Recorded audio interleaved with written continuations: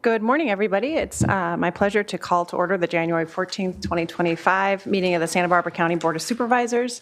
I do want to start by acknowledging the incredible devastation of our neighbors and neighborhoods to our south in Los Angeles, the loss of lives, and I've asked Chief Hartwig and Director Kelly Hubbard to speak to that in a few minutes, so thank you. Madam Clerk, please call the roll. Supervisor Lavanino. I'm here. Supervisor Lee. Here. Supervisor Hartman. Here. Supervisor Nelson. Here. And Chair Capps. I'm here. At this time, please stand and join us with the Pledge of Allegiance. Ready? Begin. I pledge allegiance to the flag of the United States of America and to the republic for which it stands, one nation, under God, indivisible, with liberty and justice for all.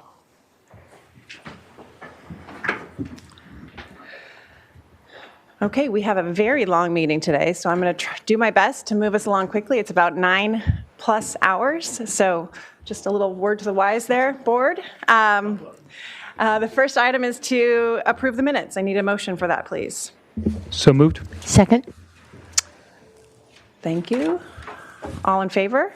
Aye. Aye. Motion carries. Trying to be good about using our system here.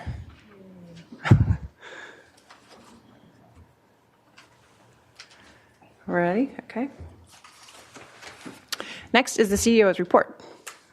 Good morning, board members. I have a short report, and then we're also going to hear from our fire chief and our director of emergency operations about emergency preparedness. But first of all, the Ag Commissioner's Office wants to update the community on the H5N1, which is the bird flu. This past week, the state veterinarian implemented a ban on all California poultry and dairy cattle exhibitions at fairs and shows until further notice. The action was made by the state to minimize the danger of exposing people and non-infected cows and birds to the disease. Statewide, more than 700 dairy herds and 50 poultry farms have been affected. None of these have been in Santa Barbara County. I repeat, none of these have been in Santa Barbara County, and there are no local human cases. Dairy cow and poultry owners who experience any unusual or suspicious illness or deaths should not move their cows, birds, or products and should call their veterinarian. There's more information, I believe, on our Ag Commissioner's website. We're directing people to the state's website. Also today, given the critical fire weather we are experiencing in the Santa Ynez Mountain Range and the fires burning in Southern California, I've asked Chief Mark Hartwig and the Office of Emergency Management Director Kelly Hubbard to join us and talk about how our county is prepared during this time.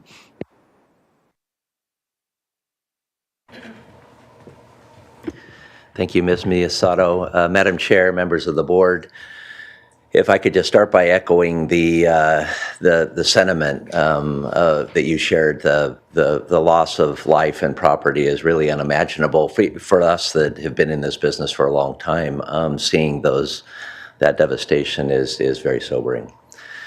I wanted to spend a little bit of time talking not so much about LA because there's going to be a lot of information that comes out of LA. They're still in a very active situation there. But I really want to focus in on what we're doing here, the current situation here, what we're doing to help LA, and then how we're being proactive here. It really was about 100 years ago. In 1926, we formed as a county fire department, and one of our primary functions was to fight vegetation fires.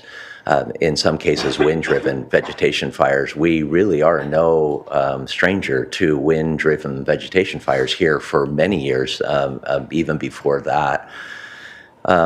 We have learned a lot. We have learned a lot as a fire department, but I think even better, we've learned a lot as a community, and we continue to learn. We take lessons learned from these wind-driven fires in this county, and we incorporate improvements, pre-positioning. We improve our strategy and tactics. We position equipment as we are even now under critical fire weather watch in areas that have been affected in the past. That's the good news. And I can't tell you that we'll be exactly where we need to be when the next fire hits, but we're going to be close. That's the whole idea behind our preparation and our pre-positioning. We work together in the operational area here in the county, work together with all of our partner agencies from Santa Maria all the way down to Carpinteria. Of course, we're under a critical fire weather watch today, and we have no rain in sight. The 10-day, I go to my favorite weather apps and I look at the next day on the 10-day to see if there's rain coming, and there isn't, which just means that we're going to be dry for a long time. Coming. Now, we do expect that the humidities will rise and the winds will change over the next couple of days, so we will get a more moist weather pattern in the air and the humidity, but we have no precipitation in the forecast. I do want to talk a little bit about the community preparation, because we've done a lot there too. Of course, members of your board, as Supervisor Hartman sits on the Fire Safe Council here, we have done a lot to prepare our communities fire-wise and fire-wise communities. We know it all starts with us individually on our properties to be compliant, to create defensible space and to do our fuels reduction. But really that effort now has kind of grown to neighborhoods. We realize that if your neighbor isn't and you're affected, and then the community is affected. And so now we really have a network of fire-wise communities working with the state, working with Fire Safe Council, working with each other. We are one ourselves, coming together and pitching in where our neighbors might need help to, again, reduce those fuels. We've heard a little bit about water. It's hard not to address that, because we don't have water issues here. Now, when I say that, water is a finite resource, and water systems are finite. And occasionally we have, and you've noticed them, I'm sure, fire hydrants that are out of service because for whatever reason they're out of service. We work closely with our water companies and our suppliers and purveyors. Often it's on an incident. Hasn't been an incident here in this county that we haven't had the water company on site saying, okay, we have pressures reading here, now that we're using them, can we boost them? And if we can't boost them, we figure out some other way, whether it's portable tanks and water tenders, some other way to bring water in. So water it has a lot of attention right now, but water is always an issue on almost any incident. I just want to end, if I could, by telling you of this. We often, when we say ready, set, go, it's just a tagline. Ready, set, go. And be ready and set and go. People in this fire, if to me for anything, it was being ready now. People talk about a go bag. If you're getting ready when fire weather hits, or you know that you need to go, it's too late. We're hearing firsthand accounts right now in these fires in LA where they're scrambling to get ready, to do the ready part and the set part at the same time. As we know, sometimes you have no time to get out. There were evacuations, self-evacuations. Most of the evacuations in this event were self-evacuations. There was no time for fire or law resources. Sometimes it was just neighbors. You probably don't see it, but it's time to go. The ready part is grabbing a bag next to your door right now. We know it's dry. We know you should be ready. Get a bag next to your door. And then the set part is, when we have critical fire weather like we do right now, is to keep your head on a swivel and to be aware. Look at your surroundings, and don't necessarily wait to go until somebody tells you. That is a decision that you make for yourselves. We'll do everything we can. In fact, life safety in the first moments of a vegetation fire is to get people out of the way and to make them safe. But in reality, it's your responsibility, and we can't possibly, as we know now from the LA fires, we can't possibly get to every home. So ready, set, go is more than a tagline. It really is important that we take that seriously. We help our neighbors take it seriously. And then during weather like this, we're hypersensitive, we're hyper aware to make sure that we're set. And again, we can never say that we won't lose anything, any property in this county, but but that is my job. My job is to do everything we can each and every day to make sure we lose nothing, including in wind-driven wildfires. And we've been tested here, most recently in the Thomas fire, just amazing firefights that went on there in the Montecito Mission Canyon area with wind-driven fires and firefighters taking stands in structures. So I'm going to leave it at that and answer any questions or pass it off to Director Hubbard. Thank you, Chief. Supervisor Hartman. Yes, I think there's a point that really needs to be underscored here. At least in my experience, we're used to the wildland-urban interface, the WUI, and understanding that residences in that area have to be particularly alert with defensible space and all. But with the Santa Rosa fire and now the Altadena fire, we're seeing something very different. We're seeing fire blow in with embers to urban areas where the homes are really not well fortified. And I think of communities like Buellton, like Carp, like Lompoc, where people don't think they face a fire danger.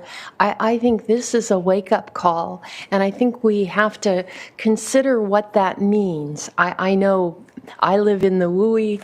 House hardening is a long process because it's expensive to windows and doors and vents and new stucco that's more fire retardant. I mean, it takes a lot of planning, but I think we need to move that way even in urban areas and give a lot more attention to that and education. I think this is a wake-up call. It's not just business as usual. This is really something new. Yeah, I agree. And I can just add on the wake-up call, thank you for the ready, set, go, what that actually means. The fact that we've all said it from up here and in so many different ways, but people need to sign up for our alert system, readysbc.org. Only 14% of our county has signed up for that, and that would certainly be, that's a lifesaver right there. So thank you for that. I'm curious, not at this time, but I do think in the future, more information. We've gotten a lot of constituent emails about evacuation plans. I've gotten inquiries about undergrounding our utilities, as I spoke with you about yesterday, what that entails. I know this is not on the agenda for now, but I do see these topics as being very pertinent to our knowledge that you have. You have the knowledge, and I'd like for us to be able to facilitate the public's awareness of those things. Thank you, Chief. Thank you. Director Hubbard. Good morning, Chair and Supervisors. A couple items here. I'll keep it brief, and then if there's additional questions, just on our county's preparedness. As operational area coordinator, meaning I coordinate with all of the governmental entities in our county, any of the nonprofits involved in emergency response and our utilities. I see this county as being a county that is actively engaged with each other on a regular basis, participating in planning meetings, talking, coordinating, having those conversations and the hard conversations of what does CNLA mean to us and what else can we be doing here locally, and we'll continue to have those conversations moving forward. Additionally, we've revamped our training program for our county employees for emergency readiness and EOC, or Emergency Operations Center readiness. And so we've hosted over 20 trainings in the last year. We plan on continuing that into next year, training hundreds of county employees on their readiness to respond to our Emergency Operations Center and help support our community in that response. On alerting, we have continued to enhance our alerting systems. Just recently, for example, we noticed a slight delay between some text and phone calls, and we dug into that with Everbridge and our alerting system platform that we use, and found some concepts that we can change in our settings to increase that timeliness of our messaging. So we're going to continue to do that. We're going to continue to evaluate. We're talking to our partners in LA about their alert that didn't go the way they hoped. Honestly, I'd prefer to over alert than under alert. And so that's, the bright side of that alert that went wrong. But we're going to continue to dig into those things, continue to improve. We've been doing a lot of data cleanup in our Everbridge system that also will help clean up and help us do alerting in a more efficient way and effective way. I mentioned coordination. I wanted to talk about PSPS for a minute, our utilities and our public safety power shutoffs. We do have some that are potential for this morning, if not already occurring in our South County areas. And they have been occurring since last week in many of our South County areas. Couple concepts here. Encourage residents, if you don't pay your power utility bill directly, both SCE and PG&E allow you to go to their website and register to get notified by them directly. So I know they only notify the account holder. So if you don't pay that bill, you can go and get registered with them to get those notifications. I will say I'm hearing from people how much they're over notifying. I apologize, I can't control that, but it's more important to know that it's going to go out and that you might not have power. They both also have rebate programs. I'm hearing a lot about people not having power for multiple days. They have rebates for small power packs, concepts that might charge a couple cell phones. If you have like a breathing machine at night or something of that nature, they have small power packs, cell phones, laptops, those kinds of things. They have larger rebates, doesn't pay the whole thing, but they have larger rebates for slightly larger generators as well. Both of those companies have those programs. SCE does offer hotel discounts for residents who need it during power outages, and for those who have medical needs, they will offer you a hotel if they cannot provide you a battery pack. So those are important programming concepts for our community to know as we move into this PSPS. They can call SCE directly and get that support that they need. They can also call 211 to get that support that they need. SCE works in partnership with 211 to help provide those programs and services. So I wanted to touch on those concepts. The chief mentioned about being ready and having those bags. There's a slight difference between having an emergency kit home and your ready go kit, right? And so your ready go kit for your individuals, we talk about the 6 Ps. I even have trouble, I'm like going through my head, what are 6 Ps? I have to write them down. So your people and pets, being prepared for your people and pets. And what that means is even those that might be hard to get ready and get ready to go. Your young children, if you have infants, what are those extra supplies that you might need? If you have elderly or people who need additional support, what are those extra supplies you might need? People, pets, prescriptions. Don't forget your prescriptions. And that includes eyeglasses, please, if you need them to see. Plastic, meaning your credit cards, your cash, okay? Personal computer. We are so reliant on our phones and our computers nowadays. I don't know anyone who knows how to get into anything. They don't know how to get into their bank. They don't know how to do anything without their computers, right? So make sure you're grabbing those and the chargers, please. All of them, they all have different chargers. Grab the chargers. Papers. Important papers, your insurance, your documents, your deed to your house, your car, whatever it is. Grab all of those papers. Have them in one envelope, one concept. I was even looking online. There's these document binders that you can buy on Amazon for $20, and they help you organize all of your important documents. So your papers, and then your pictures, meaning all of your keepsakes, your pictures, your concepts that you can't imagine losing. Have those already. Have those, know where they are. You know, you might not keep your pictures in a go bag by the door, understandably, but know where they are, know how you can grab them quickly. Those are the concepts associated with that ready component of having that go bag. The last component on evacuation, I just wanted to touch on Chair Cap's comment about evacuation.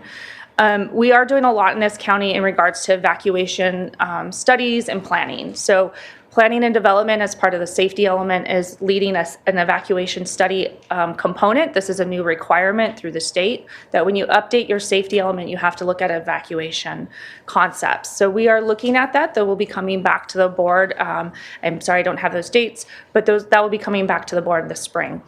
Additionally, Office of Emergency Management is leading an effort with all of our public safety partners to move into using a product called Genesis for evacuation mapping. This will not be our alerting system. This is just for our coordination of evacuation zones between our field public safety partners, Office of Emergency Management, Sheriff's Dispatch, all of our dispatch centers, to allow us that coordination of mapping, quickly post maps of where those areas are. You might have heard concepts like know your zone. We're not going to be advertising a know your zone campaign. What we are going to be talking about is know your way out. And so if you live in a community that has single egress or ingress kind of concept, or maybe there's even two, most people only know, even if you don't live in a single ingress, most people go to your house one of two ways every day. There could be 5 different ways to get to your house. Most people go one of two ways to their house every day. Know how to get out of your neighborhood in other ways. That's the campaign we're going to be working on and developing in the coming year. But I'm going to just brief that now because that's a concept that everyone should be aware of, is how would you get out of your community if the normal road is blocked? Even when an accident occurs, right? How do you get out of your community? And so those are some of the things we're doing on evacuation planning and preparedness, and that we'll continue to work forward and towards. My last statement, know your neighbors, take care of your neighbors. It's important to the chief's statement. Many neighbors evacuated each other, and that is critical in our communities. So if there's any other questions. I think you covered it. Thank you, Director Hubbard. That was wonderful. You're welcome. Thank you. That concludes the CEO's report. Thank you, CEO. Madam Clerk, are there any announcements or changes to the agenda? Chair Capps and members of the board, I do have a couple quick announcements this morning. We posted an addendum on Friday, January 10th, amending administrative item number 1, as well as amending departmental item number 5. Administrative item number 1 is sponsored by Supervisor Capps regarding a resolution to be presented proclaiming the month of January 2025 as Human Trafficking Awareness Month in Santa Barbara County, and the sponsors were amended to include Supervisor Lee along with Supervisor Capps. Additionally, departmental item number 5 is from the Community Services Department, and it is a hearing to consider recommendations regarding the consideration of possible revisions to the Encampment Response Protocol and Safe Parking Program, amendments to the County Code, and possible development of a safe sleeping program. The recommendations were amended to reflect amendments to Recommendation C to read as follows. Provide direction for staff to prepare an ordinance amending the County Code to allow the board to approve parking restrictions by resolution rather than by ordinance, and direct the road commissioner to prepare a resolution establishing parking restrictions along roadways directly adjacent to row crop agricultural operations. This addendum has been made available online to the board and to the public. Lastly, for the Board of Supervisors' methods of public participation and to provide public comment on general public comment or an item on the board's agenda, please see page 2 of the agenda. Individuals that would like to provide verbal public comment may do so via Zoom by registering in advance via the link available on page 2. If you have any questions, please contact the clerk of the board's office at area code 805-568-2240. Again, that number is 805-568-2240, and that concludes my announcements for today. Okay, thank you. The next item of business is the admin agenda. Any board members like to pull any items from the agenda? I don't have any yet. Wow. Okay, excellent. Madam Clerk, how about any public requests to pull these items? Chair Capps and members of the board, we have one request to speak from the public on administrative item number 4. Okay, then I will now entertain a motion to approve the balance of the administrative agenda except for A4. So moved? Second? Okay, all those in favor, please say aye. Aye. Aye. Motion passes. Clerk, I'm not able to vote. I'm not sure if we're. Chair Capps and members of the board, Taking it for us. thank you. If the board does vote unanimously, I do have a little secret button to hit, and you won't have to individually vote. Thank you. Perfect. Sounds good. Okay, let's move to resolutions. Item number 1. Chair Capps and members of the board, administrative item number 1 is sponsored by Supervisor Lee and Supervisor Capps. It is to adopt a resolution proclaiming the month of January 2025 as Human Trafficking Awareness Month in Santa Barbara County. And joining us in person today, we have Nestor Faristo and District Attorney John Savernock, as well as Megan Riker-Reinschild. And if you can please make your way to the podium, and I will go ahead and read the resolution. Whereas human trafficking is a form of modern slavery that occurs in every state, including California, wherein victims are forced to work in various forms of labor exploitation, including but not limited to commercial sex acts and other services that are induced through force, fraud, or coercion. And whereas due to its isolated and discrete nature, many individuals across the globe are unaware that trafficking exists in their communities. And whereas it is estimated that more than 28 million people around the world are victims of human trafficking. And whereas human trafficking victims face a cruelty that has no place in a civilized world, it is a crime that can take many forms and one that tears at our social fabric, debases our common humanity, and violates what we stand for as a country. And whereas increased public awareness and education about how to identify human trafficking, along with increased knowledge of in-state resources and services for those affected by criminal exploitation, can help decrease the number of future victims. And whereas the Santa Barbara County Human Trafficking Task Force is committed to using all applicable laws and resources for investigating human trafficking and prosecuting those engaged in it.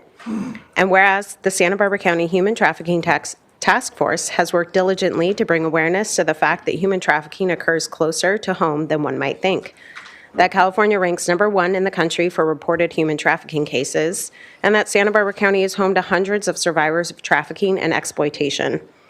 And whereas Human Trafficking Awareness Month is an opportunity to honor survivors, recognize the efforts of those combating trafficking, and encourage all Santa Barbara County residents to play an active role in preventing, reporting, and adjudicating these heinous crimes.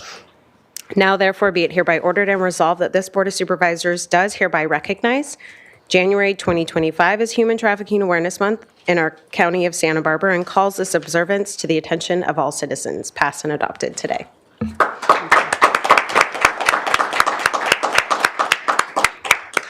Thank you. Good morning, Chair Capps, members of the board, Supervisor Lee.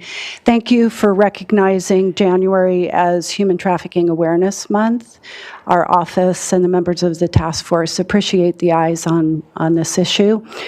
Really, it is a collective effort, as I've talked about before, in front of this board, and our collective partnerships with our rape crisis partners, North County Rape Crisis, TESSA, who's here today, Child Welfare, Probation.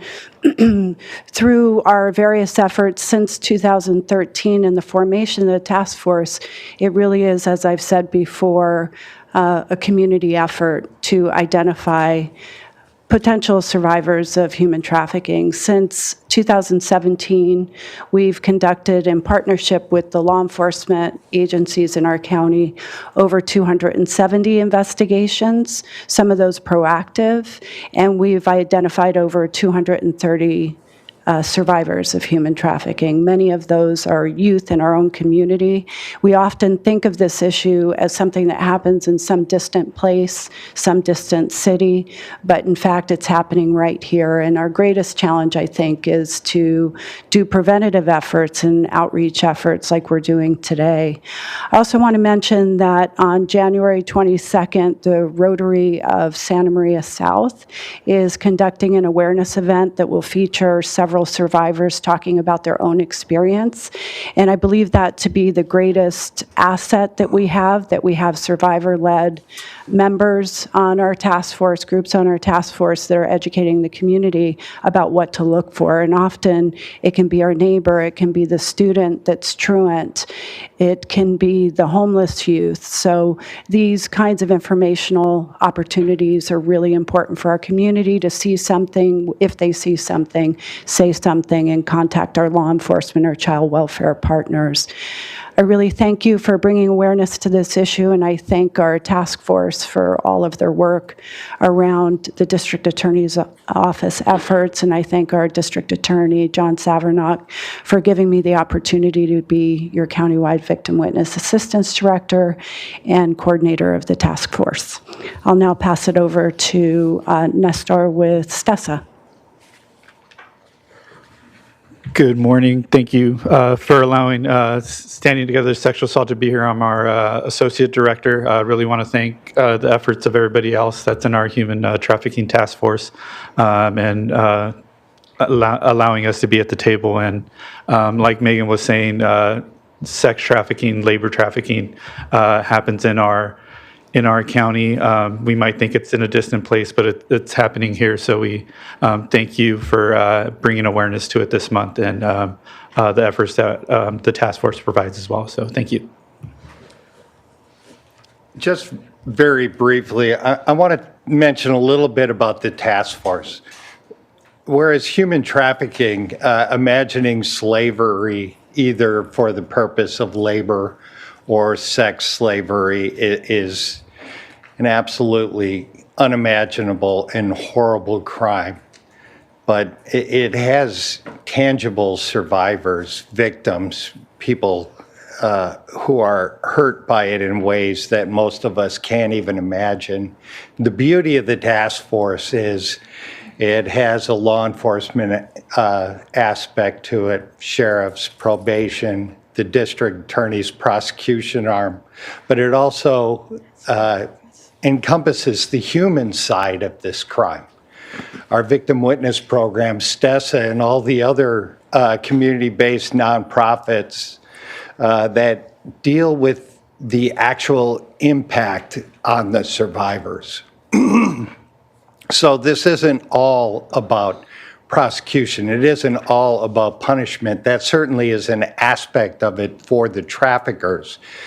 But what the task force does and represents is really the best of what we do in Santa Barbara. And it's coordinating all the aspects that deal not only with addressing the wrong, but then helping the people that have been wronged heal. Thank you.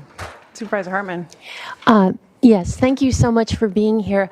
I would like to make a request, and that is to have a report by the Santa Barbara County Human Trafficking Task Force as a D item in the spring on the board agenda.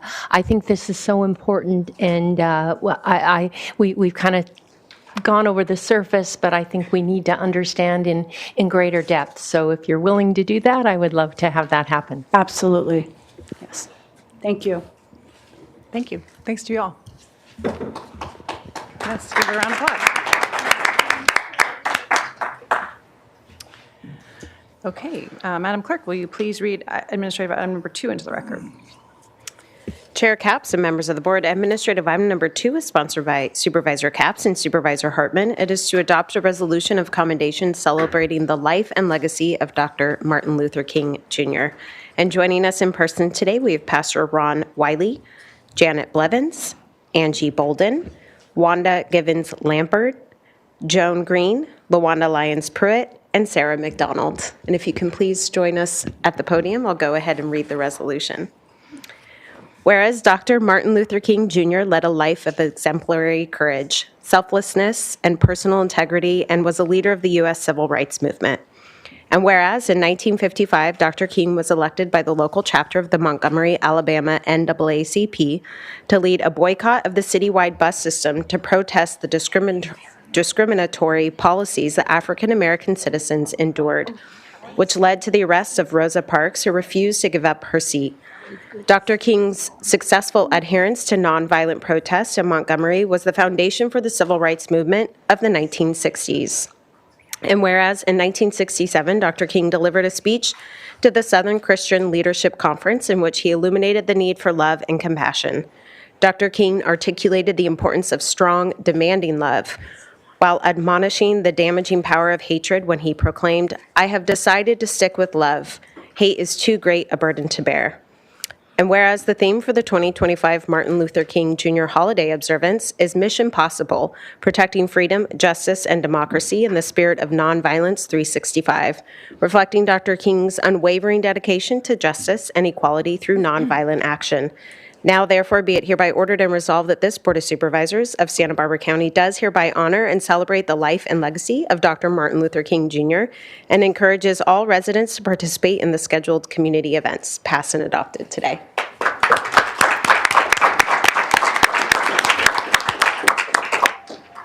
Good morning, Chair Capps, Supervisors, and Supervisor Hartman. Thank you so much for this recognition, and Happy New Year. On behalf of our members, officers, executive committee, we thank you for this recognition. And by the way, I'm LaWanda Lyons-Pruitt. I'm president of the Santa Maria Lompoc branch of the NAACP. Have been president since 2007, and unfortunately, it seems I may die being president. I am an admirer of Dr. King, and I'm in awe that at age 25, he was chosen by people much older than him to lead the NAACP and the Montgomery bus boycott, which lasted for 381 days. And I just look at him and that he would be given such a position to hold. And so I frequently read his work and kind of follow everything that he did in his short life of 39 years. One thing that he did about a year before his death, April 4th, 1967, he did a speech in New York called Beyond Vietnam, A Time to Break a Silence. And I just have a few things that I want to share with you because they always tug at my heart. We are called to speak for the weak, for the voiceless, for victims of our nations and those it calls enemy. For no document from human hands can make those human any less our brothers. Every man of human conviction must decide on the protest that best suits his conviction, but we must all protest. And he meant peacefully. So we believe in nonviolent, but we do believe in protesting. If we will only make the right choice, we will be able to speed up the day all over America and all over the world when justice will roll down like waters and righteousness like a mighty stream. And lastly, he cannot forget his 1964 Nobel Peace Prize award.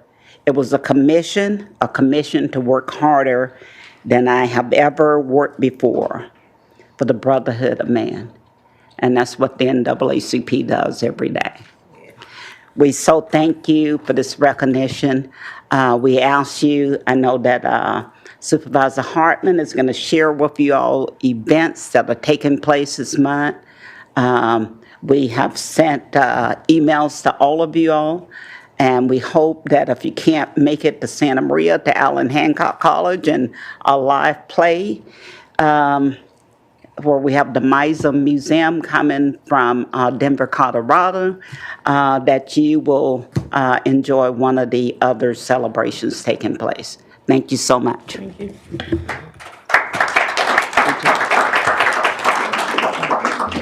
Supervisor Hartman. So it's a little difficult to read up there, but the community is coming together to celebrate Martin Luther King Day. And there, 15th and 16th, there are a number of activities occurring at UCSB. On January 19th, the NAACP will present At the Table with Dr. King, featuring a live play, resource fair, and more at 2 p.m. at Hancock College's Boyd Concert Hall in Santa Maria. And then the next day, January 20th, in Lompoc, 9 a.m., the Dick DeWeese Center, there will be a march and speeches. And then in Santa Barbara, starting at 9, there will be a unity march going to Arlington Theater, and there a number of program activities. So it's a community-wide celebration for the ideals that Dr. King represented, and these are opportunities to get involved. Excellent. Thank you so much. Thanks to all the community organizers. I'm looking forward to this weekend. Thank you. Okay. Let's see where we are. Now it's time for, Madam Clerk, will you please read administrative items that have been pulled? Chair Capps and members of the board, administrative item number 4 is from the Community Services Department. It is to consider recommendations regarding a reservation letter for county affordable housing funds to the Housing Trust Fund of Santa Barbara County, HTD, 3D printed home project, 550 Cambridge Drive, and this is in the 2nd District. And we have one request to speak on this item from the public, and we are going to Zoom with Jennifer McGovern. Jennifer? Yes, hello.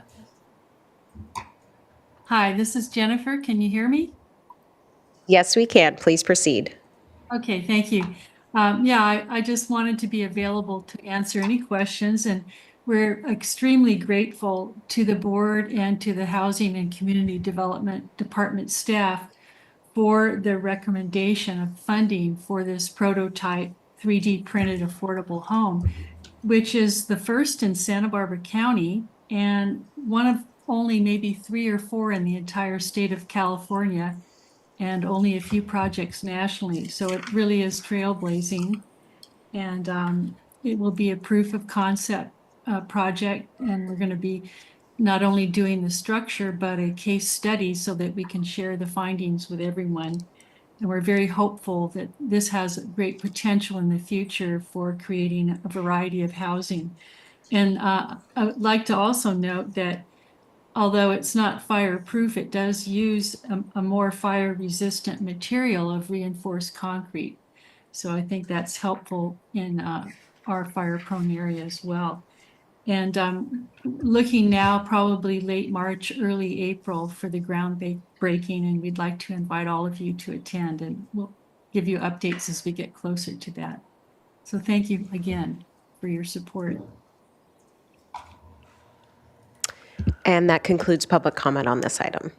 Supervisor Nelson. Yes, thank you, Chair Capps. Thank you, Ms. McGovern, for being here and providing that. As you guys prepare your proof of a study, your case study afterwards, I think it'd be really important to have some findings that really focus on what the scalability of it is. I was looking at the costs, and it still is fairly comparable right now. Obviously, just being a one-off, it's typically more expensive, but I think it's really important for us to make this investment, have greater yield to understand how it can better be scaled and bring down the cost of housing, which is, I think, is ultimately the goal in this type of project. So I will be happy to go ahead and make the motion to approve A4. Thank you. And I'll second. I just wanted to thank Ms. McGovern as well. I was considering pulling this, and I appreciate that you did, because there's so many exciting aspects of it. Obviously, the 3D printed home, the affordability, but also the fact that it's on a church parking lot.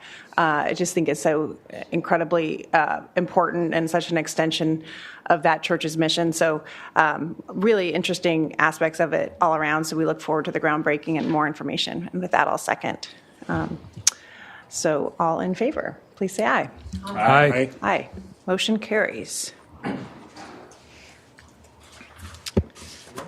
Okay.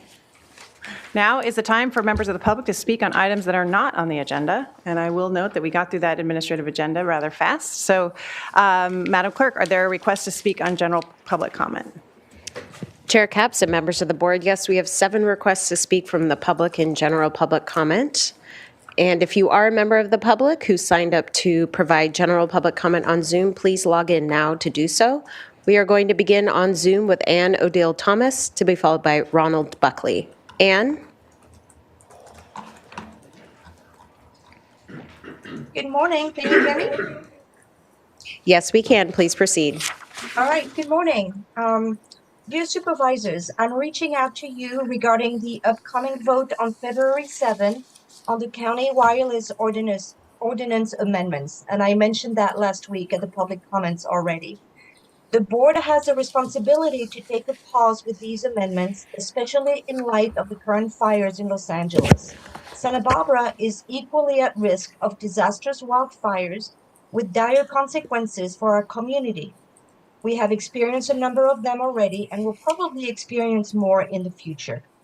Wireless telecommunication facilities increase the risk of fires in an area that is already subject to very high risks. It is irresponsible for the county to provide blanket approval to countless of those wireless facilities that will greatly increase the risk of wildfires in our area. Please vote no on the ordinance amendments on February 4th. Let's open up the discussion in concert with the residents and how we can best balance the installation of those towers while protecting the safety of the residents. It is possible to do so. Other communities have come up with reasonable protective ordinances that achieve that goal. Please allow Santa Barbara to be a leader in the state that other communities can emulate. Thank you.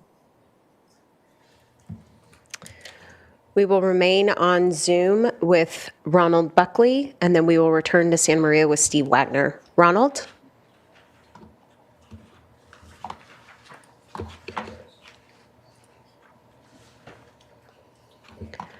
And Ronald, we have unmuted you on our end. If you can please unmute on your end to provide your comments.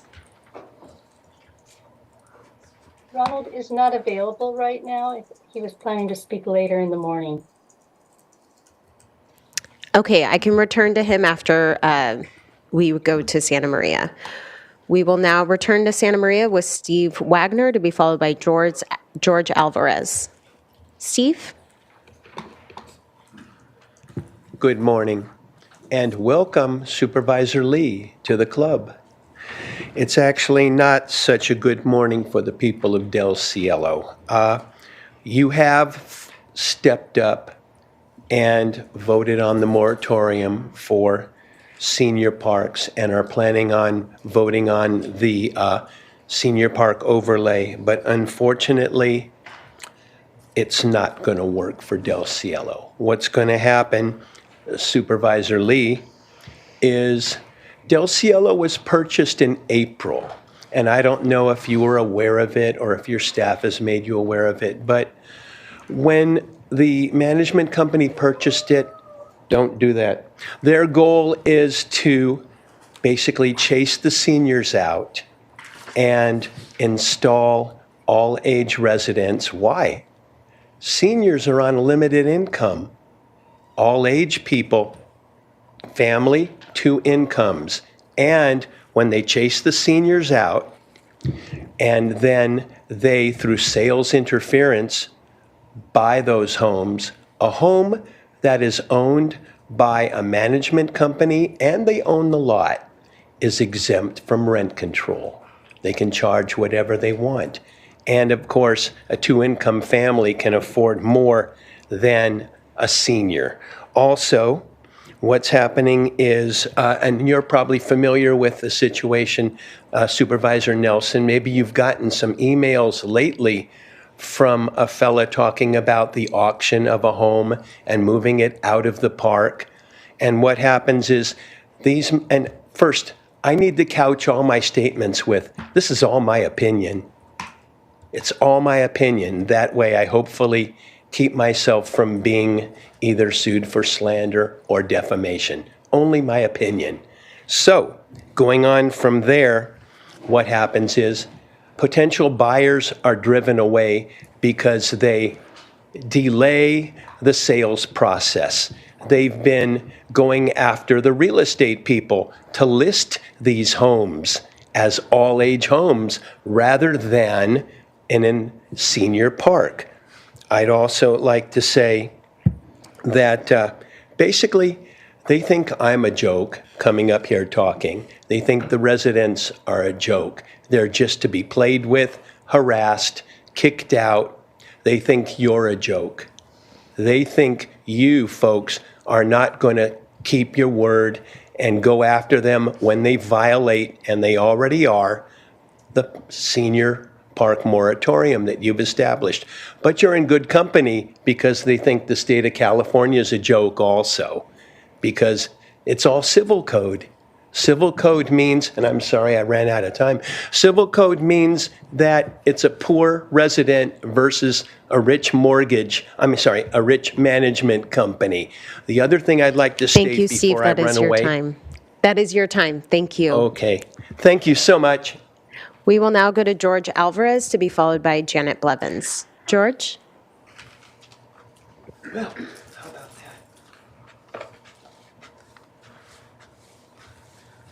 long time no hear, Steve, Nelson. My issue, first of all, I want to clear the air here. I find it a joke, even though, respectfully, my opinion, we are acknowledging trafficking for January. Why isn't the DA, and I'm not being sarcastic on this statement, get a warrant for the arrest of President Biden for 4 years of open borders, which created trafficking? It's insulting that all these people got violated, raped, and whatnot, and it's still going on now under the guise of Joe Biden. Historically fact on that one, so that wasn't my issue, but I get angry over the mere fact we don't go after the people that created this problem. Now, my whole issue here is homelessness. I live in Guadalupe, and I've seen an increase of homeless population trickling in. And luckily for the city of Guadalupe, we have no shelters. We have no social service organization to feed the need of a group that is actually overburdened with problems that aren't being solved.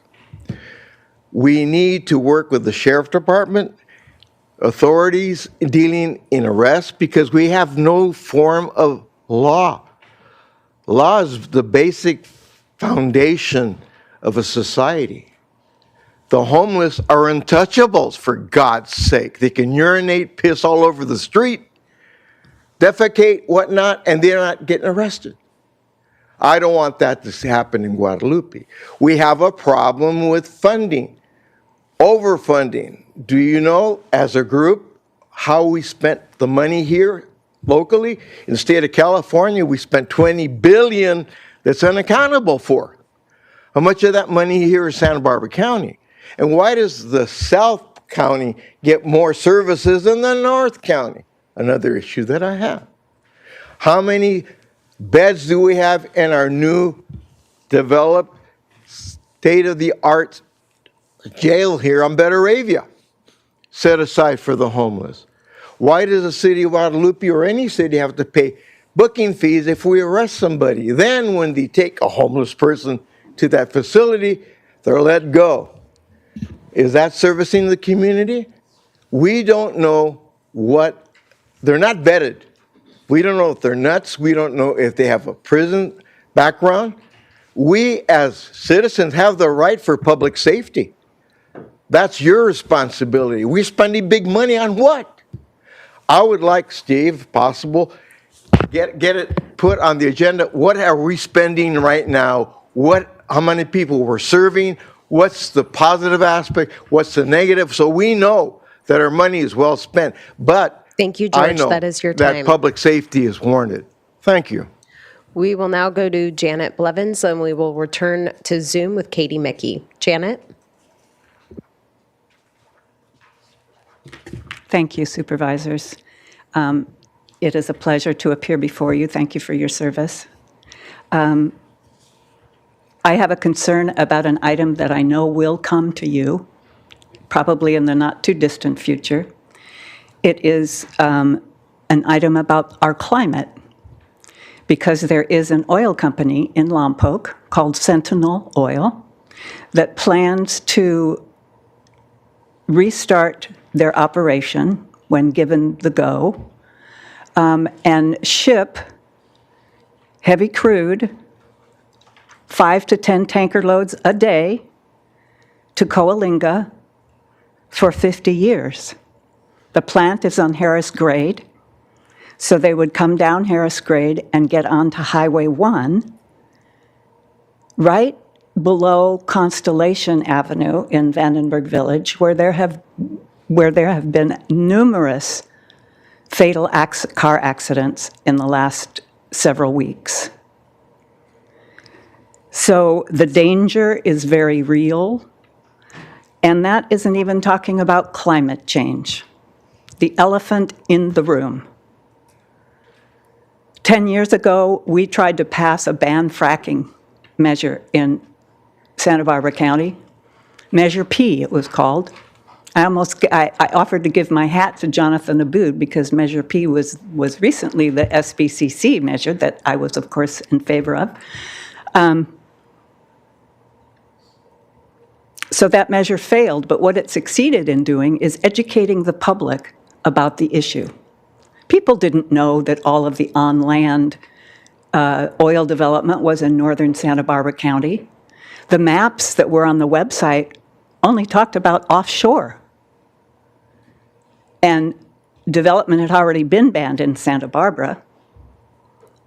So Measure P failed, but since that measure failed, we have not passed a single new oil project in Santa Barbara County. Unless I have missed a meeting where there was an oil project, and I don't think I have. Steve says no. So I just want to be sure that you guys are ready for this, because I know that, the Planning Commission has put it off to produce some sort of report that nobody's ever heard of before. But they will, I just think that it's bound to come to you because the oil company will appeal, or I will appeal, or somebody will appeal. So please be ready. Please be ready to deny Sentinel Oil in favor of our planet. Thank you, Janet. That is your time. Thank you. We will now return to Zoom. Excuse me. We will now return to Zoom with Katie Mickey to be followed by Ronald Buckley. Katie?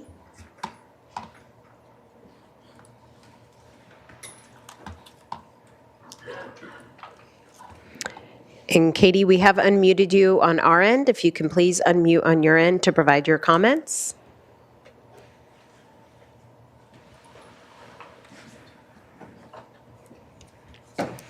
Katie, if you can hear us, if you can unmute on your end to provide your comments.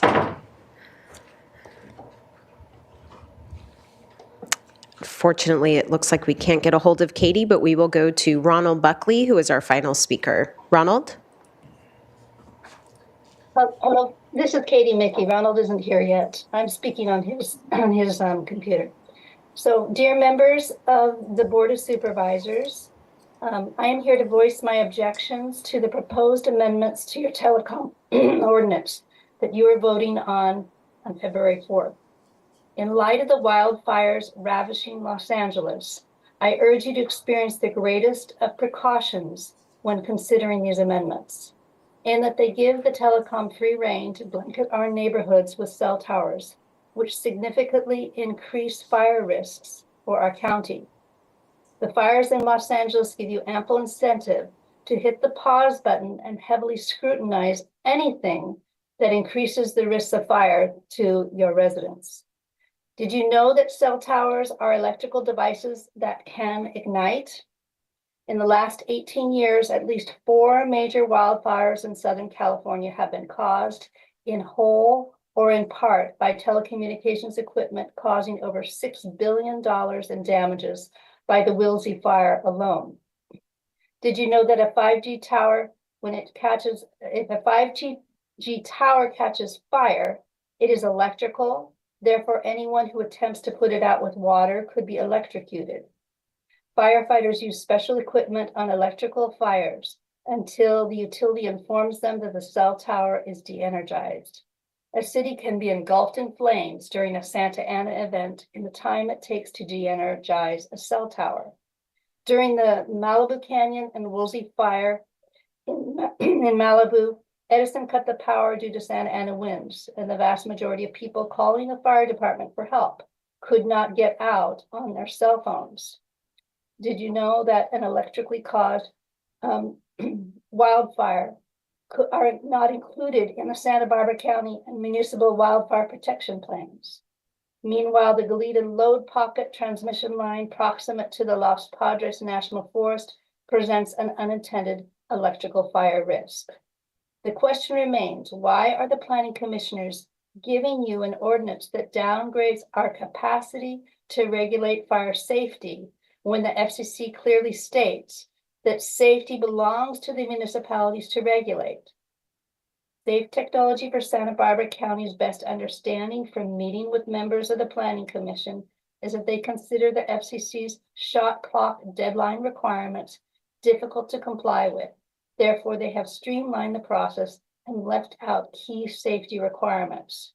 What they may not understand is that having a robust wireless facility application and permit process with protective requirements will pause the shot clock if the applicant has not met all the requirements.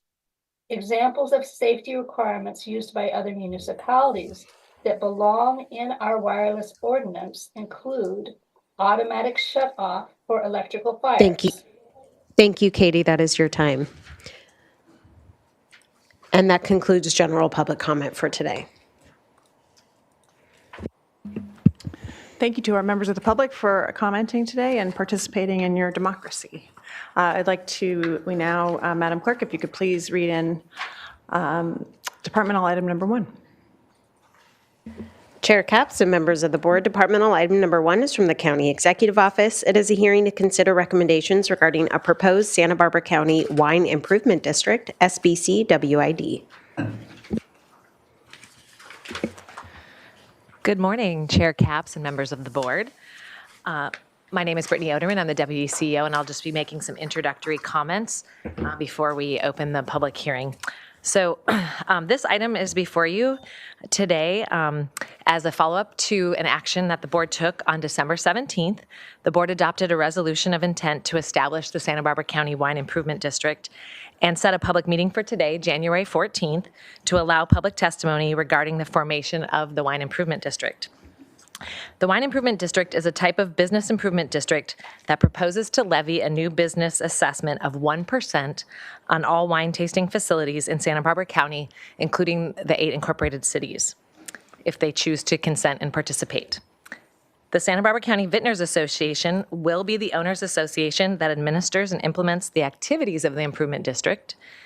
And these activities include activities such as marketing and brand awareness and public relations, special events, community engagement, government education, and industry education.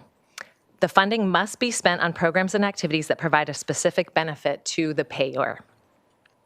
As required by government code, a written notice of this public meeting was sent out on December 27th, and today's public hearing is to allow protest related to the formation of the proposed Santa Barbara County Wine Improvement District. If protests are received today from businesses in the district that will pay more than 50% or more of assessments proposed to be levied, no further proceedings to levy the assessment and form the district shall be taken for a period of 1 year. If this threshold of protest is not reached, staff will return on February 11th to bring to the board a resolution of formation, which is the final board action required to complete the Santa Barbara County Wine Improvement District.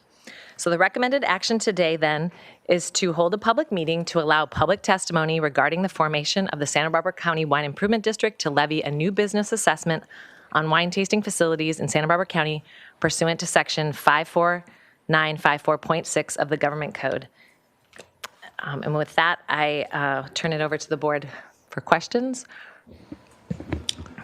Supervisor Hartman. Yes.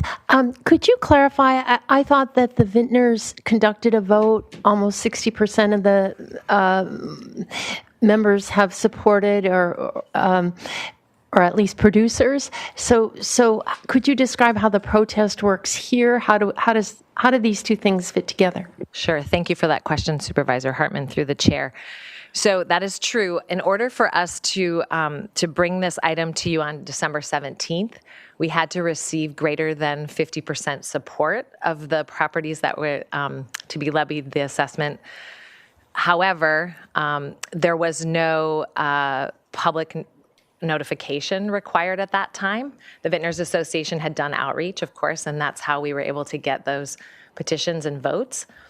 So the government code requires that we notify every entity that would be subject to this assessment. So we've done that, and now there's an opportunity for protest. And so at this point, now that people have more information, if we now receive protests, so if someone who came and said they wanted this to move forward and sign the petition could still now protest and say that they've changed their mind. And so we're allowing for that with the public notification today. And to date, I have not received any written protests. And so today we're allowing for oral protests. So my question is, how would we determine a percentage So if we receive the protests, the business associated with that, we would go back to our consultant, HDL, who is reviewing the tax data and would be able to determine if we reach that threshold. We wouldn't be able to determine that today. We would have to follow up, and we would then take that February 11th item off of the future agenda, if we did reach that threshold. Thank you. Oops, other questions from the board? Okay. Comments? No? Are there other speakers, or no, just you? Chair Capps and members of the board, we do have 3 requests to speak from the public on this item. Excellent. We are going to remain here in Santa Maria and begin with Nicholas Miller, to be followed by Riley Waven Slack. Nicholas?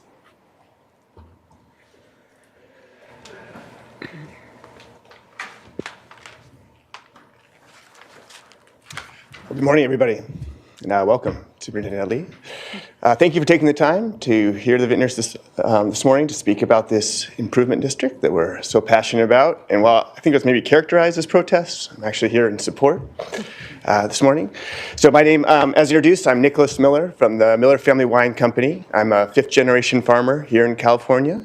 Our family started farming just after statehood, and then we started farming here in the Santa Maria Valley in the early 1970s. And so we were some of the first people to be involved in the wine industry here, post-Prohibition.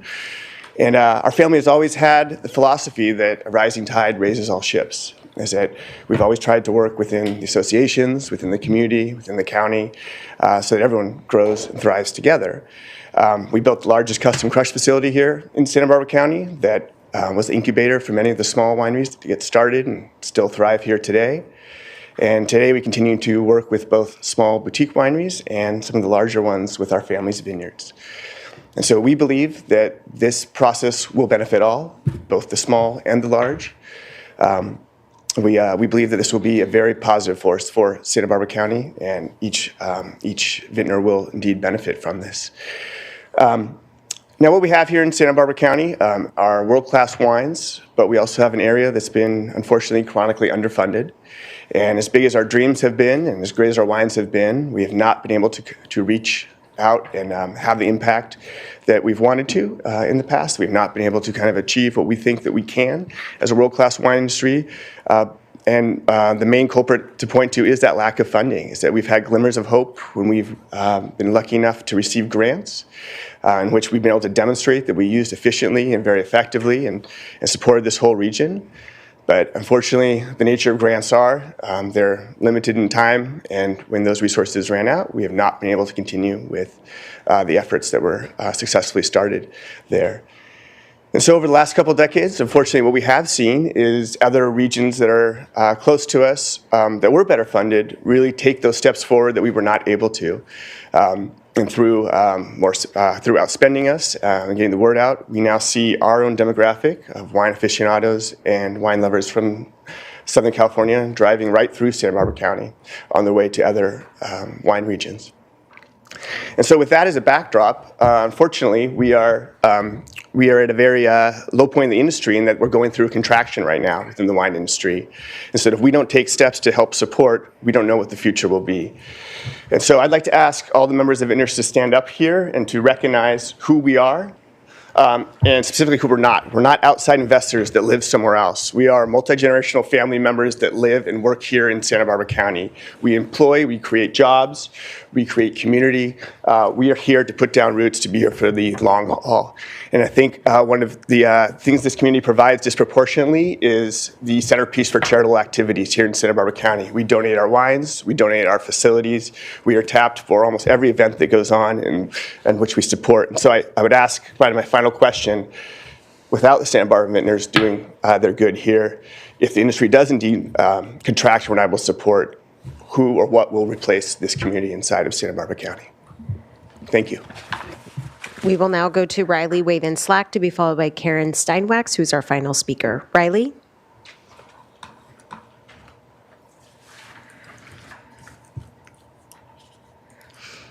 Good morning, Supervisors. My name is Riley Wathen Slack. I am a second-generation owner of Fox and Vineyard and Winery in Santa Maria Valley.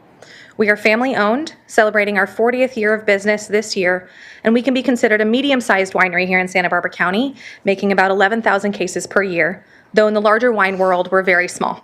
Most of our wine is sold here in California. I am here today to speak in favor of the Wine Improvement District put forward by the Santa Barbara County Vintners Association. 20 years ago, the wine industry of Santa Barbara County was in a boom, with visitation at an all-time high. The movie Sideways had just been released, bringing folks from all over the world into our region. We rode that high all the way through the COVID pandemic, seeing some of our best sales years even during that tumultuous time. However, recently we have seen a significant decline in visitors to our estate.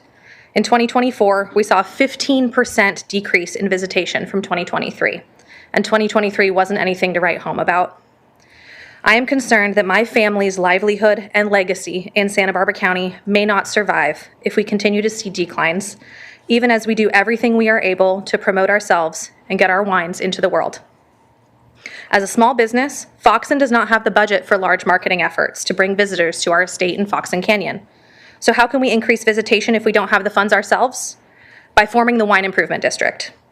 The Temecula wine region formed an improvement district in 2021 and has been reaping the benefits with increased visitation while we in Santa Barbara County are struggling. The wine industry has a significant economic impact on our cities and county, $1.7 billion annually. But what I dread is visitation continuing to decline, with that impact getting smaller and smaller.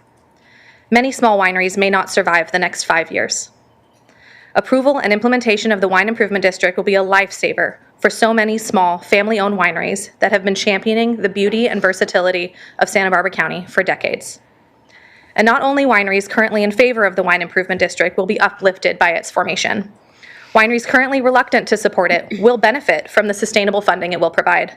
The entire hospitality sector, which is vital to Santa Barbara County's economic prosperity, will benefit.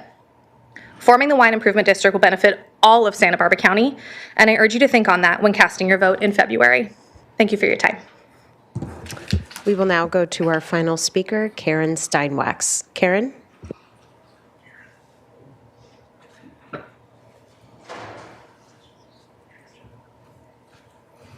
Good morning, Supervisors, Chairman Capps, and welcome, Supervisor Lee. My name is Karen Steinwax. I'm the winemaker and owner of Sea Grape Wine Company, and I believe I have the distinction of being the absolute smallest winery in Santa Barbara County.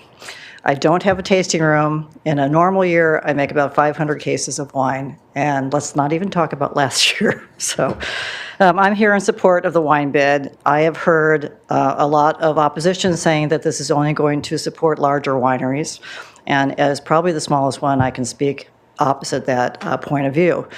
I've been here since 2001 making wine. I've worked for the larger wineries. I've seen the challenges that we've all had. I've seen the booms, and now I'm really seeing a bust. It's really difficult. Personally, I don't know if I can even continue. This is going to be the litmus year for me to decide whether or not I continue to make wine. So what I've heard is that this is only going to benefit the larger wineries. And to some extent right now with the Vintners Association, that's true. But it's only because those large wineries are paying an extraordinarily amount more for their dues than I pay. I belong to the Vintners Association. I also belong to the Santa Rita Hills Wine Growers Alliance. And the reason I do that is because as a small company, sole-owned, woman-owned, I could not afford a PR agency. I couldn't afford a marketing agency. I don't have a tasting room. I have to do it all myself. And by having this larger ability for my little tiny brand to be included in this greater good of the Santa Barbara wine industry is the reason that I belong to these associations today. When the wine bid passes, and I'm going to say when, thankfully, it's like everybody has a seat at the table, everybody's one-on-one. The smallest wineries have equal opportunity as the larger wineries. We can participate in all of the events. We can participate as much or as little as we want. But this is going to actually elevate our region, allow us to compete in what are going to be very challenging times. The Attorney General or the Surgeon General is saying that nobody should drink any alcohol, with the World Health Organization saying some of the same misinformation, we're going to have some really tough times. So we hope that you can help us by approving the wine bid and allowing us to compete with our neighbors to the north and the south. Thank you for your time. Thank you. Supervisor Lavanino. Ma'am, what is the name of your brand? I missed that. It's called Sea Grape Wine Company. Sea Grape? Mm-hmm. Okay, very good. Thank you. Excellent. Supervisor Hartman. So I had a procedural question and then a statement. Procedurally, we don't really have an action in our board letter, so there's no motion. We've just had the hearing. Thank you, Supervisor Hartman. That is correct. We hold the public hearing. We do have a item B to the CEQA clearance. So I think we would take a motion on to open and close the public hearing and then clear the CEQA compliance. Okay. Well, I just wanted to say it's been my privilege to represent the Santa Ynez Valley wine industry for 8 years, and I've observed that initially it was a very fragmented industry, and there are many different economic interests today still, but I've never seen this kind of consolidation, this kind of speaking with one voice, this kind of cooperation and joining together for the larger good. So as we decided on the 17th, I'm personally very supportive, and I'm eager to make the motion that we do whatever CEQA is required and that we close this protest hearing. Thank you. Supervisor Nelson. Yes, thank you, Chair Capps. I just wanted to let the Vintners Association and their members know what a well done presentation that was, large and small, both sides of that. That was, that's well received here by this board. I definitely think that we need to move forward with this, or obviously we're not making action, but I'm looking forward to eventually that vote in February. As Mr. Miller pointed out, our wineries are often those that are supporting so many other facets of our community, our nonprofits. Nobody's asking to have a fundraiser out in the middle of a broccoli field, So you guys do a lot, and a lot of our, here in the Santa Maria Valley, I'm getting a lot of support for the wine bid, and I'm looking forward to helping you guys move past this next step and towards fully implementing the bid in the future. Supervisor Lee. I just want to say I agree with Supervisor Hartman and Supervisor Nelson about the comments, and it's great to see a unity among the Vintners Association. And one of the public comments was about we should not rely on a movie that was made over 25 years ago for this industry. We have to do more, and this is the opportunity to do that. So you have my full support. So I look forward to the vote. Thank you. Excellent. Well, we have a motion on the table. I will second it and just add the comments that in case anyone who's joined us, and I appreciate that you have, is wondering why we're not asking a bunch of questions. We did have this item in December at quite lengthy, so a lot of questions were answered then. So this is a public hearing. So with that, I'll make the motion and call for a vote. All those in favor, please say aye. Aye. Aye. Motion carries. Great.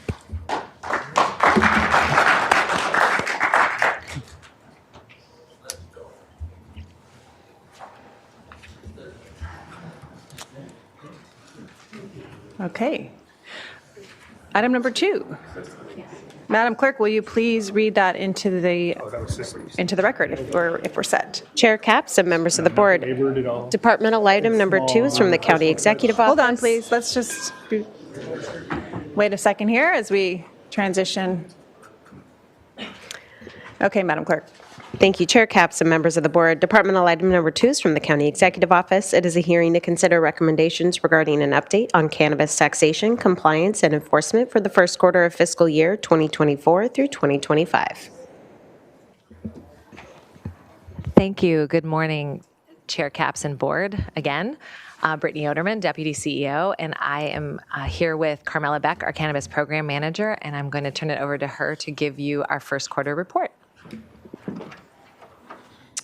Thank you, Ms. Oderman. Good morning, Chair Capps and members of the board. It is a pleasure to be here to present the fiscal year 24-25 quarter 1 cannabis taxation compliance and enforcement report.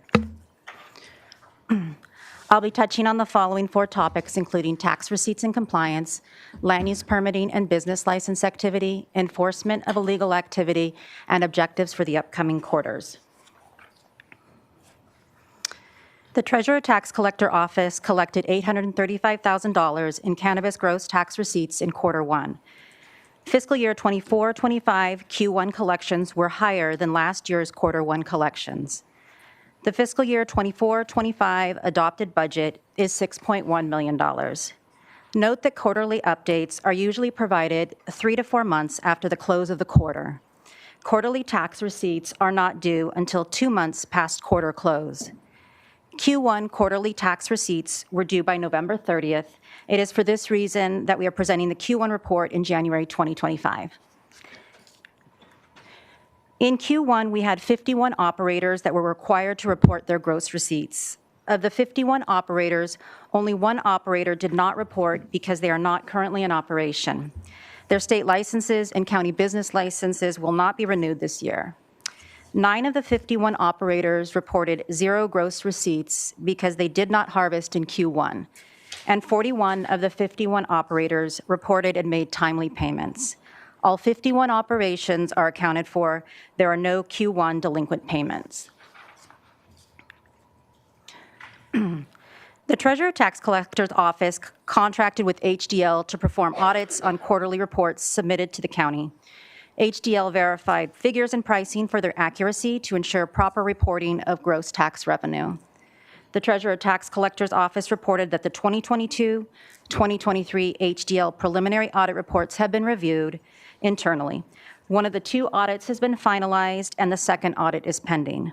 The board authorized $132,000 in the current year's budget to assist with funding 6 cultivation audits in fiscal year 24-25 to complement ongoing compliance work. Treasurer Tax Collector's staff are available for questions upon conclusion of this presentation. Planning and Development is continuing with their land use permitting activities. The Carpinteria area allowed acreage cap is 186 acres. The issued permit acreage is presently 148 acres. The unincorporated inland area allowed acreage cap is 1,575 acres. The issued permit acreage is presently 1,019 acres. There are 3 cannabis projects on appeal, and there have been several actions taken on existing approved cannabis entitlements, although no new entitlements were issued for new cannabis operations. There are 41 county business licenses that are currently pending. The acreage caps are not full, and the number of County of Santa Barbara cannabis licensed operators continues to shrink, causing a decrease in revenue projections. Note that some operators have gone out of business, others have consolidated or downsized their operations. The California cannabis market continues to be turbulent, including major contraction with many big-name companies, and both large and small-sized operations are going out of business. High taxes contributing to illicit market activities and over-regulation continues to stymie the industry. However, we understand that in 2025, state policymakers are looking for ways to remove legal market burdens, decrease the illegal market, and improve access to legal cannabis.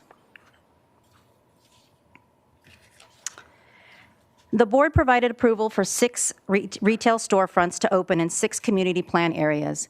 The green dots on the map identify the 3 dispensaries in operation. Dr. Green Thumbs opened on Saturday, December 7th, 2024. The Pharmacy Santa Ynez opened in 2023, and the Pharmacy Isla Vista opened in 2022.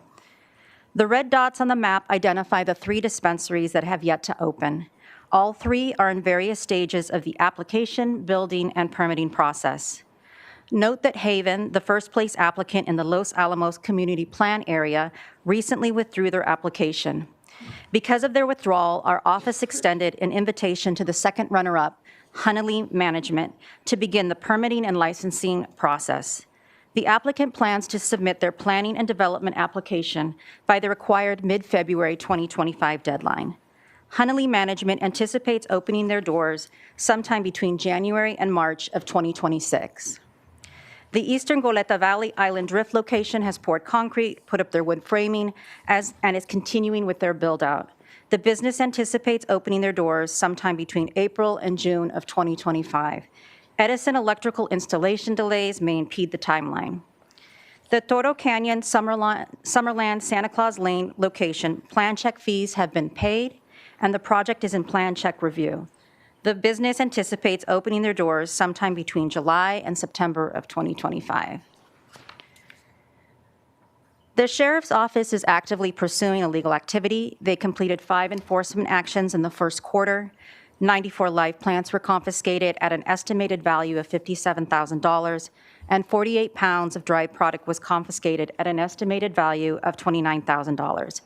Note that Commander Rainey is available for questions upon conclusion of this presentation. In closing, the Cannabis Regulation and Licensing Division has identified 3 objectives for the upcoming quarters, including 1, to review and propose Chapter 50 ordinance amendments, including updates to employee background check requirements and inclusion of odor abatement measures. 2, to continue the financial monitoring and tax audit process. And 3, to continue to improve the business license application process. Our recommended actions today are to receive an update on the fiscal year 24-25 first quarter cannabis status report and to make a CEQA determination. That concludes our presentation, and our team is available for questions. Thank you. Thank you, Ms. Beck. Appreciate it. I'll go to questions from the board before the public. Supervisor Lee. Got it. I got a few questions, so if you want to take them down. In last week's long-term budget projections, there was a line item for cannabis tax revenue. In this tax report, there are no projections for the year. Why are there no projections in this report? Second, I see there's a big difference in the tax revenue by quarter in the past 3 years. Is there a reason why you can point to so much variance in the graph? And are we keeping track of who's actually growing? And going back to your graph about the dispensaries, can you confirm that Roots is actually operating by the time that you say they would? Because I spoke to the landowners, they said otherwise, so I need you to confirm that.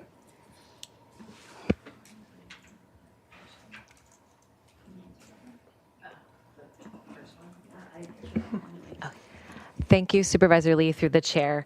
On the projections, I believe in the board letter, we did note that the projected revenue for this fiscal year was $6.1 million. So at the close of Q1, we're tracking about 13% below where we would want to be to get to that 6.1.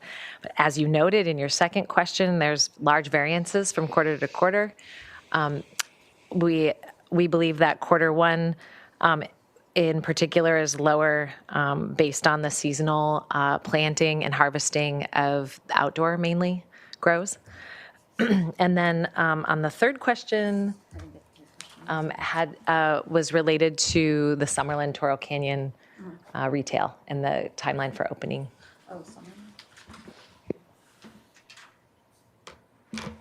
So the Summerland location, they had indicated that they'd be opening, can you go back just a moment?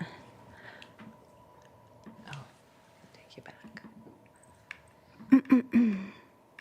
Oops. Uh-oh. Uh-oh. Sorry.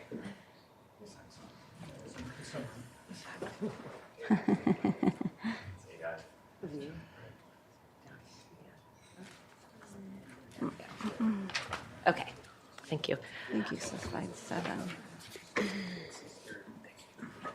not sure that I understand the question. So Supervisor Lee, what was your question specifically about Summerland?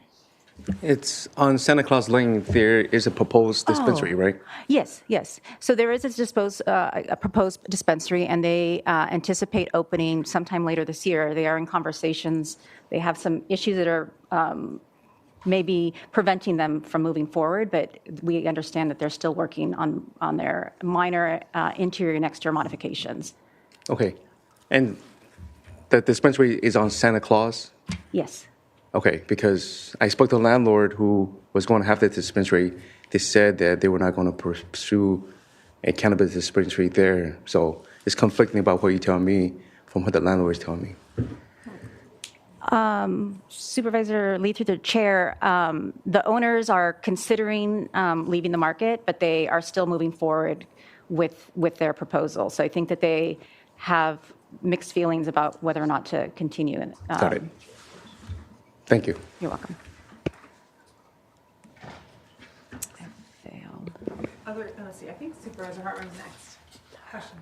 I have a set of questions, and I'm very glad to see our Santa Barbara County Treasurer here in his office. Thank you so much. I'm really interested because we had a lot of effort last year looking at how we're taxing cannabis. And one reason we decided to just keep on the way we're keeping on is we were doing some audits through the Treasurer's office, and we thought that those audits might shed some light on how this tax structure is working. And so I would like for you to provide us any insights that you're gleaning from the audits that you're performing.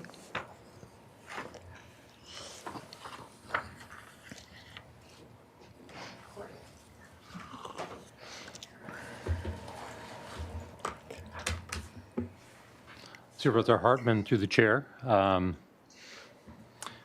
So let me start, when we talk about audits, right? It's not designed to be a learning process. What it's designed to do is to verify that what the operator is submitting, that we're verifying their numbers. Having said that, there are some things I would conclude from the first round of audits. But let me clarify a couple of things first. So the budget that was provided was $132,000. To date, I think we've spent $24,700 of that. It didn't come close to the 132. There were 2 audits performed.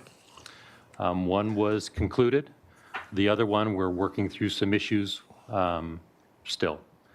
And what I would conclude from the work in collection, and I'm trying to choose my words correct, specifically because when people provide me this information, I'm very serious when I say we hold it in confidence. That information is provided to me just like when I do any kind of taxation, only to help me collect taxes. It's only for that purpose. And so we don't divulge a lot of the confidentiality because we don't want to put an operator in a position where they've lost an edge in the business, let's put it that way. I would say in working through the audits, cannabis taxation of gross receipts is a very, very complicated process. There are so many different types of cannabis, and once it starts to be harvested, you have fresh wet, you have frozen fresh, you have different grades. It's not as simple as we may have thought when the ordinance was put together. But the biggest thing I would say, and it wasn't something we discovered through the audit process, it was just kind of galvanized, I'll say, is that when you're trying to tax a transaction that there hasn't been a dollar value assigned to it, meaning when you sell something, you have a willing seller, willing buyer, it sets the market price. We're trying to tax something that's a transfer, and that in itself is difficult. So hopefully that kind of answered your question.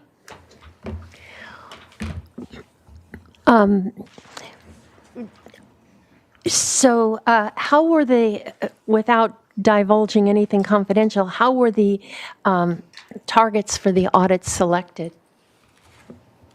So Supervisor Hartman, through the chair, when we select, so we've selected 6 additional ones this year, and the look back is a 2-year period, and those letters have gone out to the operators that are affected. We look at a few different things. There's some randomness, but there is, I'll call it maybe an exposure of materiality that we look at also, right? And so we try to do kind of a cross, section also. We don't want to just target one specific type of grower. So your audits are first and foremost just to make sure that the money owed is paid. And in the process, you found that there's some complexity, some ambiguity, some things that maybe even the operators didn't know, and so we're trying to get greater clarity on that going forward. Have you made any conclusions about the gross receipts model? Or I know at this point we've invested a great deal in your office. The amount of expertise and detail is mind-boggling. But I wonder, could you comment on that?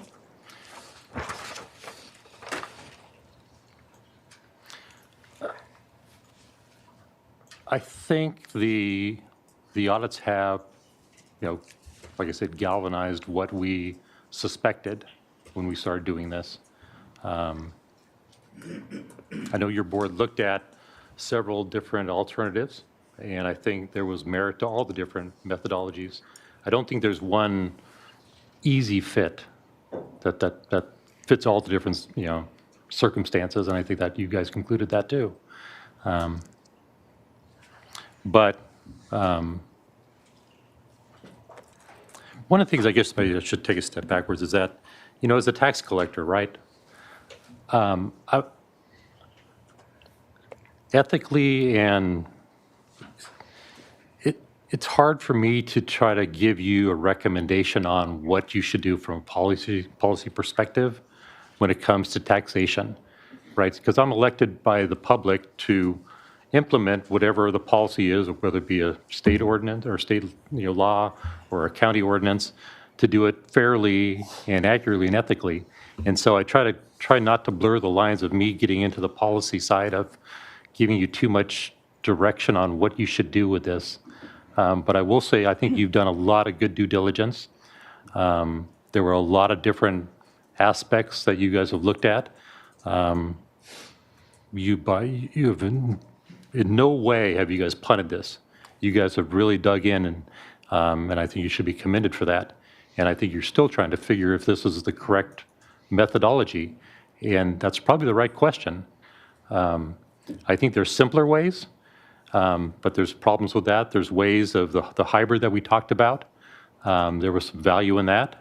There's some value in this. It's hard for me to answer that question without me stepping into your lane. Well, we have a while to go. There's no immediate decision on that, but I do think that whatever we can glean about how to simplify the process, both for those who are trying to pay their taxes as well as for the administrative burden in your office primarily, that's important.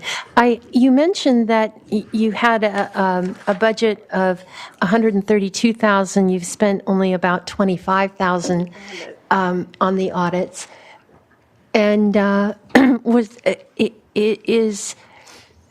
just wondered, should we be doing more audits, or the next 6 will take that up, or could you speak to that issue? Yeah.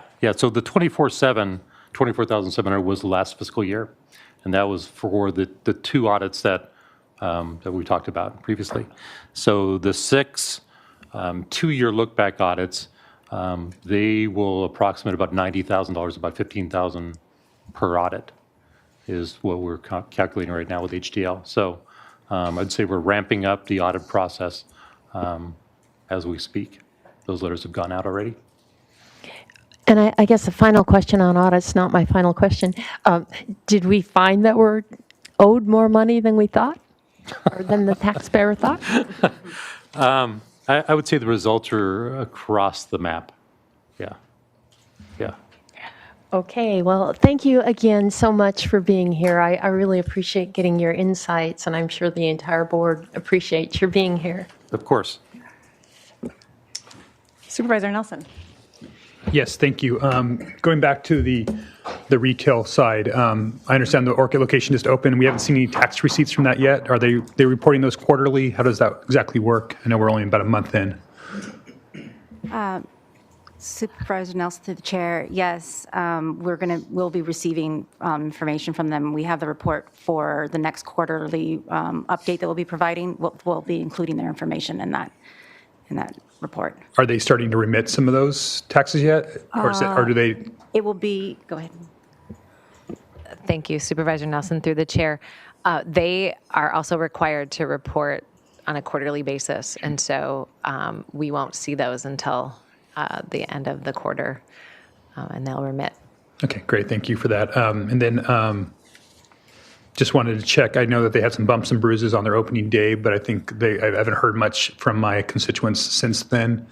Would you guys concur that that's the situation out there?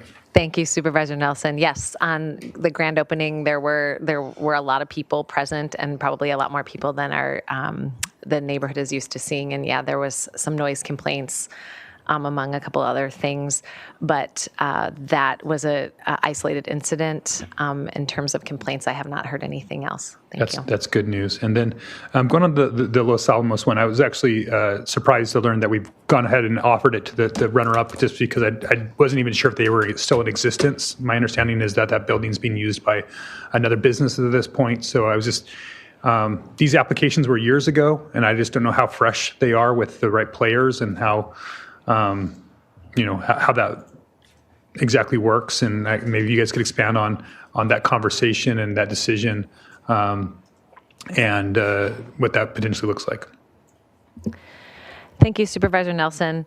It's true, the applications are several years old now. However, when we established the list, we did indicate that that those lists would be active for 5 years. And so we still are within that time frame. Ms. Beck did reach out to the applicant and emphasize that the original application and the business as proposed would have to be the same as what they did propose in order to move forward. I don't know if we have indication if they own the building or they have some kind of relationship or rights to that building, but our understanding is that they still plan to open in that same location with the same operating plan that they did submit. Okay. The original application. If you keep our office informed as that moves along, that'd be really important for communication in that area and our understanding. You said 5 years, so how long has it been? How long ago was that? I was just kind of curious. Thank you, Supervisor Nelson. I don't have the exact date, but I know that I started this position in January of 21, and it was after that. So I think I can get you the exact date, but we still have a couple years. Yeah, Okay. It was the fall, I believe, when we actually adopted the lists of 2021. Okay, thank you for that. Thank you. Thank you. I had a couple questions, unless you want to go back, Supervisor Hartman?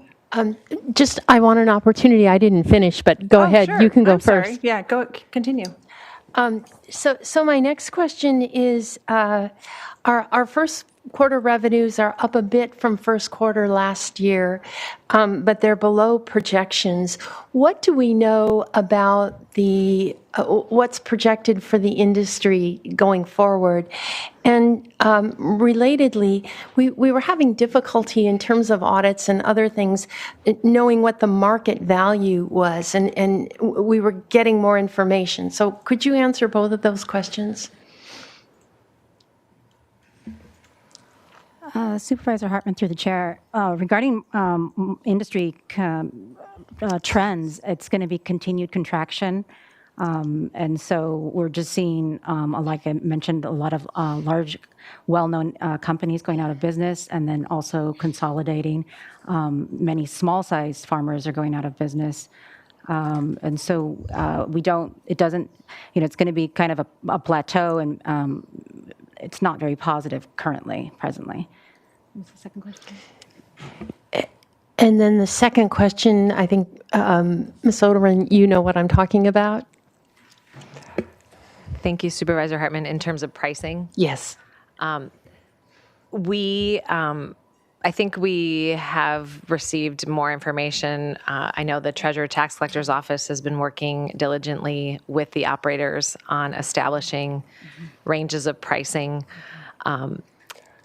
I don't know if you have a specific question related to a particular product in cultivation or just in general. No, just because we don't have a buyer seller, it's hard to determine the value. The details have escaped me, but we were working to figure out with consultants how to better peg that value. And I just wondered what the status of that was. Thank you, Supervisor Hartman. I wasn't sure. Ms. Falfall might be able to comment on that. Thank you.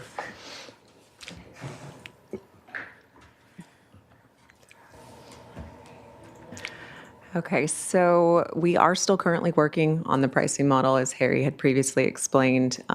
That is a gray area or a problem area that we're consistently working on. So we do collect all pricing data from operators. Just like the reports that they submitted is self-reported, that pricing information. So we are doing our best to verify whatever pricing is being submitted to us. So that could be a number of different ways. We'll request invoicing. If there isn't invoicing, requesting backup associated to where that value came from that they're associating to the product. We are working with third-party source, so that's New Leaf. We are finalizing the renewal of the contract with them. They do have more data points, so as we go along in this process, we are getting more data. It's just, it's slow, unfortunately. That's not the best answer, but it's the correct answer that it does take time for them to gather that data as well. So we'll be able to look at deeper detail in regards to the categories of the different products, which is really where we're looking at, because we're not talking about the retail side of things. We're talking about on the cultivation end where there isn't, you can't go to a store and go get yourself a whole fresh plant. That's not something that you can go and do and have a retail price associated to it. So that's what we're currently at with pricing. Thank you. And just a few more questions here. You don't break out the revenue from indoor greenhouses versus outdoor. And I don't know if you have that, but in the future, I would very much like to see that. And I don't know if we need to incorporate that into board direction or if you're, I will do that. And then the other question, especially in light of the contracting market, is what's the net? I mean, how much money are we spending administering this program? And I realize the industry pays for some of the compliance, but how much are we investing and how much are we actually getting out of it in terms of general fund revenue?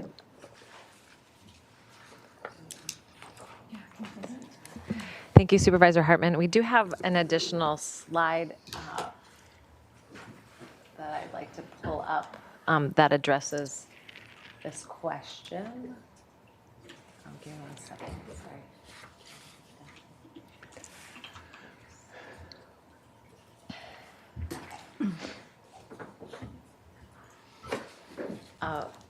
I'm going to let Ms. Beck walk through this and just note that this is the actuals for 23-24. We're just, to date, we're only 1 quarter into 24-25, so this is the best data that we have, but she can give you, so this is just a flavor of where we are right now with revenues versus uses. Okay, so thank you, Hartman, Supervisor Hartman, through the chairs. The 23-24 cannabis program had an $8.2 million carryover balance. The program collected $5.7 million in revenue. All of the highlighted blue areas are the ongoing expenses. So that's totaling $5.8 million. The one-time uses are highlighted in gray and total about $1 million. So in total, the program has spent $6.9 million, and the ending cannabis tax revenue is $7 million. So as you can see, Supervisor Hartman, in 23-24, the net was a deficit. If you're looking at these ongoing and one-time uses, I will point out that on our ongoing costs, we include countywide enforcement costs. Those are enforcement of the illegal industry. That's a cost that we would bear regardless if we had a program or not, but we do include those in the top line. So the ongoing uses, again, 5.8, and the revenue collected was 5.7. And can I just remind the board, so you, as Supervisor Lavanina is urging, actually, we have a budget policy that any incoming cannabis tax revenue after some of these ongoing uses, we just consider one time because of the volatility. And I want to correct something Ms. Oderman said. On countywide enforcement, which is half the amount of money, it's not accurate to say that these are things that we would do anyway if we didn't have the revenue. And so one of the reasons the board decided to go with the cannabis tax credit in the program, part of it was because of the illegal market, and we needed revenue to pay for some of those enforcement costs. So I just want to clarify. So thank you very much for this slide, and I would like something like this in future quarterly reports to come as well. It's a bit a lot to absorb for me right now, but I'll look forward to it in the next quarter. But I think that this is valuable. And finally, now I'm to my last question, and that really has to do with enforcement. It's a pretty bare bones report, and I wonder if we could hear from Commander Rainey about the trends that he's seeing. What have we seen over time in this area? What are you seeing for the future? Give us more context, if you don't mind. I don't know if I'm on or not. Hopefully so. Yeah, there we go. Supervisor Hartman, through the chair, thanks for the question. Of course, I'll try to highlight some of those enforcement efforts that we're doing. Historically, the team, the enforcement and compliance team, has seen or was dealing initially in the industry with the legal non-conforming growers, and those were pretty significant operations. Those have all moved out of the area. We don't have any legal non-conforming anymore, so now we're focusing on these smaller operations that we like to say are hiding in plain sight. In terms of compliance, these are folks that are operating as if they're licensed, but they're not. So we focus on identifying those and eradicating those operations. We're also seeing processing facilities that are operating again as they would if they were legal, but they're not, moving all kinds of different types of processed product through those facilities. So those are, we call those compliance efforts because they're operating as if they were licensed, but they're not. So, we obviously want to prevent those folks from doing business.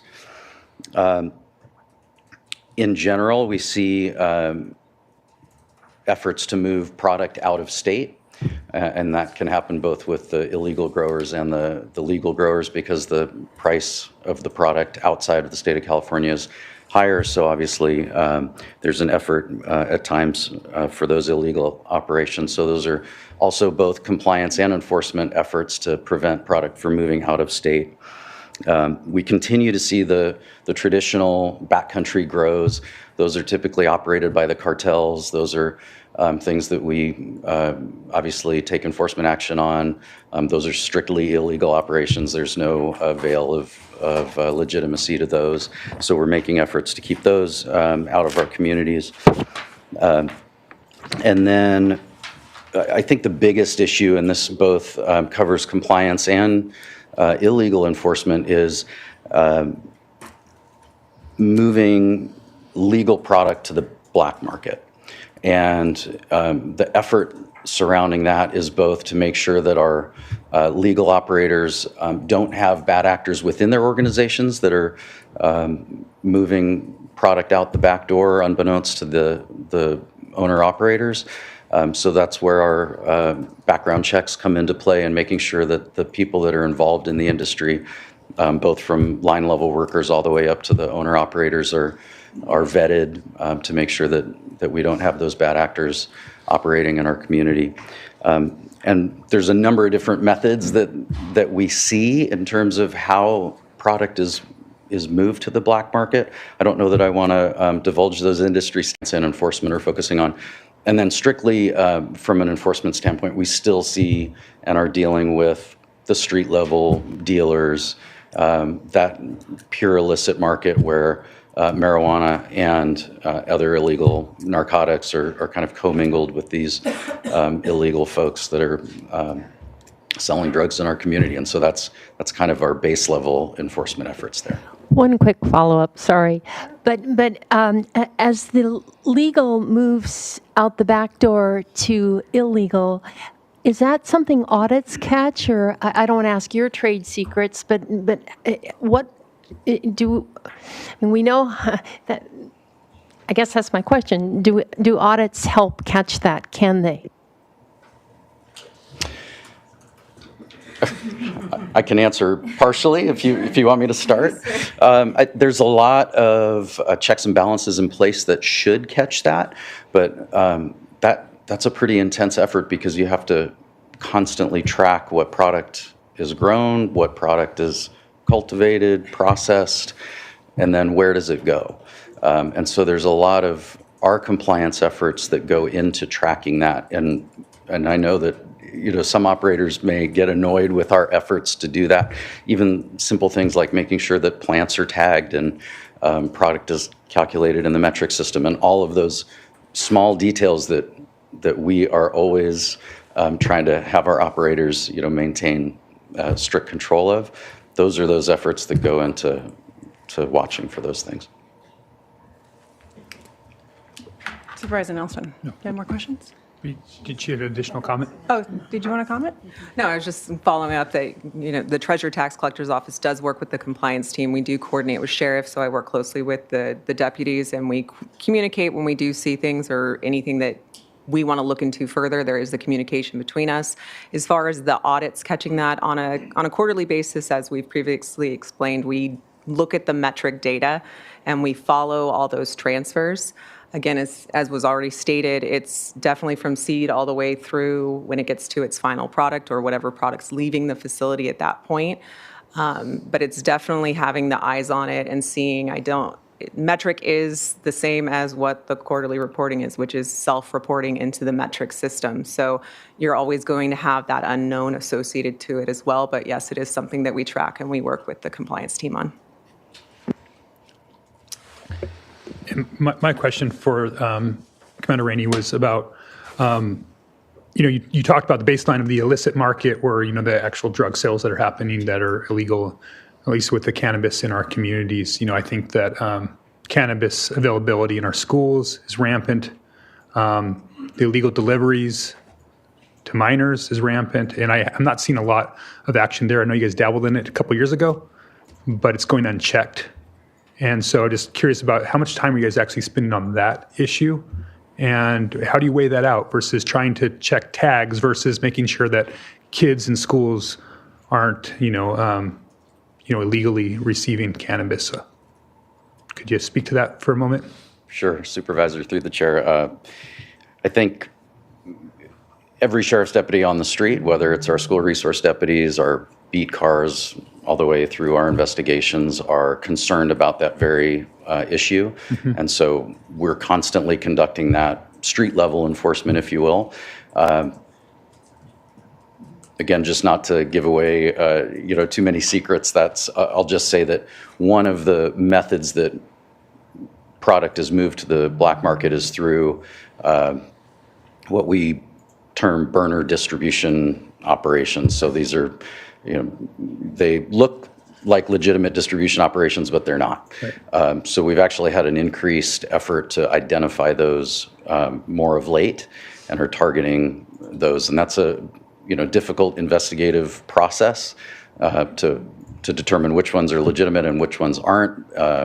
It's labor intensive to follow those distributions, but we are making an effort to make sure that product stays within the legal market and then eradicate those illegal operators. I would just really encourage you to work on that as well, I think, and make that also very public, because I think the word gets out there when you guys are actually going after those illegal mobile dispensaries. I think that's really where a lot of that's coming and being available to those that would not be legally allowed or able to receive product. And often the product they're receiving is black market product that's not properly tested and doesn't go through all the other controls. And so I think that that's a huge problem in our communities. And I think that your office getting out there and actually publicizing those enforcement cases, I think would get the message out there and make those who are both soliciting cannabis product that way, as well as those delivering cannabis product that way, think twice before they do that in our communities. So just a endorsement or encouragement to spend some more time in those spaces. Appreciate that. Thank you. Yes, Supervisor Laveney now. Thank you. So I'm curious, how many convictions do we have at this point for moving product to black market? I don't have that answer for you off the top of my head, but I can certainly get those numbers. Do we have some success stories of convicting people? We do. It's an interesting area of both prosecution and enforcement because it's, I think, just the public and political sentiment about are we making a legal operation, are we punishing them with illegal sanctions or turning, somebody who's a business person into a criminal. And so it's a very fine line that we walk in terms of what's purely illegal activity versus what's non-compliant activity.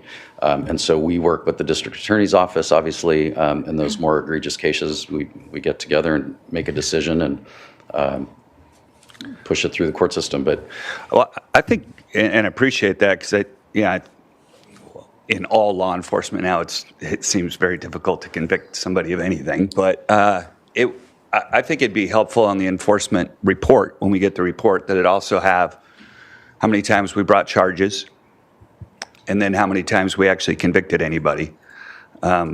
Because I think we're 6 years into the program.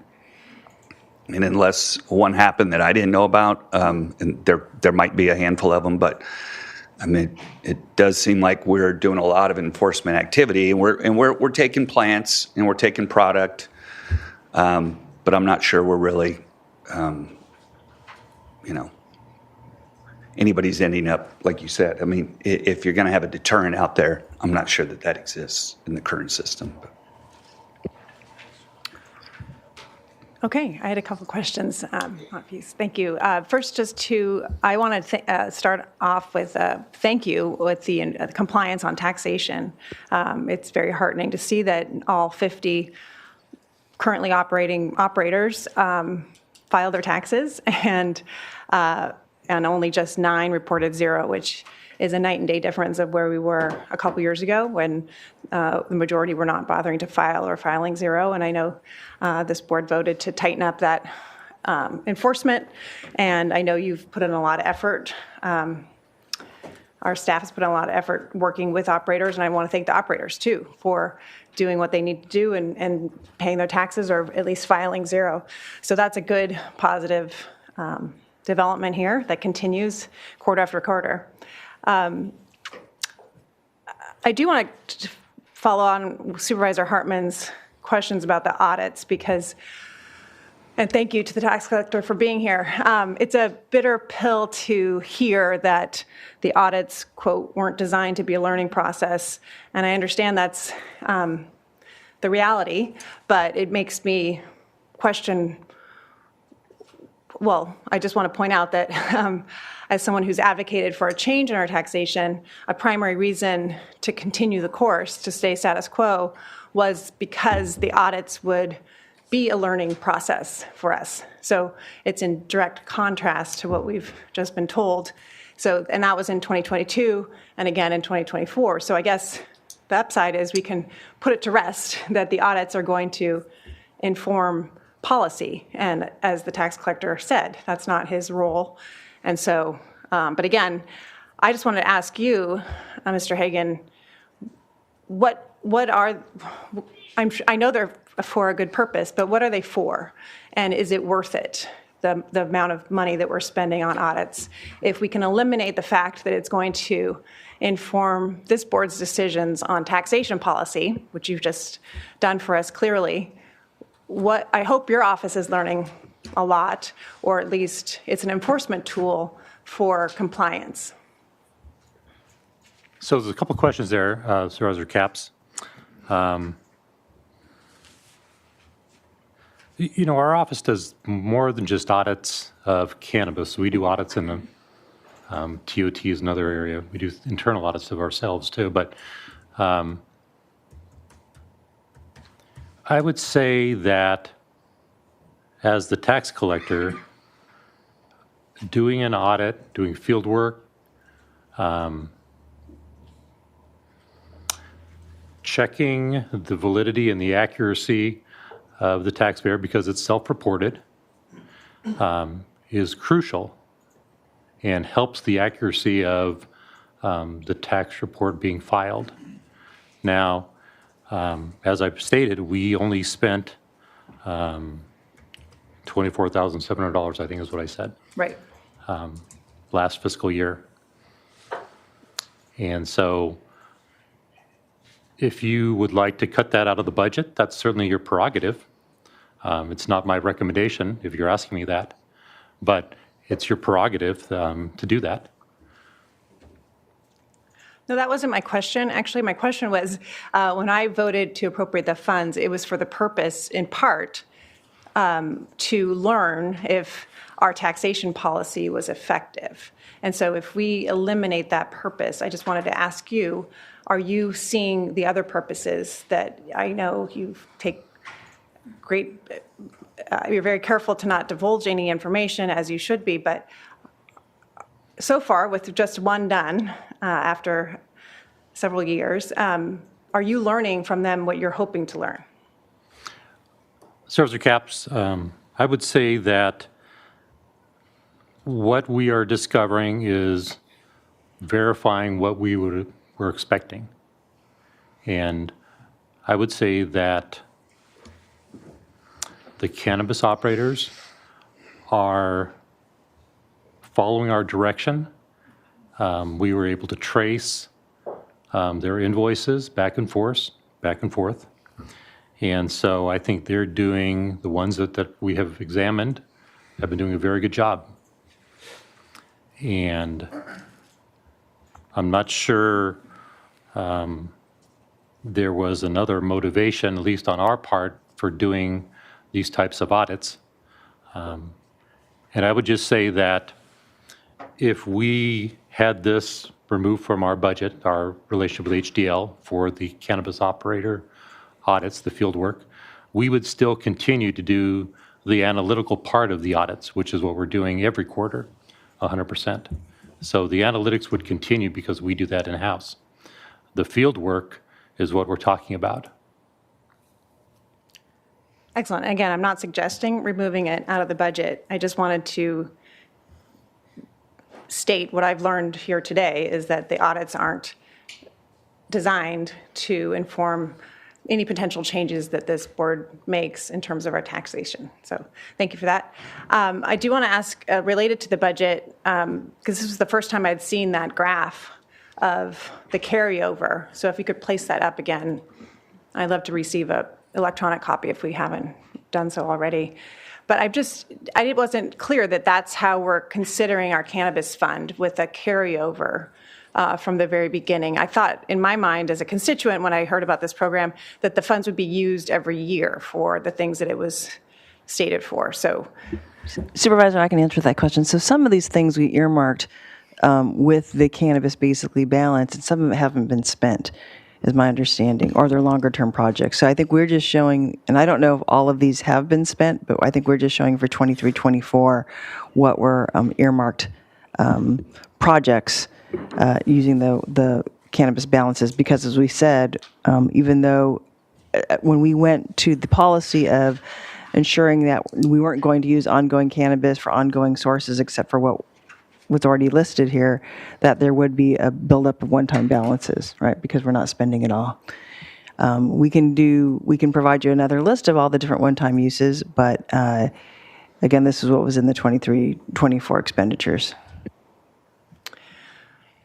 yeah, again, and I appreciate Supervisor Hartman asking for this now going forward, because again, I just have some confusion about the fact if our program is, the administration of the program is costing more each year lately than bringing in, to sort of look at that $7 million, it's potentially misleading. Or if it's not, if that's literally sitting in a bucket, that also brings up some questions for me of why isn't that being used on the things that we need for the community. Supervisor, through the chair. So I want to be careful when we say, is it the program administration costing more than the revenues? The ongoing, which is a board budget decision, we've listed it in the blue. These are the ongoing administration of the program. At any time, the board could say, we're going to reduce it from whatever the revenues to the expenditures, which we try to do when we balance the budget. I think because we don't know, because it's still a volatile revenue source, and as you see, we only have the first quarter right now. We're never quite sure where the market's going to go. So it's important to know, looking at all the factors involved. So, again, just for the public's awareness, this is the cannabis tax revenues. The other revenues for the permits, all that stuff that's paid is separate from all of this. This is just from the tax revenues. Okay. Well, again, I appreciate that this chart then be included going forward so that when that number, that carryover, because we just heard that the market is expected to continue to contract, as that number reduces, I see that as a important factor to any policy decisions we make about taxation and about the program overall. But to make sure that we don't, that carryover number stays as far from zero as possible. And supervisors, we can talk about that at the board, at the budget hearings or the budget workshops. We'll keep that in mind. But also given the volatility, some of the one-time monies are being used, as you can see, for some of those ongoing Sure. needs. And so we could have a conversation of any of those ongoing needs we want to reduce. Okay.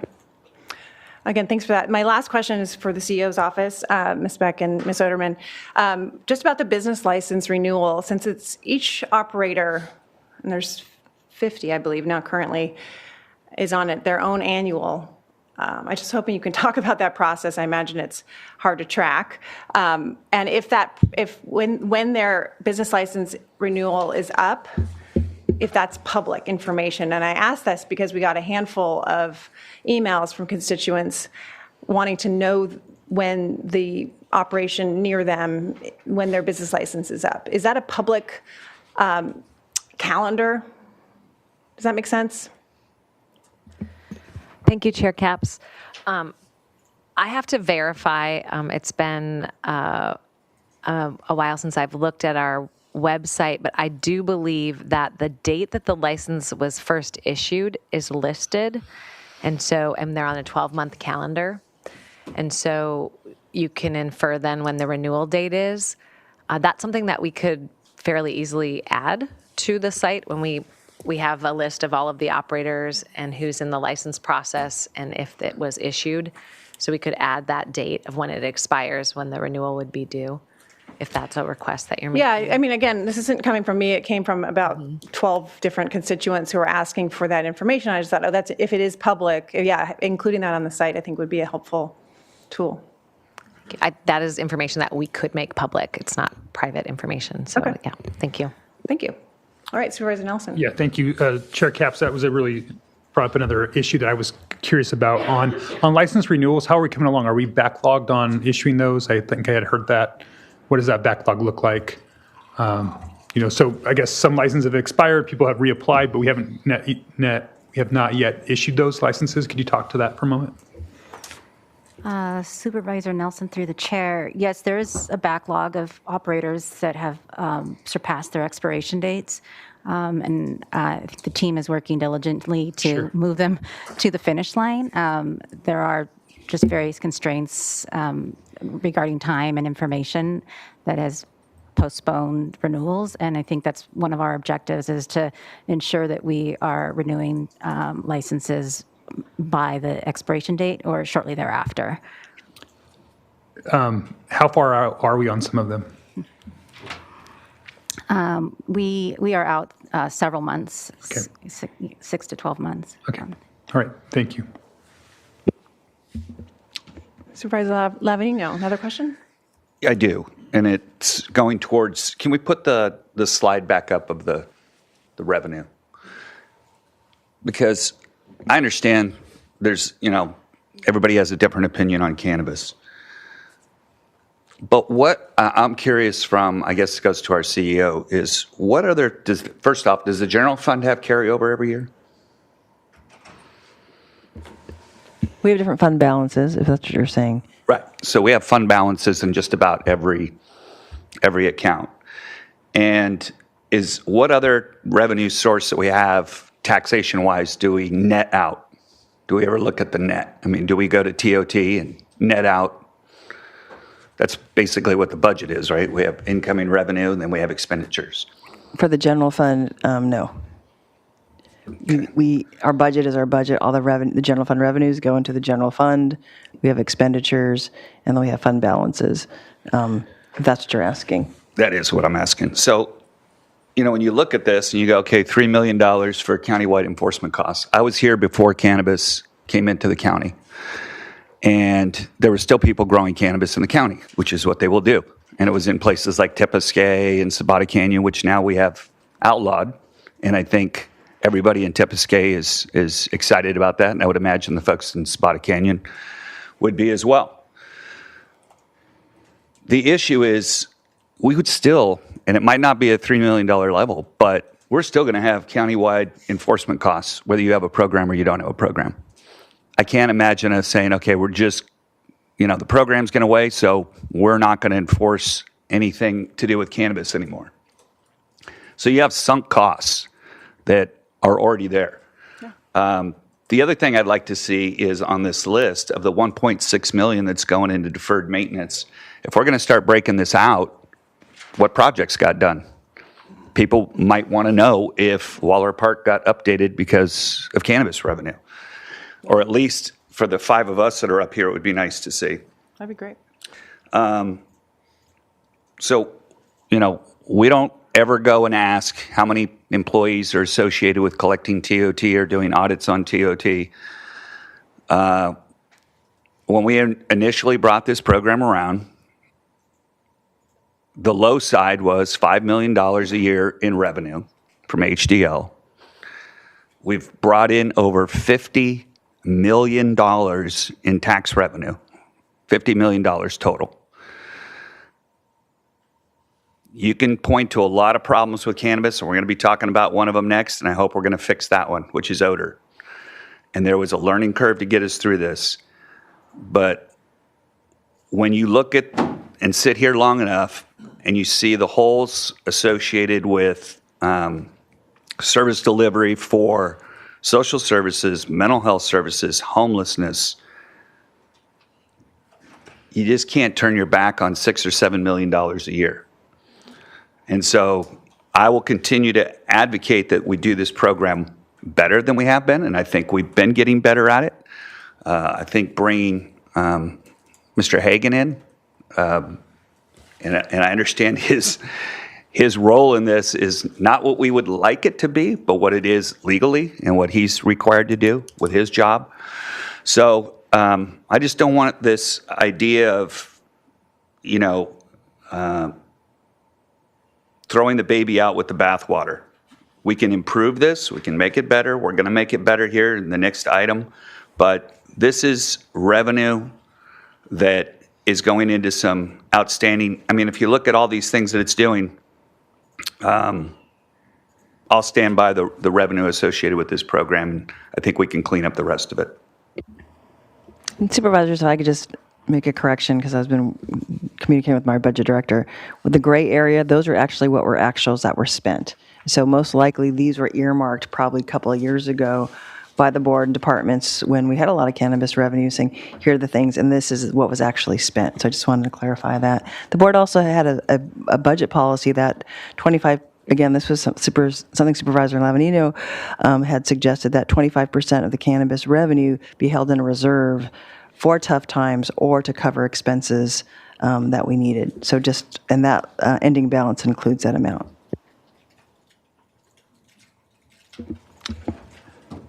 Okay, Supervisor Nelson. Yeah, thank you, Chair Capps. And I just wanted to just reflect that, I got asked this week in a news interview, has it all been worth it?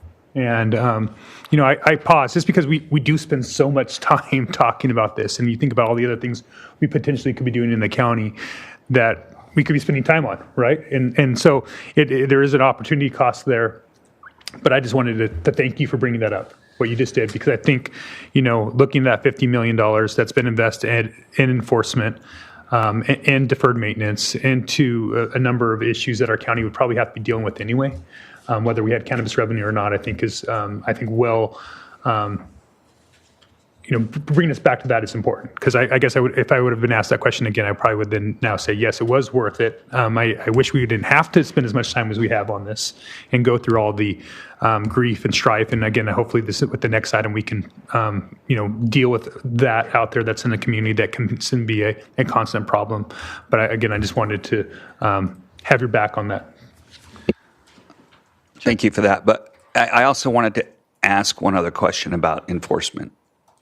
Do we know what other counties are doing? I mean, I'm curious, are we far and ahead in enforcement team of what others are doing? Or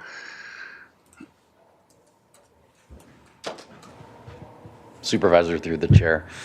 I'd say we're doing an excellent job. I mean, we talk to our partners in other counties and look at the problems that they have, and we're trying to keep our team active in those areas to prevent problems that other counties are having. So I'd say we've got a pretty robust program. Okay, thank you. Thank you. Okay, I think it's now time to take public comment. Madam Clerk. Chair Capps and members of the board, we have 2 requests to speak on this item. We're going to begin here in Santa Maria with Karen Howenstein, to be followed by Dennis Bazanich on Zoom. Karen? Hello, Supervisors. Karen Howenstein. I am a lifelong resident of Santa Barbara County and Sabata Canyon. And I heard our staff make representations here that are a little misleading, because you're saying that the reason why we're losing cannabis producers is because of the shrinkage in the industry. Well, I know firsthand, since I've been following this and investigating cannabis in our county since it's affected me personally since 2018, that the producers who have left our county have left because of the problems presented in the regulation of cannabis in our county. Stizzy's has not gone out of business. The producer that was producing on Sweeney Road has not, they just moved to a different county. So did a lot of the producers, the huge acreage producers that we had out on Santa Rosa Road, out in the middle of nowhere. Some of them have turned into wine.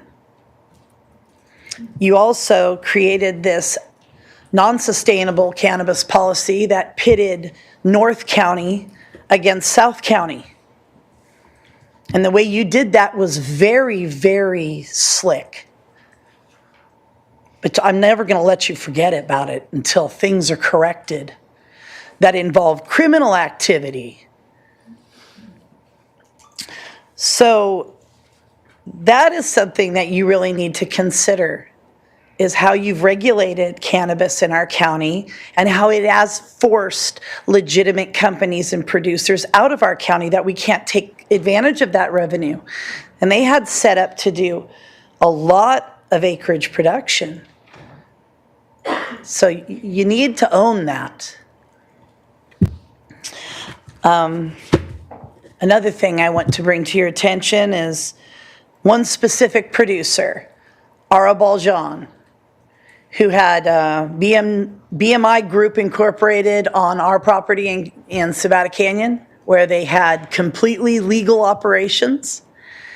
They harvested over 1,500 pounds of cannabis and have never paid one dime of taxes.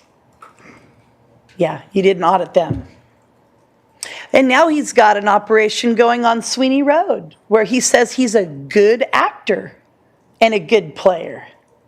Well, we're going to be able to track that, and I'll be able to report to you exactly what's happening with him right here in the public dais.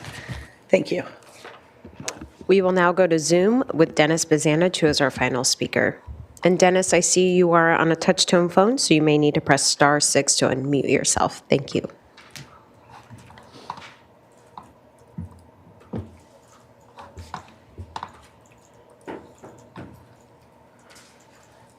Does that work? Yes, it does. We can hear you. Please proceed. Thank you. Chair Capps and Supervisor Lee, thanks for the opportunity to represent the interests of the owners at 3823 Santa Claus Lane. So much has changed in the cannabis industry over the last 4 years since the business license application was submitted. Additionally, not enough has changed to make the store instantly economically viable.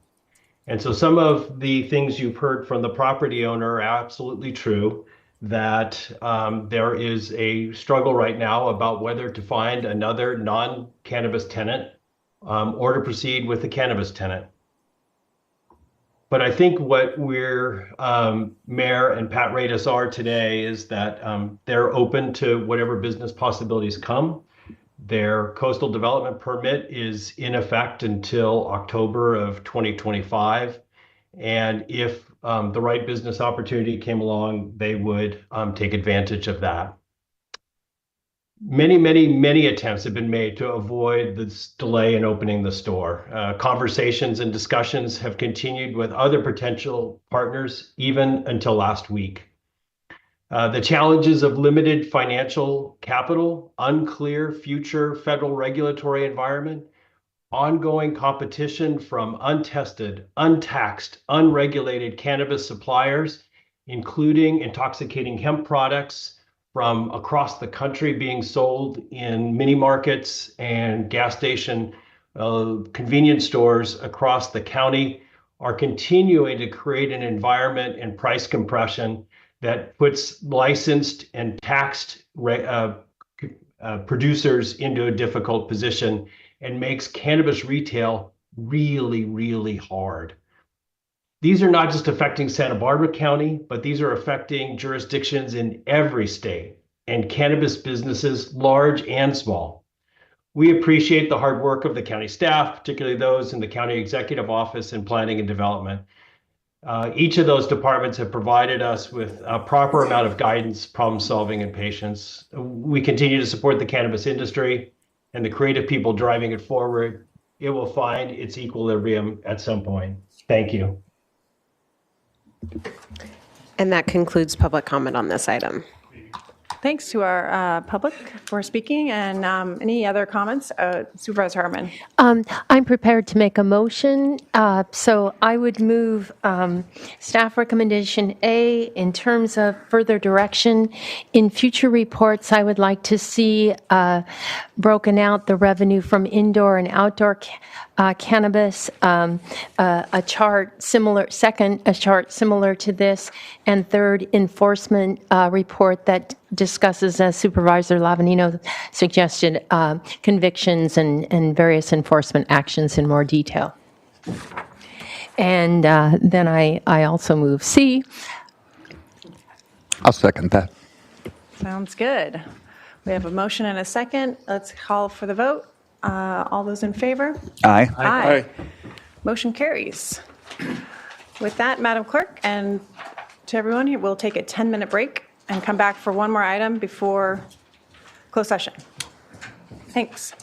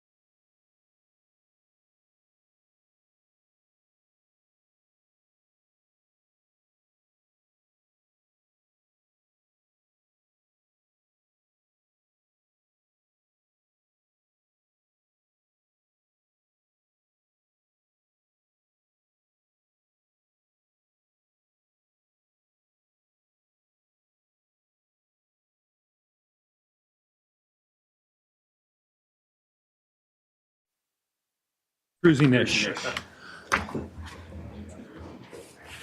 Okay, welcome back.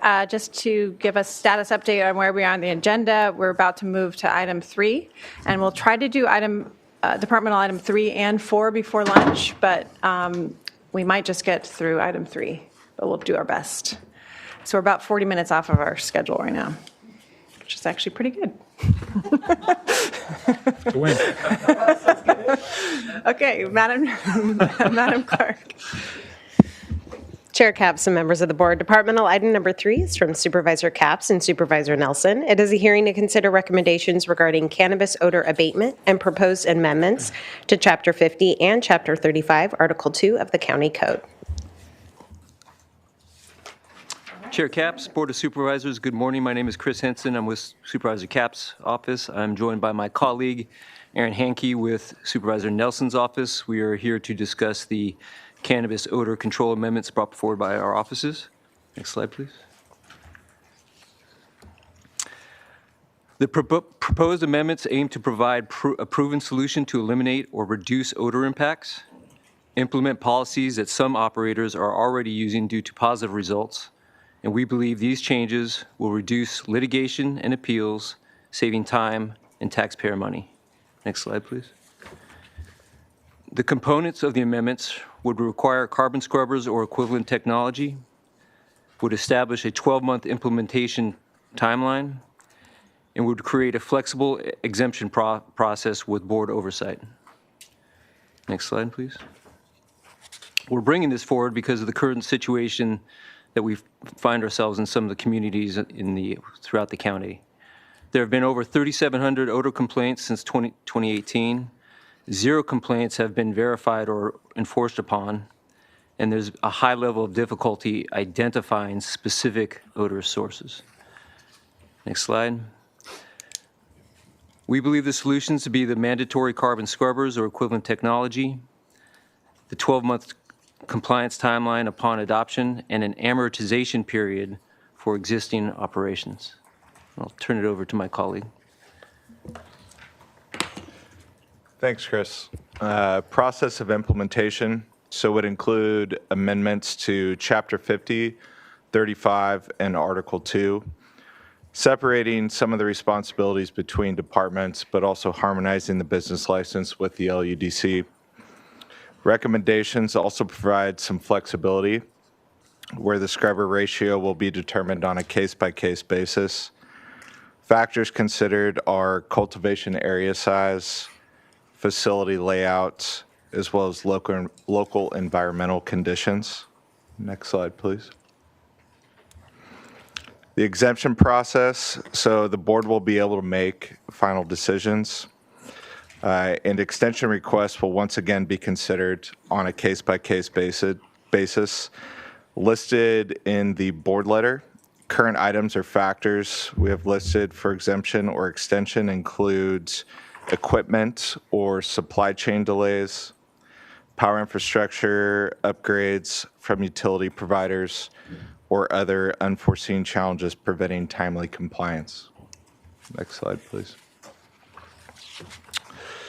Overall benefits, proposed amendments can and will address longstanding odor concerns within the impacted communities, recognize the realities of cannabis operations, provide clear implementation guidelines, and enhance fiscal prudence by saving time and resources for both county staff and the public.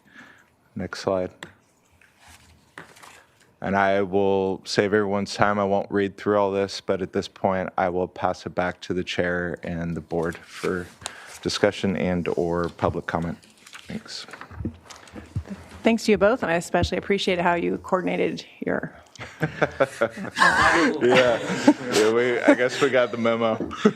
It looks terrific. Thank you for that. Supervisor Nelson, you have your light on. Well, I was just going to add to just thank you both for the presentation. Supervisor Capps and I have been Brown acting on this issue for well over a year now, and we've been looking forward to a way to bring it back to the board. Commonly in the county, we usually wait till we had an item like the last item to then try to shoehorn policy in and then ask staff to come back. And we wanted to circumvent that and get going on this right away, knowing that we thought we might be able to get support among our colleagues, hopefully, to move towards implementing something sooner than later on this. So that was the effort that we've embarked upon. We believe that both Chapter 50 and the LUDC are both places that both should be addressing odor. There's obviously challenges often with land use on enforcement. But one of the important things in Santa Barbara County is we began this process many years ago was to making sure that we had both the business license and the land use piece together to move forward. And we think that having odor abatement and mixed light operations in both those places provides both redundancy but also urgency for operators to implement this moving forward. So. Yeah, thank you, Supervisor Nelson. And as he mentioned, we began working on this after the optimism seemed to disappear from the industry in Carpinteria, as well as the coalition down there of neighbors. When sort of that volunteer pact dissolved, that's when we thought, okay, at this point it looks as though it's up to us to put forward some sort of regulation. So I'd say that because it's important that had that worked, we wouldn't be here today. But it didn't. And also the study that shows that this type of technology is incredibly effective, and we don't need a study. We've been down there many times, and it's incredible, the effectiveness of this type of technology in terms of odor. It's good for the employees. It's efficient. It's fiscally efficient. It's incredible after spending a couple hours there to not detect any odor when you're sitting inside the conference room. So I want to thank industry partners for informing the changes that we're bringing forward, as well as neighbors, as well as the City of Carpinteria. The City Council just provided us a letter from their meeting last night in support of these changes, as well as the team for working these last few months to put forward the proposed changes. And I just think the time is right. We know what works. The complaint system hasn't worked. Folks are fed up, and we do have an answer out there. And I feel as though it's our job to achieve that, pursue that answer that's working. And hopefully that means that a lot less time and energy on everybody's part, less acrimony, less litigation, less money, less time here, less time for all of you in the Planning Commission, and we can move on to other things. So I'm really looking forward to what I think of as a new chapter if we can move forward today. Thank you. Questions, Supervisor Hartman, or comments? Yes, couple of comments. First of all, I think it's really important that we all understand the procedural posture of this. I think Supervisor Nelson tried to say, but we are now giving direction to the Planning Commission. Planning Commission will follow that direction, add other things, and bring it back to us. So I guess my comments fall in three categories. And the first is what you're trying to do here is define the best available control technology and make that a requirement. And I think that's fine. I would like, there are two things about this that are a bit, I think, deserve more conversation. You say scrubbers or an equivalent. I believe that over time technology will improve. We will have more energy efficient odor control. And so we want something not just equivalent but better than. And I think that's important because I want to preserve the right that the cannabis industry knows that if technology changes and we get revolution, we want that opportunity to continue to technology force, that is, get better technology adopted. So that's one thing. The other thing is this would set a precedent that the board would decide about any exemptions. When we send that back to the Planning Commission, I would like to see some options because I think that that's a pretty extreme extreme. And I understand that we want to hold a tough line on this, but I'm a little uncomfortable about the precedent that sets. So I'd like to see other ways that we could handle the exemption, and still the board would get reports, or we'd feel comfortable that it wasn't being handed out willy-nilly. But it's a lot of staff time. It's a lot of work to bring an issue to the board. So I have a question about that. So that's my first set of points having to do with best available control technology. My second point is that a technology is a means to an end, a rule to a result, if we might want to call it that. So what is the result? And for me, the result is at the property line, what is the threshold that we're measuring? And we have a terrible system now where we go to the first residence in a residentially zoned area. All of the stuff can mix, you can't trace it back. So in addition to the best available control technology, we need a threshold standard, and I believe that is being developed, and I think that is absolutely critical to a complete system. The final point that I want to make is that we're not talking about outdoor cannabis here. And I realize that the Planning Commission may not get to that, but Chair Capps, I think we're not done with this issue with this because it is a really important matter in my neck of the woods, and we have not fully resolved that. At one point, we considered an overlay for the Santa Rita Hills, one of our premier wine regions. We didn't have the votes to make that happen, but I still think we want to look at what we deal with outdoor cannabis. And so I'll die on this hill that we cannot lose sight of that, even if we're not getting to it in this round. Thank you. Thank you. Supervisor Lee. I just want to say I fully agree with Supervisor Hartman about her statements about we need to look down the road about cannabis grows in the Norfolk County. First, I want to say thank you to all supervisors making this a priority to talk about this today. As you know, Carpenter Valley was the ground zero for the policies about cannabis, and I'm glad we're doing something about it. I'm glad we're taking the first steps of many to address this, and there's going to be a lot of happy people in CARP today. I'm sure a lot of them are watching, so how you doing, everybody? So I do have a few questions for staff. Have anybody talked to SCE about timeline for installing panel upgrades? And can you be more? Let him answer that question. Okay, sorry. Our planning director, if you have information on that, if you could come up, thanks.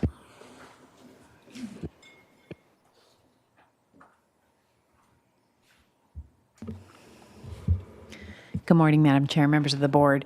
So we have engaged Geosentech for multiple work efforts, but one of them is doing an analysis of SCE's ability to provide power to this area. I don't have a specific information that you're requesting, Supervisor Lee, at this point, but we are working to get that information. And it may depend on the location that we're talking about, like how quickly the power could be brought there at the level that it's needed for that type of technology. Got it. Supervisor Nelson, we've not looked into this. Yeah, thank you, Chair Capps, and thank you, Supervisor Lee. Yeah, so this is something that we were looking into because, we've heard that's been one of the storylines on why carbon scrubbers would potentially not be a quick option for many operators. And from our investigation, we believe that might be a red herring, that they're, as far as these are already energy-intensive operations. One of the operators that's currently using carbon scrubbers accounts for this about 2% of their electrical operations. So those upgrades. So many operators, is our hope that they can look at their load capacity and maybe move things around to prioritize the scrubbers if additional capacity is needed. That's why we want to make sure that there was a process in here for an exemption or at least a plan of action that might smooth that out if SCE is a pinch point here. So again, our expectation, hope that it isn't as big of an issue as some of those out in the public may be making it, but we won't really know that until these applications start to move forward. And at that point, we wanted to make sure there's a process for those that may have those challenges to be able to maybe get some additional time. And may I add, Supervisor, I think this has come up a lot. When we did talk directly to SEE, they basically said it was a case-by-case basis, and that's why we'd have to get a consultant to help shore up what's the energy use. Got it. Thank you. I have a follow-up question. I just want to be clear about the penalties for non-compliance after 12 months.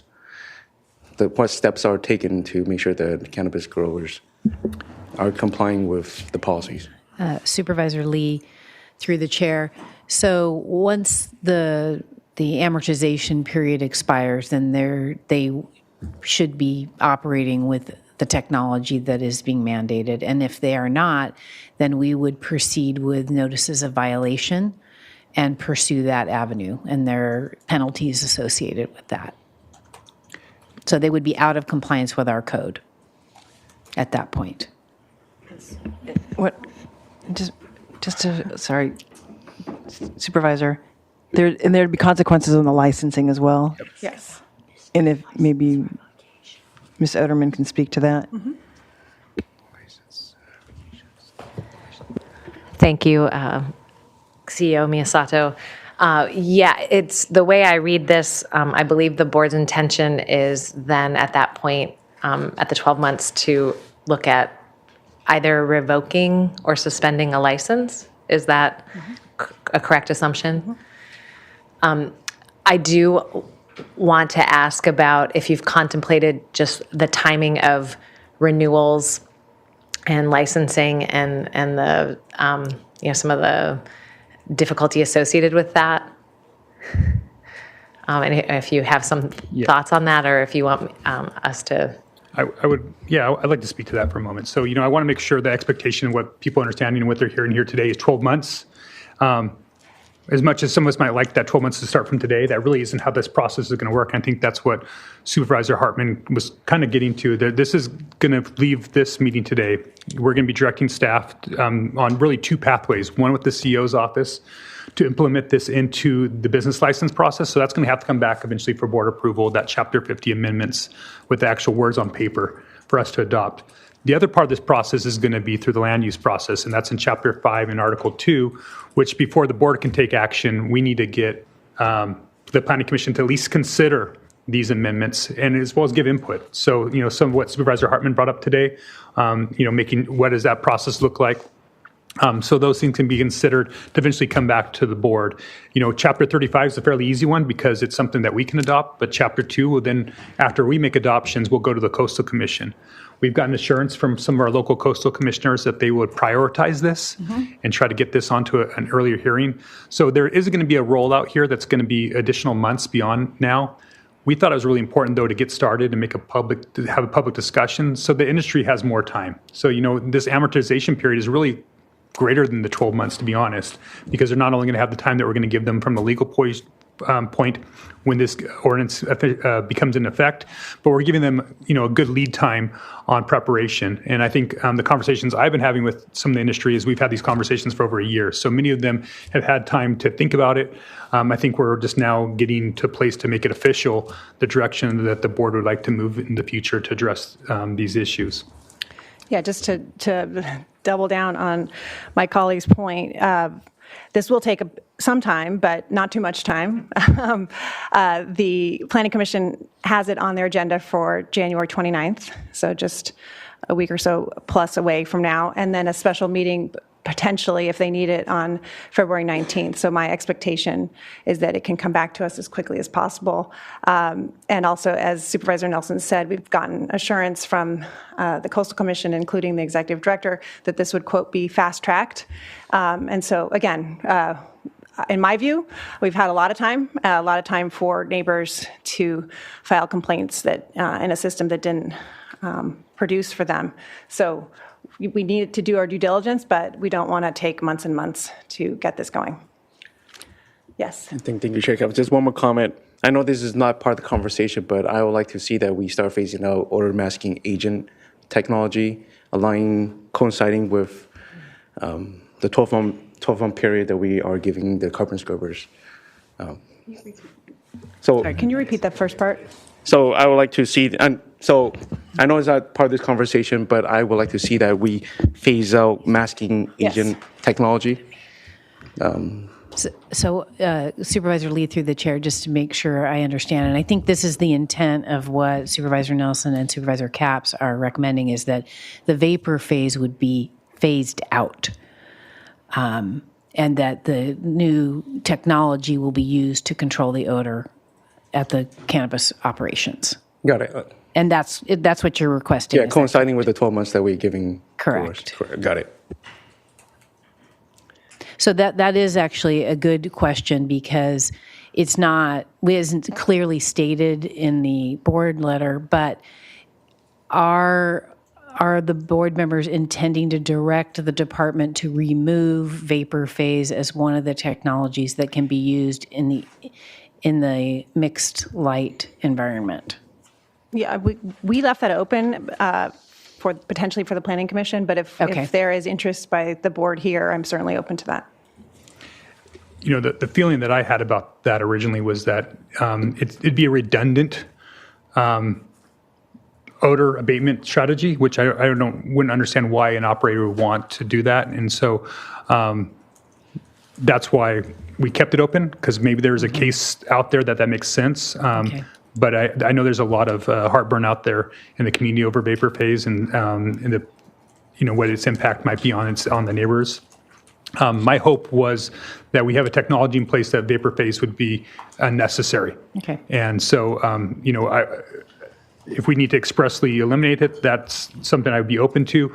But I really was hoping that the industry would choose to move beyond that with the mandates that the board would be putting on it for a carbon scrubber type technology. Supervisor Hartman. Well, I think vapor phase was our best available control technology. Now we have scrubbers, and that is our best available control technology, and vapor phase is not. And we leave the option open for something even better in the future. So I'm supportive of that. Great. The other issue, though, I want to just go back to Supervisor Lee's comment about enforcement. We do have notices of violation. The fines aren't very much.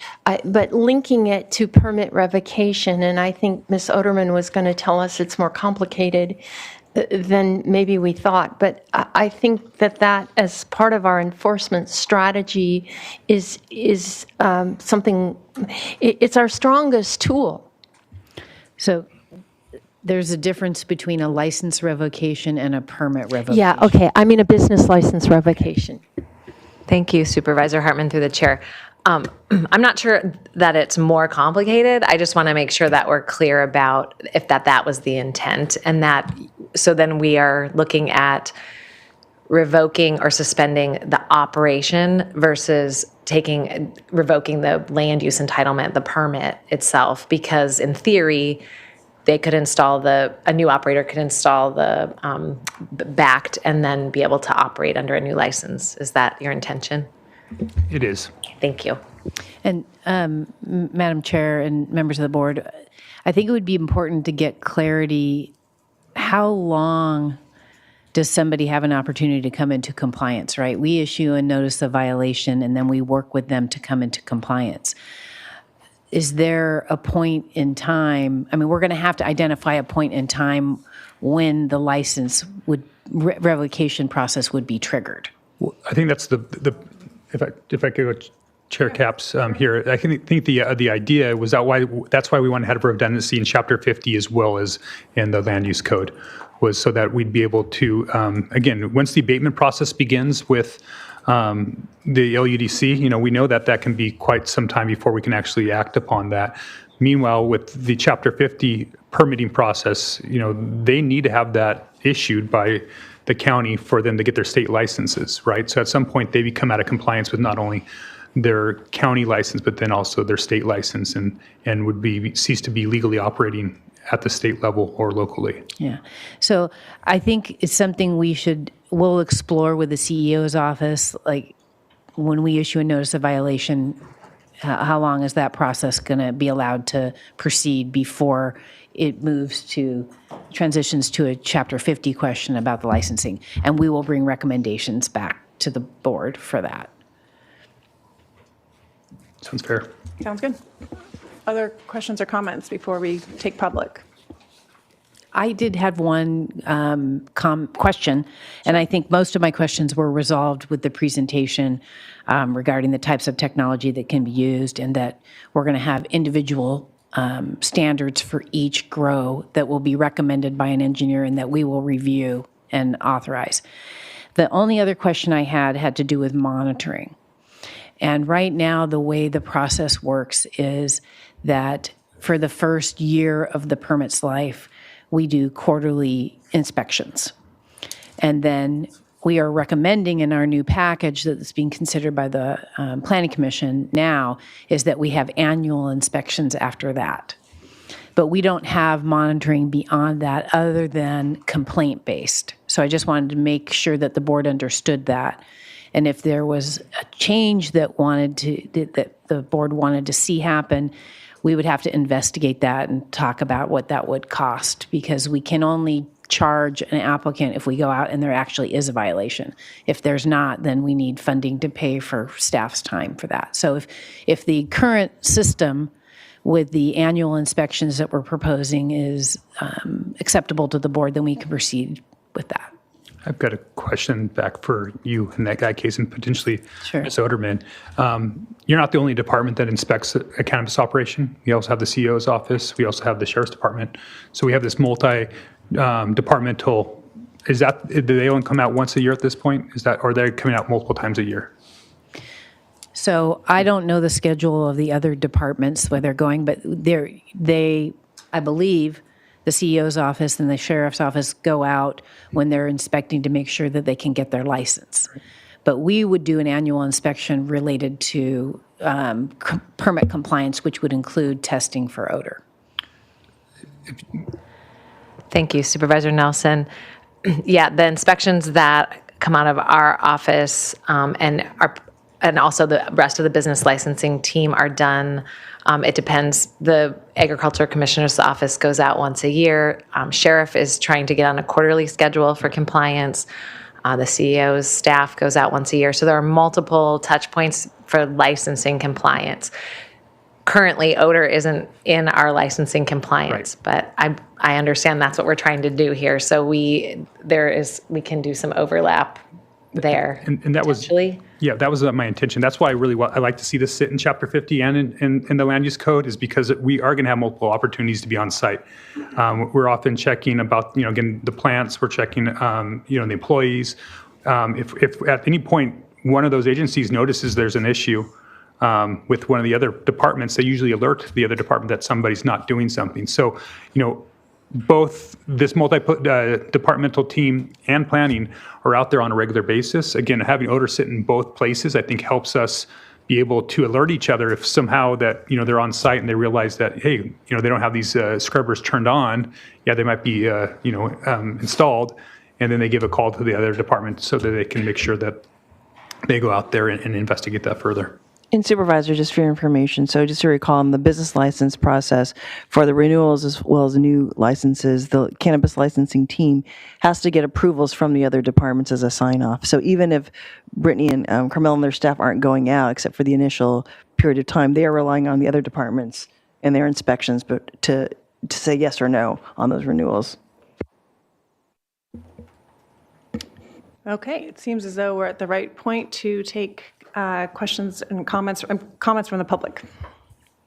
Chair Capps and members of the board, we have 13 requests to speak from the public on this item. We are going to begin here in Santa Maria with Derek Stuckey, to be followed by Karen Howenstein. Derek? And we're going to close public comment.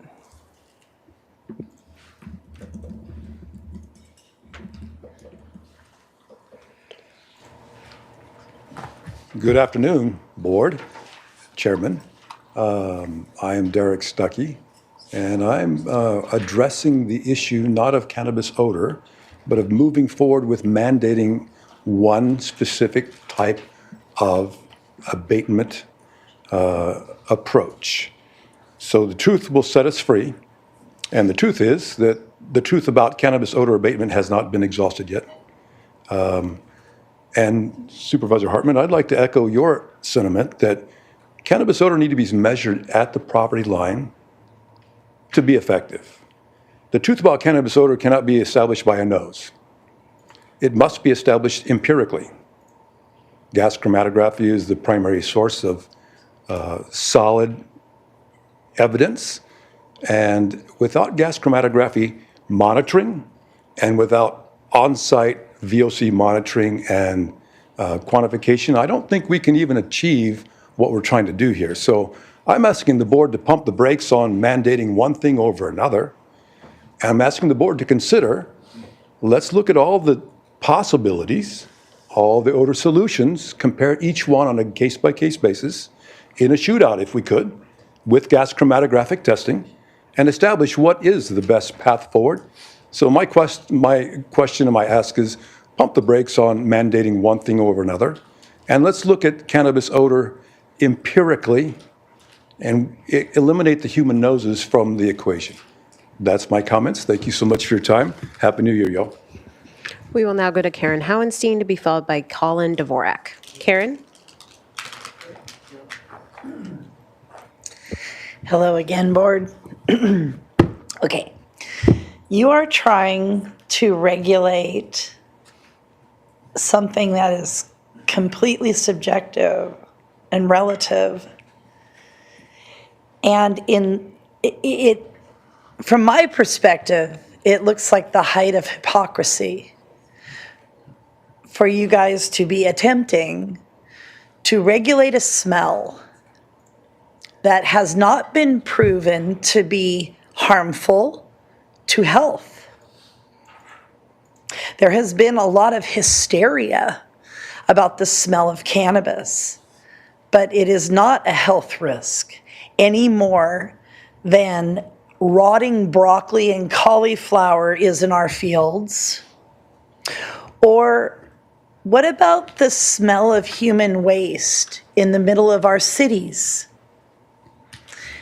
Human waste is a problem.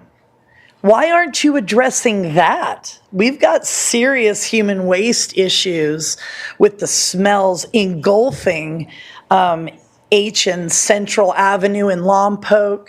There's several places on Broadway in Santa Maria where you cannot escape the smell of human waste not being processed correctly by the sewer systems. Yet, you're knee-jerking your reactions to this issue because you created it in a completely unfair and illegal cannabis policy that you orchestrated to discriminate against North County property owners. I'd like to point out to all the people who live in Carpinteria that this board enacted a policy to discriminate against EDRNs in North County only and allowed all of the same problems to exist in Carpinteria, but those problems in Carpinteria are like huge.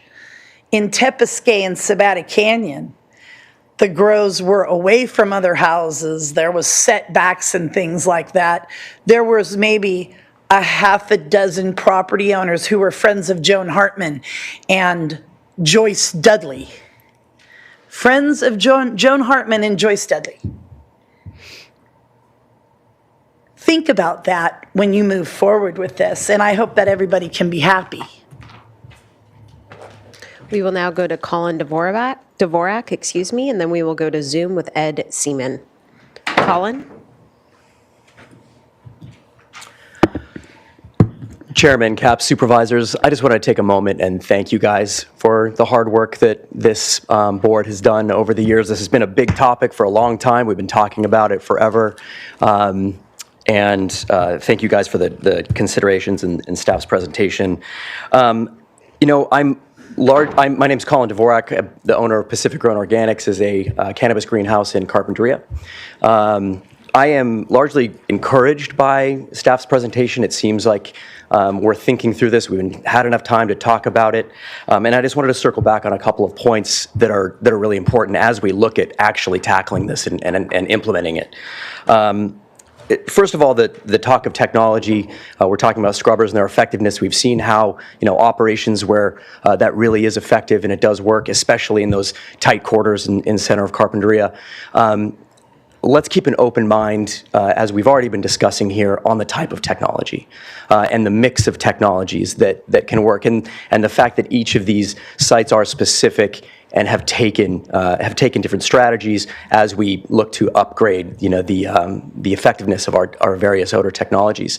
When you leave that open, you're about to create a market of tens of millions of dollars. When you look at even the low end of these scrubbers or like technology, you're creating a race right now. 12 months, you're going to be looking at, $30 million of scrubbers that these companies, some of them watching this meeting now, are going to be vying for our business. So please, we all win when there's open-mindedness to technology, and we can let those companies compete with each other for our business.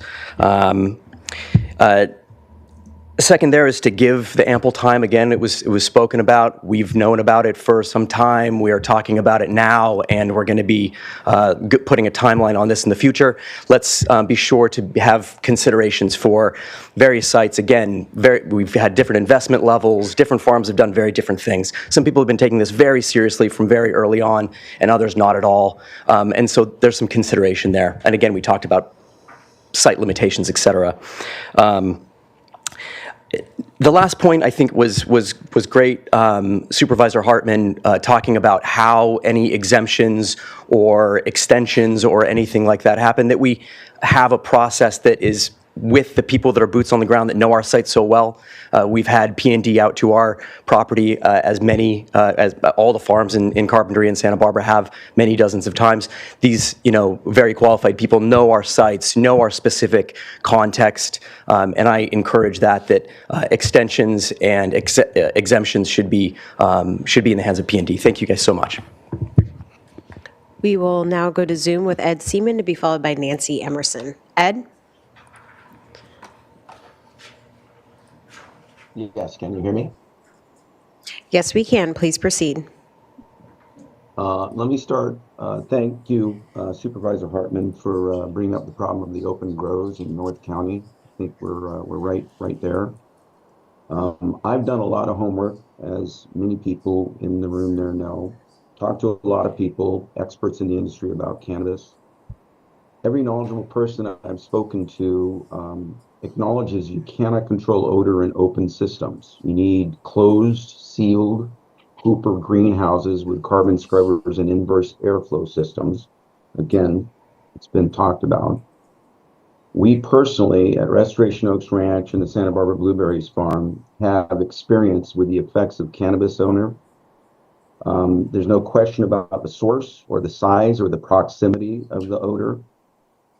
It's a 3-acre grow upwind and about 1,000 feet from our U-Pick Berry Farm and youth activities. It grows, it throws odor onto the property often, and it has for years. The operation uses unsealed hoop houses, not open fields, so we know that hoops do not control odor, maybe a bit more than open grows, but not much. I believe that cannabis should only be grown in sealed Hooper greenhouses with carbon scrubbers and inverse airflow systems. This is the only way to control the odor sustainably. Open grows will smell. I agree with the Santa Barbara County Taxpayer Advocacy Center in implementing a 2,500-foot setback and periodic property line odor testing on all grows with neighbors. And finally, I think the county should be consistent. I think that people that live on Ag 2 land and Ag 1 land are still people. The size of the property doesn't indicate the proximity of the operation to the people. So be consistent. Well, whatever we're going to do in Carpinteria, let's do elsewhere, San Ynez Valley, Santa Maria, etc. Thank you. That's it.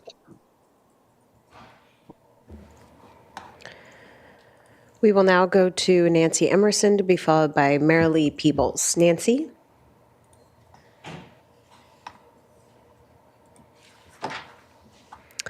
And Nancy, we have unmuted you on our end. If you can please unmute on your end to provide your comments.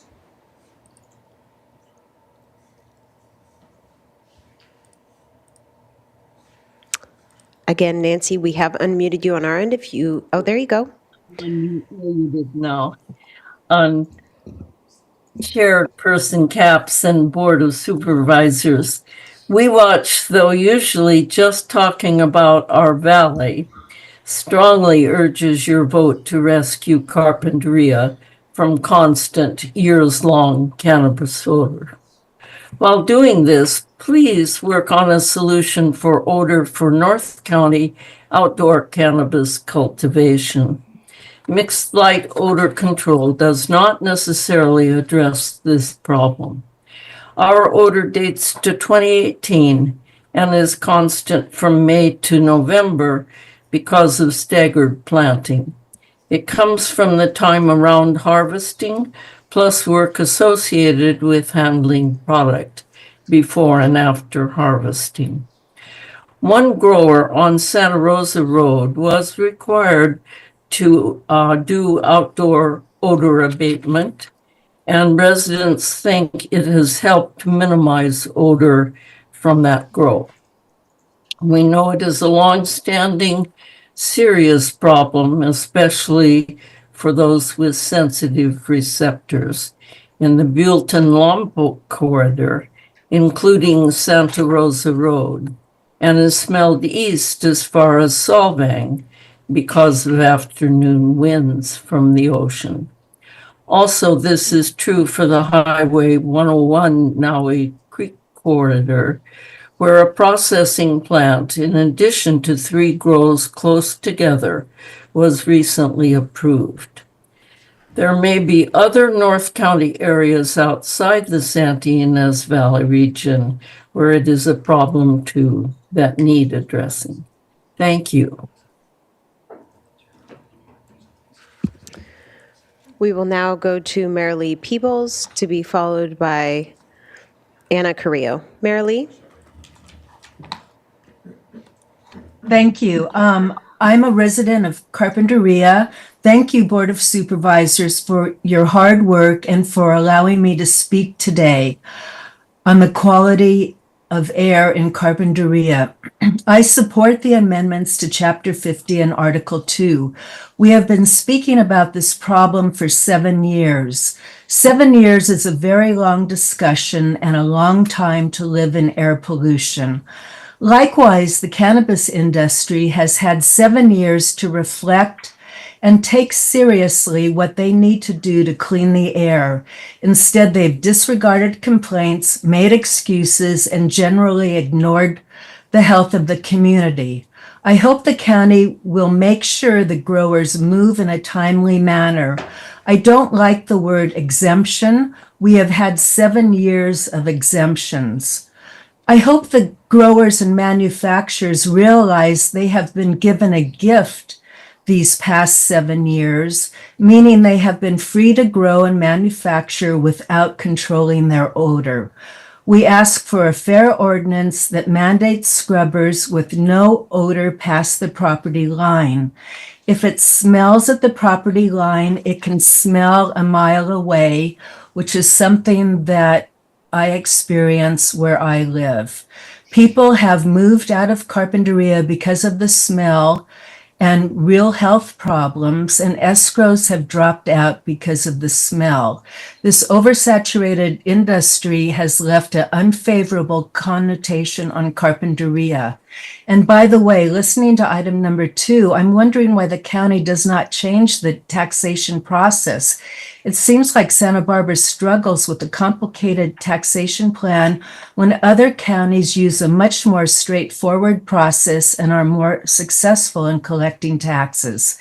In any case, I'm hopeful this board will tighten the regulations as planned so Carpinteria can get back on track as a viable, happy community. And thank you, Supervisor Lee, for clarifying the need to phase out the vapor system. Thank you again. We will now go to Anna Carrillo to be followed by David Van Wingerden. Anna?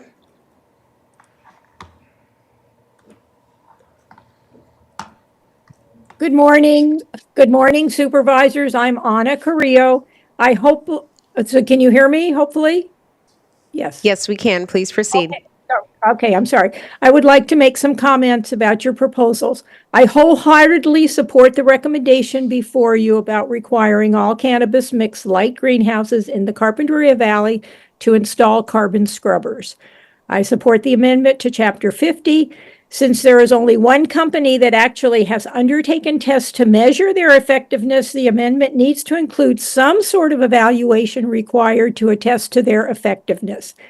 I understand that the number of units should be site-specific, but as has been recently demonstrated at the operation at 6030 Casitas Pass, the brand of scrubbers and the number of scrubbers installed didn't work and now need to be replaced. Not only are there different kinds of scrubbers, there are also different engineers writing the OAPs. The enforcement needs to be tied to the renewal of the annual business license. The affidavit committing to properly use and maintain their multi-technology carbon filtration system needs to be signed annually after the annual inspection and before the annual business license is renewed. Residents, schools, businesses located within 1,000 feet need to be notified when an annual business license is being reviewed for renewal, and local feedback should be encouraged. When renewals of the annual business license have been given, there needs to be public notification. In the past, I've spent months trying to follow up on an operator's cultivation site that has been renewed annually since it's actually been since November 3rd of 2021. I had written in my letter 22, but continues to smell to this day.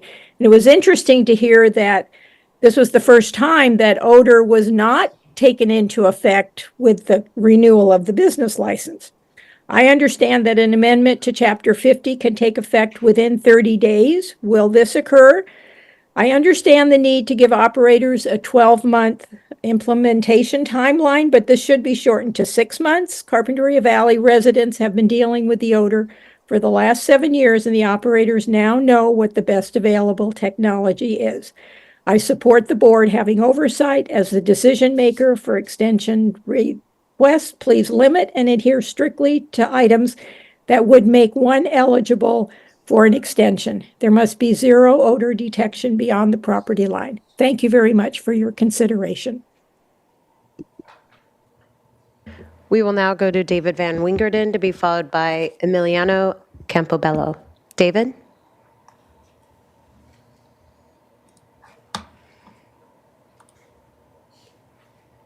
Unmute. Can everybody hear me? Yes, you can. You're a little bit far away, so if you could just move a little bit closer to the microphone, that would be great. Okay, is that better? Yes, it is. Thank you. Okay, great. Good afternoon, supervisors. My name is David Van Wingerden. I'm co-owner of Farm Lane. I'm speaking today in opposition of these specific changes to the ordinance. We at Farm Lane ultimately are huge fans of carbon scrubbers, as we were the first in the county to install them. This is over 4 years ago, and include them as part of our odor abatement plan. They work so well that we were able to eliminate the use of EcoSorb and rely solely on simple carbon scrubbers. I'm opposing this change to mandate multi-technology scrubbers for 2 reasons. The first being our single technology scrubbers work fantastically, and since we installed them, like I said, almost 4 years ago, we nor the county have received any odor complaints at our farm. It would be an unnecessary financial burden for farms to have to change out current effective simple scrubbers to multi-technology scrubbers, especially during these competitive times in the cannabis industry. Secondly, our ordinance already mandates that odor is not allowed to breach the property line of the licensee. If there are still odor impacts to adjacent neighborhoods, the ordinance allows to hold the operators accountable to improve their odor scrubbing technology. I feel this change is premature with insufficient research performed, as we are a prime example that simple carbon scrubbers are effective in reducing odors that is not a nuisance to our surrounding neighborhoods. Additionally, we were never included in the research performed before this was proposed to the board. Of course, multi-technology scrubbers may be very well necessary in some areas of the county, but it is inappropriate to cast a blanket over the entire greenhouse community to require one type of odor control. Please do not make any amendments to the ordinance at this time as premature, and the county already has tools in order to hold operators accountable to improve their odor control. I encourage you to reach out to P&D staff to verify their experience with farmlands odor control. We are always open to participate in discussion and facilitate tours at our farm.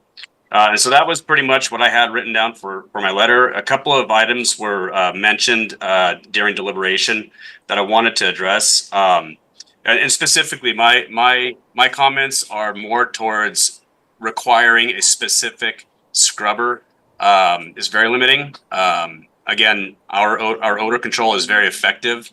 We don't need multi-technology odor control. And furthermore, Ms. Hartman or Supervisor Hartman, you had mentioned an equivalent or better technology for the future. Of course, if there is a problem, we need better technology. But if what we have is working, why would we need better technology and add, again, financial burden to operators? It's like if you have a car that works, why are you going to buy a new one if you don't need one? So anyways, those are my comments. Thank you for listening. Have a good afternoon. We will now go to Emiliano Campobello to be followed by Mark Cram. Emiliano? Yes, good afternoon. Can you all hear me? Yes, we can. Please proceed. Okay, wonderful. Thank you. So, good afternoon. I appreciate this opportunity to address you all and your ability to keep our community informed in this decision-making process. Now, I'm an advanced air purification specialist working with purification systems that go beyond the capacity of the filters and scrubbers that most people are talking about. And so that's where I encourage, as some of the other speakers before me, having an open mind and not tying to a specific technology. Especially since many of these carbon scrubbers have really high energy consumption rates, as well as the need for 480 volt energy, which brings increased fire hazard to our area, which is of grave concern, especially these days, as well as increasing the carbon footprints of operations. Possibly. So I think that any ordinance should be based on results. And there was a line in the proposal of technology that were carbon scrubbers or technology of equivalent efficacy.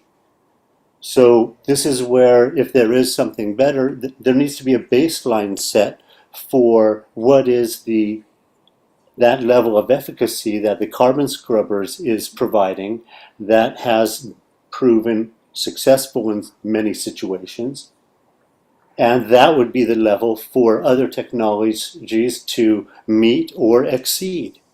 If there is any kind of, comparison study done of technologies, I think that would be wise at some point.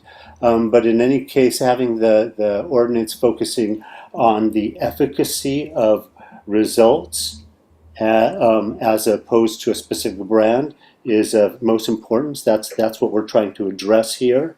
And these should be scientific tests measuring the terpenes and other odorous compounds, because there are ways for determining these things. So in the interest of time, I will hold my comments there, but I think that the workers' safety, as far as the technologies that are being used, should also be kept in mind. And yes, the energy situation and fire situation is also of importance. Thank you so much. We will now go to Mark Cram to be followed by Valerie Bentz, who's our final speaker. Mark? Hello, can you hear me? Yes, we can. Please proceed. Wonderful. Chairman Capps and other distinguished members of the board, I want to thank you all for focusing on this issue. As you know, my name is Mark Cram, and my colleagues and I have performed empirical laboratory-grade, continuous monitoring-based testing for cannabis odors and odor mitigation efforts for several years. Odor issues can be resolved or at least improved. I have two related points. Number one, While there's a desire to resolve these challenges expeditiously, empirical, science-based, independent third-party testing should be adopted for confirming performance of technologies to be included on the acceptable odor mitigation vendor list. Regardless of the technology or the number of units or mitigation design or intentional changes in harvest or vent timing based on the prevailing wind conditions, performance must be demonstrated and validated, or this will all be for naught. The nasal ranger is not the proper tool for evaluating performance, linking sources to complaints, or documenting specific conditions and processes that correspond to odor complaints. I'd be happy to provide additional information at your convenience, and thank you all again. We will now go to Valerie Bentz, who is our final speaker on this item. Valerie? Hello, can you hear me? Yes, we can. Please proceed. Thank you so much. I am just so relieved that finally the supervisors are moving forward on some mitigation. I live in Carpinteria, and my husband and I have both been suffering health-wise with constant allergies, taking lots of pills, and really we still notice it at times when we know the plants are opening their windows or their doors. My eyes water, I can't speak, and it's still awful after 7 years. So thank you for moving forward. Finally, I support all of the recommendations you have made. I feel that the word odor doesn't really describe what's happening, because even bad odors cannot be harmful. It's what's in them. And I think the terpenes in the cannabis are not healthy to be breathing in quantity inherently. It's not that it smells like skunk, but it's the terpenes in it. And also the chemicals, and gallons of chemicals that are sprayed to supposedly combat the odor. They just harm us more. There haven't been any tests of what's in those chemicals. So I would favor just rule out the chemicals right away. At least we'll have less harm in our air. I also agree with the gentleman who spoke earlier from another county, saying that really enclosed plants are the only way, because otherwise something is going to come out. Something is going to affect the crops, the people, whoever is nearby, unless the plants are totally enclosed. It's rather dismaying to hear now there's scientific arguments about what instruments will measure the odor. Why not just take the next step and close the plants and take care of it inside? I know you're probably not going to move to that today, but I certainly think what you are doing is a very important next step. And I'm so happy for the board and thank them for moving forward on this. Thank you very much. You can hear in my voice, I'm hoarse. It's from the allergies from the nearby cannabis growers. Again, thank you so much. And that concludes public comment on this item. Thank you to our speakers. Do our staff have, or Supervisor Nelson, anything to clarify from the comments? Well, thank you for those that commented and those that are concerned. Obviously, with these types of things, they're not going to make anybody happy. Some people are going to be excited. Some people are going to be opposed to what we're working on here. And, I do believe if the technology that exists today existed, 7 years ago when we were all contemplating a lot of this stuff, that it was likely to be implemented. But there was a process, and I know it's very painstaking for those who lived in Carpinteria during these times and the impacts it has been to your community. But I'm really thankful that there are those out there that invested and advocated for, better technology here that could address these issues. And I think that, now is the time. I think we have an opportunity now from this action to now move forward with giving staff direction to come back to us with something here that we might all be able to move forward with. So I'm thankful for that, and I think for the speakers today, and looking forward to hearing what our other colleagues have to say. Yeah, I just wanted to clarify a couple points, too, that were made in public comment. The property line testing, and I believe Supervisor Hartman brought this up as well. Many of our speakers from Carpinteria brought that up. And absolutely, we want to verify or validate the effectiveness of this. In drafting this work, we did want to give a role for the Planning Commission. They are even closer to this process than we've been with so many appeals.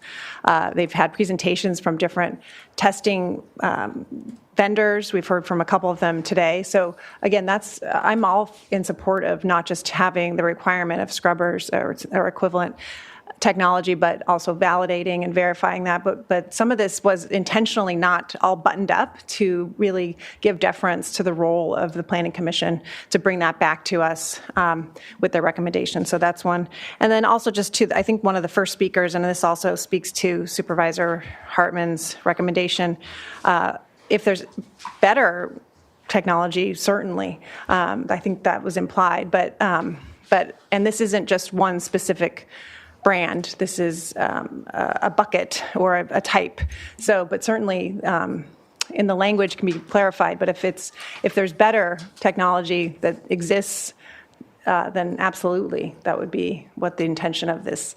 The whole intention is to make people have a better quality of life who live next to operations, and to, again, decrease the acrimony, decrease the litigation, decrease the complaints, the divisiveness within a community, and to move forward. And really, I think we can. I think if this is put into practice quickly, we can actually envision a time when we're not spending hours and hours every few meetings on this topic. And I know probably everybody looks forward to that.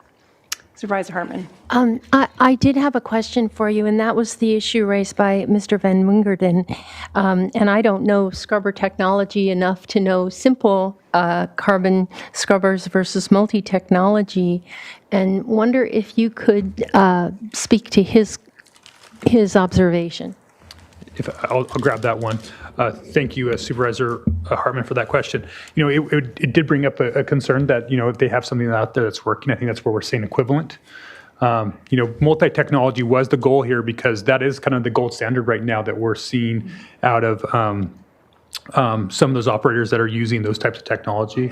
I guess I'm open, and maybe this, there's be some further investigation between now and when this comes back to the board, understanding that the farm lane solution that they have out there, and if it wouldn't be my intention if it is working for them to have to replace those. So I'm open to that if it in fact it is working, and I think that would take an additional investigation from the board and potentially staff between now and when we decide on this final route. So I'm prepared to make a motion if at the right time. And Chair and Supervisors, there are just a couple things I want to clarify because we want to take your direction and go and get these ordinances written. And so a couple of things. One is I've asked the planning director just to clarify in the board letter you talk a couple. One is timing, and one is about the approved experts. And I think the planning department, I think our director had worked with the board offices, but I want to be clear that everyone understands what we mean by that.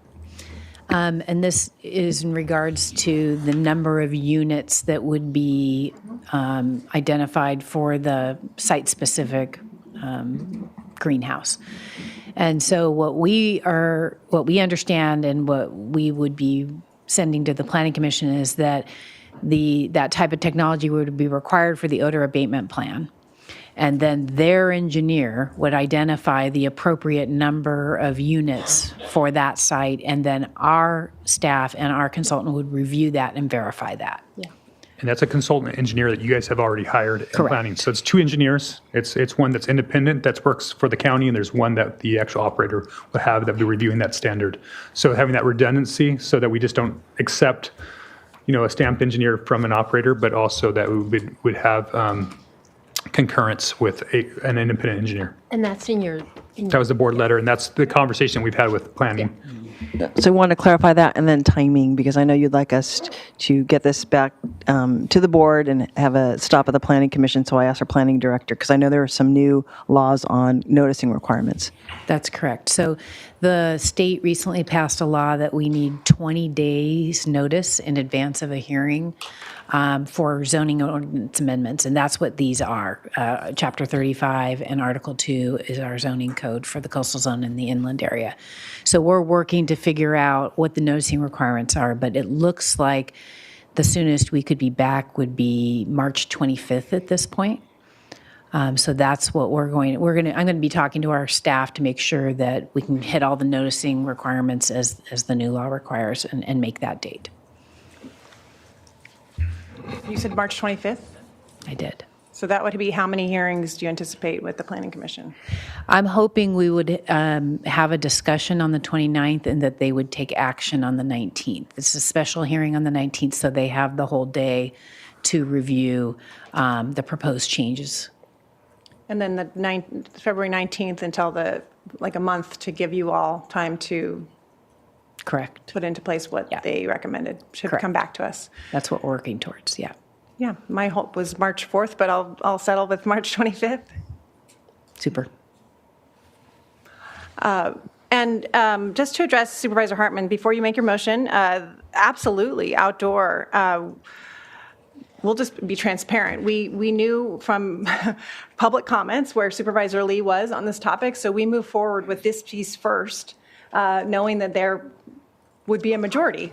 But absolutely, outdoor needs to be addressed. It wasn't omitted for lack of interest or concern or sympathy to the issues that have been up there, but actually out of deference to you to be able to participate. But because given the Brown Act, it was just the two of us. So let's do it. So we're ready for a motion? Sure. So I would move that we direct the CEO's office and planning and development vis-a-vis the planning commission to develop ordinances consistent with this board letter. In addition, the BACT would equal not only scrubbers or equivalent technology, but also include better technology. That in addition, we consider options for board review of extensions so that we can discuss that we would phase out vapor phase as BACT. That we would include a measure of odor at the property line in our regulatory framework, and that we include revocation of business license as part of our odor enforcement program. And then as a tail end direction, we don't forget outdoor going forward. I'll second that. Excellent. We have a first and a second. Any other comments? Supervisor Lavigno? I'm going to support this because I think it's actually doable. It's the right time to do it. I'm going to have a hard time with outdoor because I don't think there's a technology out there that's going to work. But and I have a lot of other concerns with outdoor, but this is the right time to handle indoor. Excellent. Okay. Well, it sounds like it's time for the vote. I guess we'll do a roll call just to add the drama here. So, Madam Clerk, roll call, please. Supervisor Lavanino. Aye. Supervisor Lee. Aye. Supervisor Hartman. Aye. Supervisor Nelson. Aye. And Chair Capps. Aye. Motion passes unanimously. Motion passes unanimously. Thanks all. Okay, what's the feeling of the board? We're at almost 1 o'clock. We have aging is next. There's been a request to try to get this done before lunch and closed session. Is that still a desire? I think it would be moved quickly. Is that okay? Yeah, All right, we're going to move to the next item, which I spoke in shorthand. It's more than just the word aging, but Madam Clerk, when you're ready, please read in departmental item number 4. Chair Capps and members of the board, departmental item number 4 is from the Social Services Department. It is a hearing to consider recommendations regarding transforming the experience of aging in Santa Barbara County.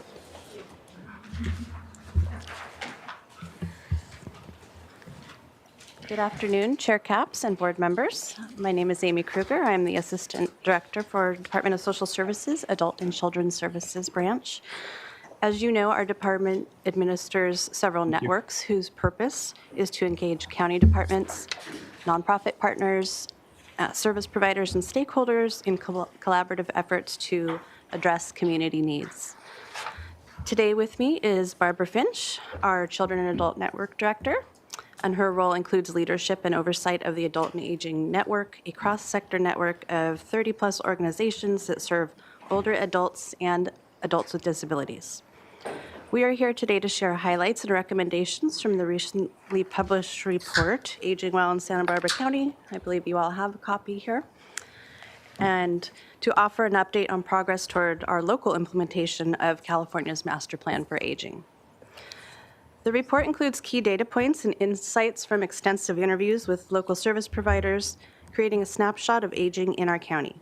It's intended to be a foundational document that can guide planning and decision-making for organizations, cities, and the county as a whole. And so now I'm going to pass it over to Barb, who will be providing an overview for you of the state's Master Plan for Aging and the vision for change that is inspiring action here locally in Santa Barbara County. Thanks so much, Amy. The state of California released its Master Plan for Aging in January of 2021, calling on all California communities to embrace the goal of successful aging for people of all ages and abilities. The plan was developed in response to shifting demographics throughout the state that show a rapidly growing population of older adults. In Santa Barbara County, this population is expected to grow 32% between 2020 and 2060. The Master Plan for Aging advances solutions for issues that we are all likely to confront within our own families and communities.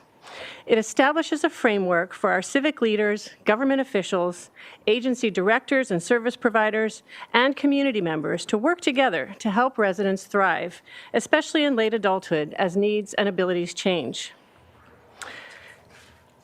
As indicated by this map, Santa Barbara County is one of 40 jurisdictions actively leveraging state investments to move the master plan forward at the local level. The state has provided guidance and support for local planning through grant opportunities and a robust website that includes a local playbook and a data dashboard. The 10-year master plan framework offers a comprehensive approach driven by 5 goals: housing for all stages and ages, health reimagined, inclusion and equity, not isolation, caregiving that works, and affording aging. It is a dynamic and flexible plan with multiple strategies embedded within each goal. As an example, the housing goal also includes transportation, outdoor spaces, and emergency preparedness. Legislative initiatives are being introduced each year, accompanied by data-driven accountability measures to deliver results in each area. A unique feature of this plan is that the state built the infrastructure to ensure an integrated, whole-of-government approach. They recognized that a successful plan would require coordination across multiple policy areas, so they created a cabinet with leadership from the governor's office and representatives from all 10 departments to provide direction for planning and implementation.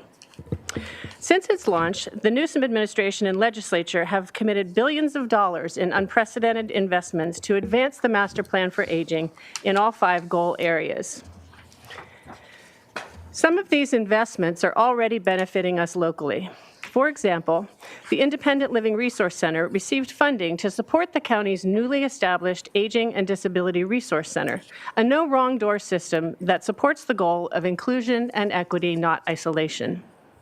State funding for CalAIM, which stands for California Advancing and Innovating Medi-Cal, is increasing access to enhanced care management and community supports. These are key components of Health Reimagined. Caregivers have benefited from free training sessions offered through the Career Pathways program, including 2 weeks of in-person training hosted by our county for in-home supportive services care providers. Other grants have allowed community partners to build capacity for case management, counseling, behavioral health services, and digital literacy. The Home Safe program allows adult protective services to provide essential support for older adults who may be facing eviction and homelessness. And the Area Agency on Aging has been able to enhance senior nutrition programs with additional funding from the Modernization of Older Americans Act. Taken together, these opportunities shine a light on the wisdom of gathering data, identifying gaps, and being prepared to apply for resources as they become available through state and federal initiatives. These investments are fueling a vision for change that promotes integrated systems of care, built upon trust-based collaboration and a shared understanding of needs. With this work, we are introducing the idea of building age and disability-friendly communities throughout Santa Barbara County, putting our heads together to identify necessary steps to collectively move us in that direction. To help us align with this vision, local planning efforts have unfolded in phases. In Phase 1, we identified priority goals and began the research and data collection that led to this report. Caring Together Santa Barbara County emerged as a partner network that could focus on caregiving needs and recommendations. In the second phase, the Adult and Aging Network joined with the Independent Living Resource Center to apply for a state grant to further planning, outreach, and engagement. Funds from this grant supported the community needs assessment and the hiring of a master plan local coordinator. The Aging Well report and the community needs assessment will inform Phase 3, which includes further assessment of resources and gaps and the drafting of our local master plan. To kick off Phase 3, advisory committee members will be recruiting partners to form work groups that will build on recommendations and identify actionable plans for addressing priority goals. We'll take a closer look at those goals in a moment, but first wanted to share some of the compelling data that supports the need for integrated planning across disciplines and jurisdictions. In Santa Barbara County, we know that 1 in 4 people will be age 60 or older by the year 2030, which is significant when we consider that 1 in 3 people over the age of 60 will struggle with poverty, and 1 in 3 live with a disability. We also know that 1 in 5 adults have a chance of developing dementia. The Alzheimer's Association projects that the number of Alzheimer's patients in Santa Barbara County, age 55 and older, will grow 97% between 2019 and 2040. California expects to see a dramatic increase in older adults with self-care limitations, and the state anticipates facing a shortage of as many as 3.2 million care providers by 2030. The demographic shift is more than these numbers. Our population is not only aging, but also diversifying at a rapid pace, which means increased demand for culturally responsive aging and disability services.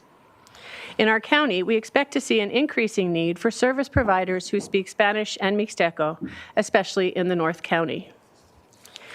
The distribution of older adults throughout the county is also significant. We're planning for a future where 25% of the county's population is over the age of 60, but there are several areas within the county where the older adult population already exceeds 25%. For example, older adults represent 40% of the population in Montecito, 38% in Solvang, almost 29% in Carpinteria, and just over 25% of the population in the city of Santa Barbara. By contrast, the percentage of older adults in Santa Maria is just over 15%, Lompoc is 16%, and Guadalupe is over 12%. The Aging Well report was initiated at the brilliant request of Supervisor Hartman, who saw the value of having a foundational document to communicate the challenges and needs of an aging population to city and county planners. Work began with an ad hoc committee that focused initially on housing, one of the goals identified at the first community forum. As members sought input from housing experts, what emerged was a keen awareness that for this population, housing concerns are inextricably linked to health, behavioral health, affordability, and the availability of caregivers. While there was an appreciation for the strong base of nonprofit and government service providers that support older adults and people with disabilities, The larger context revealed fragmented programs trying to sustain services through short-term funding opportunities. Providers reported that emergencies and crises seemed to be on the rise, and that concerns about housing, safety, and well-being were challenging to address without adequate resources. Many organizations were struggling to recover from the effects of the pandemic, and service providers were patching together solutions to try to fill gaps. Given these key findings, let's look now at the goals and recommendations in 3 priority areas. Housing is a pillar of aging support that must be examined through the lens of changing needs and abilities. A continuum of care includes both market rate and affordable options for independent living, living independently, independence with aging and disability services, assisted living, memory care, residential care facilities, mental health residential care, and skilled nursing. We are fortunate to have a number of exemplary models within our county for affordable housing that integrates supportive services. These have come to fruition through the work of diligent champions and committed partners. They serve as a benchmark for future planning. However, the supply of affordable options for assisted living, memory care, and behavioral health services falls short of current and projected needs. We need new partnerships and strategies to address the interrelated housing and healthcare needs of older adults, people with disabilities, and their caregivers. If we are to provide affordable and accessible housing options for every stage in the continuum of care, we need to connect city and county planners and developers with service providers who understand changing needs. A second priority is caregiving that works, a goal that demands attention not only to the caregiving workforce and the shortage of paid caregivers, but also to the unpaid caregivers, family members and friends who provide care for parents, spouses, and loved ones. When we look at the paid caregiving workforce, 80% of caregivers are women, 74% are people of color, and 47% are immigrants. The majority of paid home care workers find it difficult to support themselves due to low wages, and many of them access public benefits to make ends meet. The shortage of caregivers leaves people vulnerable across the economic spectrum. Without access to paid caregivers, family members are often called to step in. An estimated 29% of Santa Barbara County's adult population serves as unpaid family caregivers, most of them working full-time in addition to providing care. Without family members nearby, older adults can become isolated, and their needs may go unrecognized until there's a crisis that requires an emergency response. Strengthening the caregiver network begins with connecting family caregivers to resources and respite care, looking for opportunities to increase emotional and financial support. As a community, we can also explore and invest in career pathways that leverage educational programs and opportunities for career advancement. The vast majority of adults wish to age in place in the comfort of their own homes while remaining connected to their communities. This desire is driving the goal of Health Reimagined. Unfortunately, many older adults and people with disabilities experience premature entry into the long-term care facilities due to increased disability, difficulties navigating their home environment safely, or challenges in independently managing their health and well-being. Home and community-based services can help people safely remain in their homes. The wide array of services can include personal care assistance, specialized transit, adult day programs, home health services, nutrition support, and home modifications, as well as case management and behavioral health services. Access to these sorts of services is a priority for the state master plan. The state is currently assessing programs and services and developing a roadmap for improving this system of care. Our local assessment of resources and gaps will be useful as state guidelines and opportunities become available. We're excited to build on the foundation and recommendations from this report, and we really appreciate the opportunity to share some of the highlights with you today. Moving forward, We're inviting partners throughout the county to help us define the vision, strategies, and sustainability of a local master plan. The Phase 3 activities listed on this slide will deepen understanding about what is needed in our communities. With this knowledge, we will draft a Santa Barbara County master plan that builds connections across sectors, preparing us to better harness the resources we have while positioning us to leverage state and federal funding opportunities as they become available. We know the plan will be most successful if we have your leadership and support to help us engage city, county, and state leaders as well as community partners. We thank you for your time and attention today. There'll be many opportunities to participate in planning activities in the coming months, and we invite anyone who's interested to reach out for more information. My contact information is there on this slide. Thank you both so much. Questions or comments from the board? Supervisor Hartman. Sure. Sort of three categories of things. The first is I've had the opportunity to work with Barb Finch on the Kids Network at the Adult and Aging Network and working in Lompoc as an ACEs community, self-healing communities. And it just has to be said that she's an extraordinary resource in our county that can leverage the power of nonprofits and different agencies and really bringing about a shared vision. It's patient, arduous work, and she does it better than anybody I've ever witnessed. And so I just wanted to take this opportunity to acknowledge that. The report that she brings to you today is really a wake-up call. I remember hearing something from our public defender about a woman who was older with dementia, shoplifting, and she ended up in our criminal justice system being booked at the jail. You know, if we don't have systems in place, it all goes kaflooey. I think, in 2030, we'll have 1/4 of our people, but 40% already in Montecito, 38% in Solvang, 25%, 29% in Carpinteria, and that's regionally skewed. So it's different in different geographic areas, and how we're going to deal with that. If we're lucky, we're going to age, but we're all dealing with parents or others in our family, and trying to navigate the services that you need when you need them. It's not an easy thing to do. So we really need to figure out what we can do in the county and how we can encourage others to do a better job at this. I think for the county, we've already in our housing element integrated age-friendly communities. In our recreation master plan, we're doing that too. It's not just for healthy young people. We got to think of the whole range of people. Transportation, absolutely critical. Evacuation. I remember someone, one of our fire chiefs saying it's the seniors who are the problem.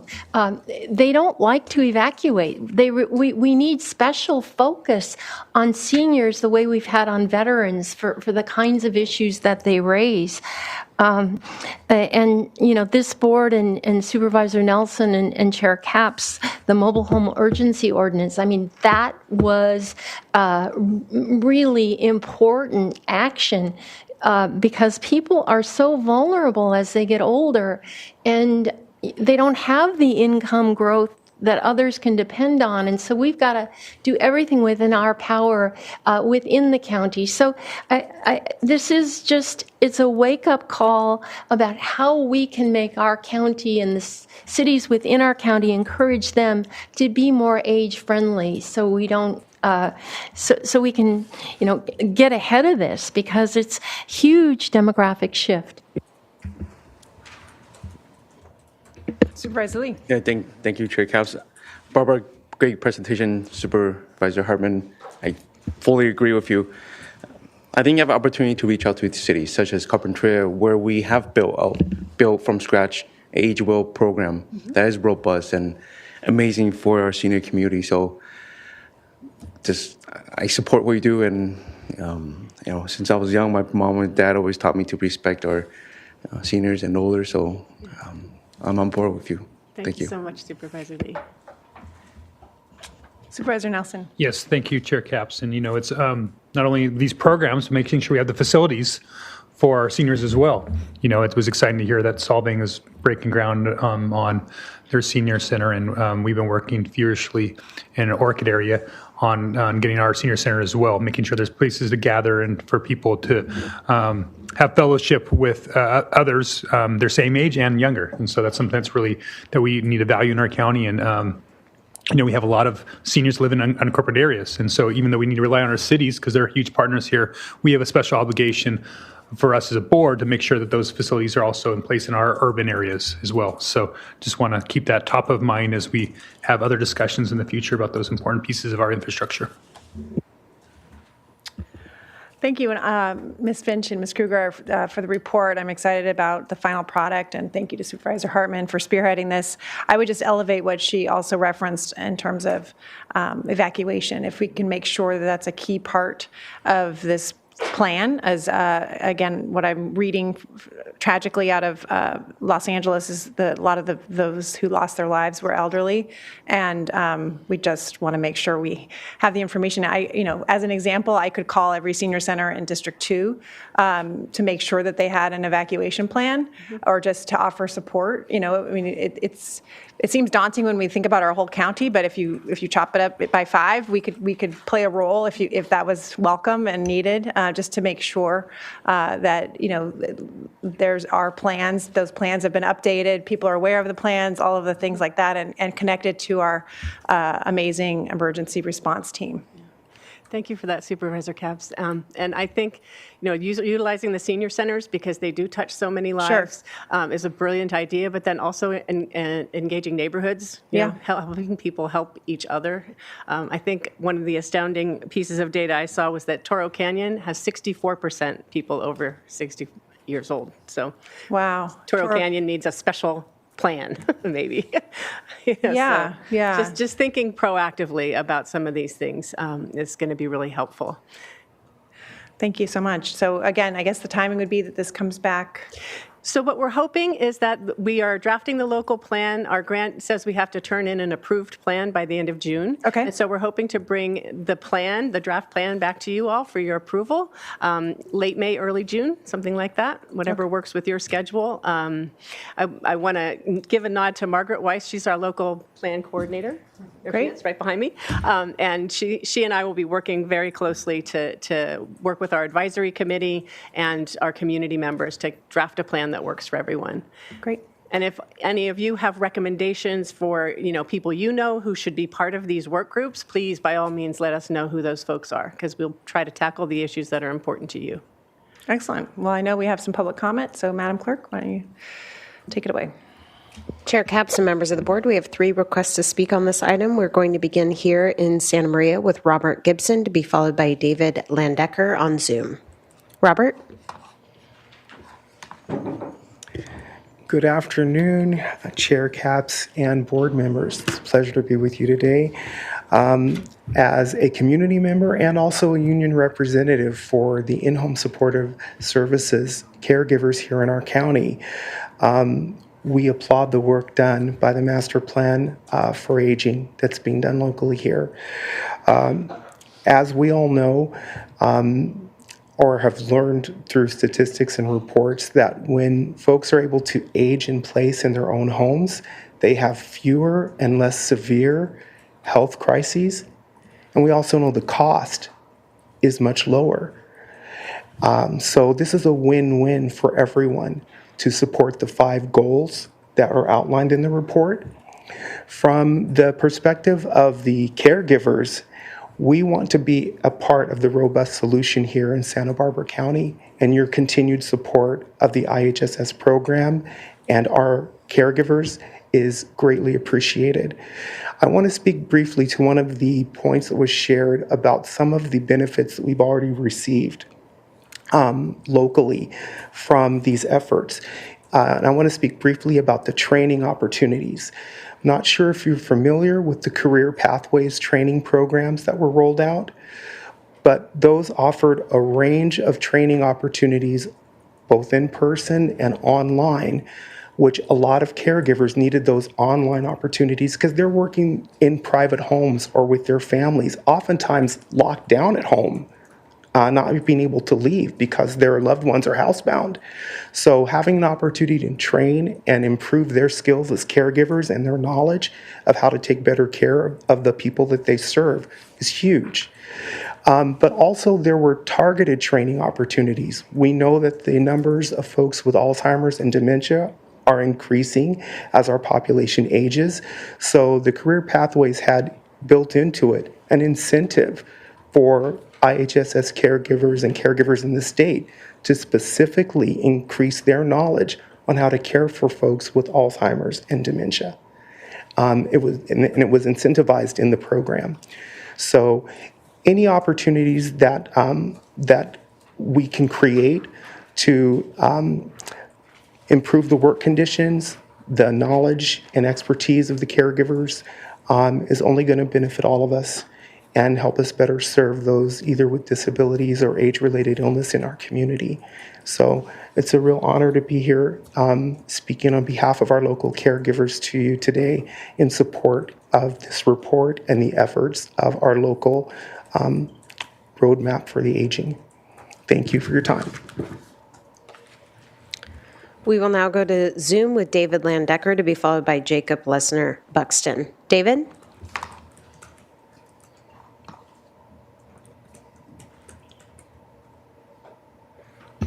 And David, we have unmuted you on our end. If you can please unmute to provide your comments.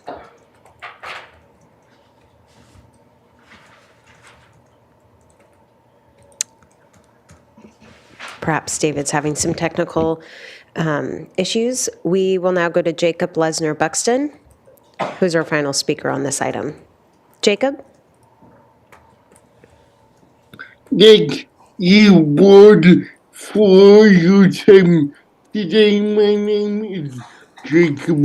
Yes, the Buxton. I'm the system change coordinator at the Independent Living Resource Center. I just want to thank you for your support of the master plan of aging and encourage you to look for places to reactivate the disability and aging community in funding priorities in the future. Thank you again.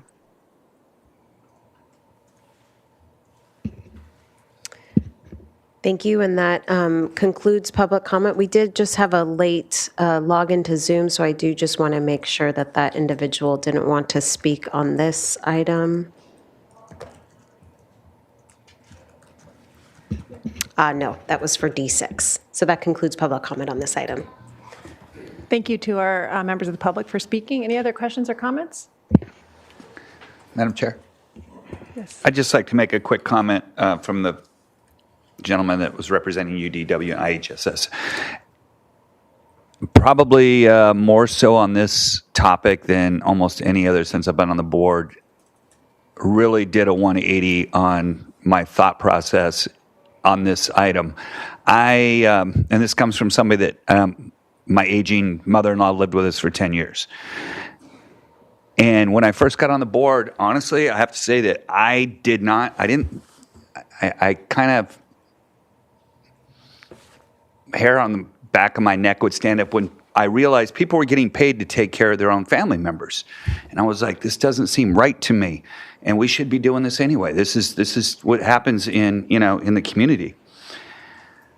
But honestly, through listening to the presentations been made throughout the years, a few years back, it clicked that it's so much cheaper to do in-home care than it is to go outside. She's now got to the point where we couldn't take care of her anymore. She is at a astronomically priced. I mean, all the care centers are just, I can't believe people actually can afford to pay what it costs to take care of somebody. Only through Medi-Cal is she able to afford anything. But I just wanted to let you know that you coming to the board, the time that UDW has spent with me in private trying to educate me on the subject, I now am taking that and talking to people that used to feel the same way that I do, that this is, not only do you get better service, the outcomes are better, but it's so much cheaper. And it's the only way really that we can get to a place where we can provide adequate care for those that are aging. So didn't want you to feel like your words have fallen on deaf ears, because it actually has helped me get to a point where now I totally understand it. So thank you.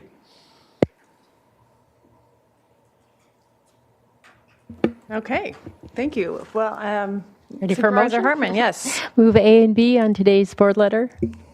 I'll second. Seconded by Supervisor Lavanino. All those in favor, please say aye. Aye. Aye. Motion carries. Okay, with that, we will recess into closed session. County Council, do you want to give us a preview? Thank you, Madam Chair, members of the board. In closed session today, the board will consider conference with real property negotiators. The property is assessor's parcel number 105-020-060, 061, 062, 063, and 064. The agency negotiator for all of those parcels is General Services Director Kirk Lagerquist. For the first three, the negotiating party is Leonard Knight and Matthew Knight. For the second two, it's Michelle Southwick Wood. And for both items under negotiation or price in terms of payment, there's also one item of existing litigation, American Medical Response versus the county. And that's a Santa Barbara County Superior Court case. And the time estimate is 1 hour. Okay. Yeah, let's do 2:35.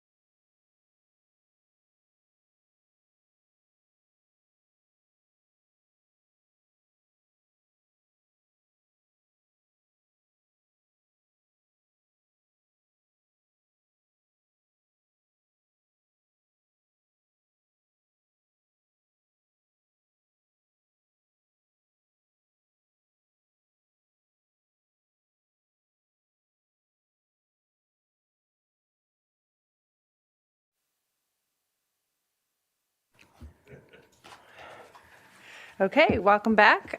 We are reconvening the meeting of January 14th. Will County Council please report out from closed session? Thank you, Madam Chair, members of the board. The board met in closed session on 2 items of conference with real property negotiators for the parcels listed in the agenda and 1 item of existing litigation, American Medical Response West versus the county, and the board took no reportable action. Thank you, County Council. Okay, just for a time check here, we're about 15 minutes off, so we're doing pretty well. And we have 3 more items. Madam Clerk, will you please read departmental item number 5 into the record? Chair Capps and members of the board, departmental item number 5 is from the Community Services Department. It is a hearing to consider recommendations regarding the consideration of possible revisions to the encampment response protocol and safe parking program, amendments to the county code, and possible development of a safe sleeping program. Yes, take it away. Thank you, Madam Chair, members of the board. Jesus Armas, Community Services Director, and Joe Desvonic, our Assistant Director. We're here to continue the discussion that we had with you in October around some possible changes to the encampment response protocol. As you will recall, we have a couple of important items to deal with you. First of all, we wanted to just do a refresher as to the current components of the protocol, talk about some possible changes in light of the Supreme Court's decision of last summer, review with you some possible modifications to our parking restriction process, as well as to talk about some go-forward ideas on safe parking as well as safe sleeping. So the encampment protocol, as the board will recall, was adopted about 3.5 years ago, and the intent was to identify and establish a consistent policy and approach to dealing with encampments. As noted on the slide, the initial step is to identify and reserve available shelter before embarking on any kind of closure activity, to provide 72 hours notice of such closure before it commenced, and also to do some outreach to occupants there to make sure that appropriate services were extended to them and the availability of those services was made known. And additionally, of course, we provided storage of any personal property for up to 90 days and on occasion longer if circumstances warrant. So based on your discussion in October, we did follow your direction and embark on some additional outreach to engage additional stakeholders, including those that are listed on the slide, members of the Continuum Care Board and members, as well as service providers. Based on the various discussions, we're here today to suggest to the board that, pardon me, that we reaffirm the current policy of requiring the availability of shelter prior to any closure activity in occasions that does not involve a waterway or does not present a public health and safety concern. Additionally, because of the latitude associated with the Grants Pass decision, we are suggesting that we, in instances where waterways are involved or where camps present a public health and safety, that we provide some flexibility and not have to absolutely demonstrate the availability of a shelter. And we're also suggesting that the notice period be reduced from the current practice of 72 hours to 48, with the storage of personal property also reduced from current 90-day time frame to 60 days. I would note that these latter changes are consistent with the governor's executive order of this past summer. Beyond that, we also think that it's appropriate to consider some changes to our parking restrictions as a way of facilitating board's direction. When we presented this to you in October, we were suggesting a more blanket approach. The board expressed some reservations about that. And so we're bringing forward a modified approach that suggests that instead of relying on an ordinance to establish parking restrictions, that the board entertain doing so by resolution. This will streamline and allow a more timely effective date of such action. And then because of the concern around the agricultural activity, particularly in the North County, we're suggesting that we also bring forward a resolution that would restrict parking in areas that are adjacent to row crops. The Agricultural Commissioner has pointed out that there are some instances where that the presence of RVs in particular can create a health effect on the crops nearby, and also the occupants of the RVs may be impacted by any drift and pesticide. So we believe that those are reasonable measures for you to consider.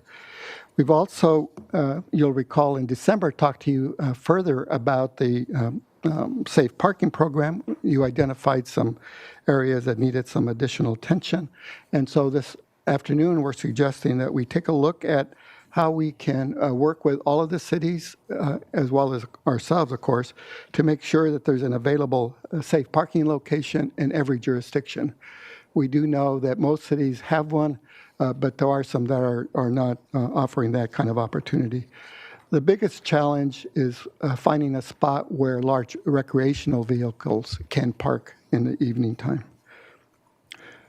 A suggestion was made at the December meeting that the county consider compensating landowners for the right of using their lot. We think that with a finite available dollars, that could easily deplete all available funds. And so instead of making it a general policy, we suggest that the board authorize some consideration of paying for renting lots when RVs are going to be the vehicles that are stationed there.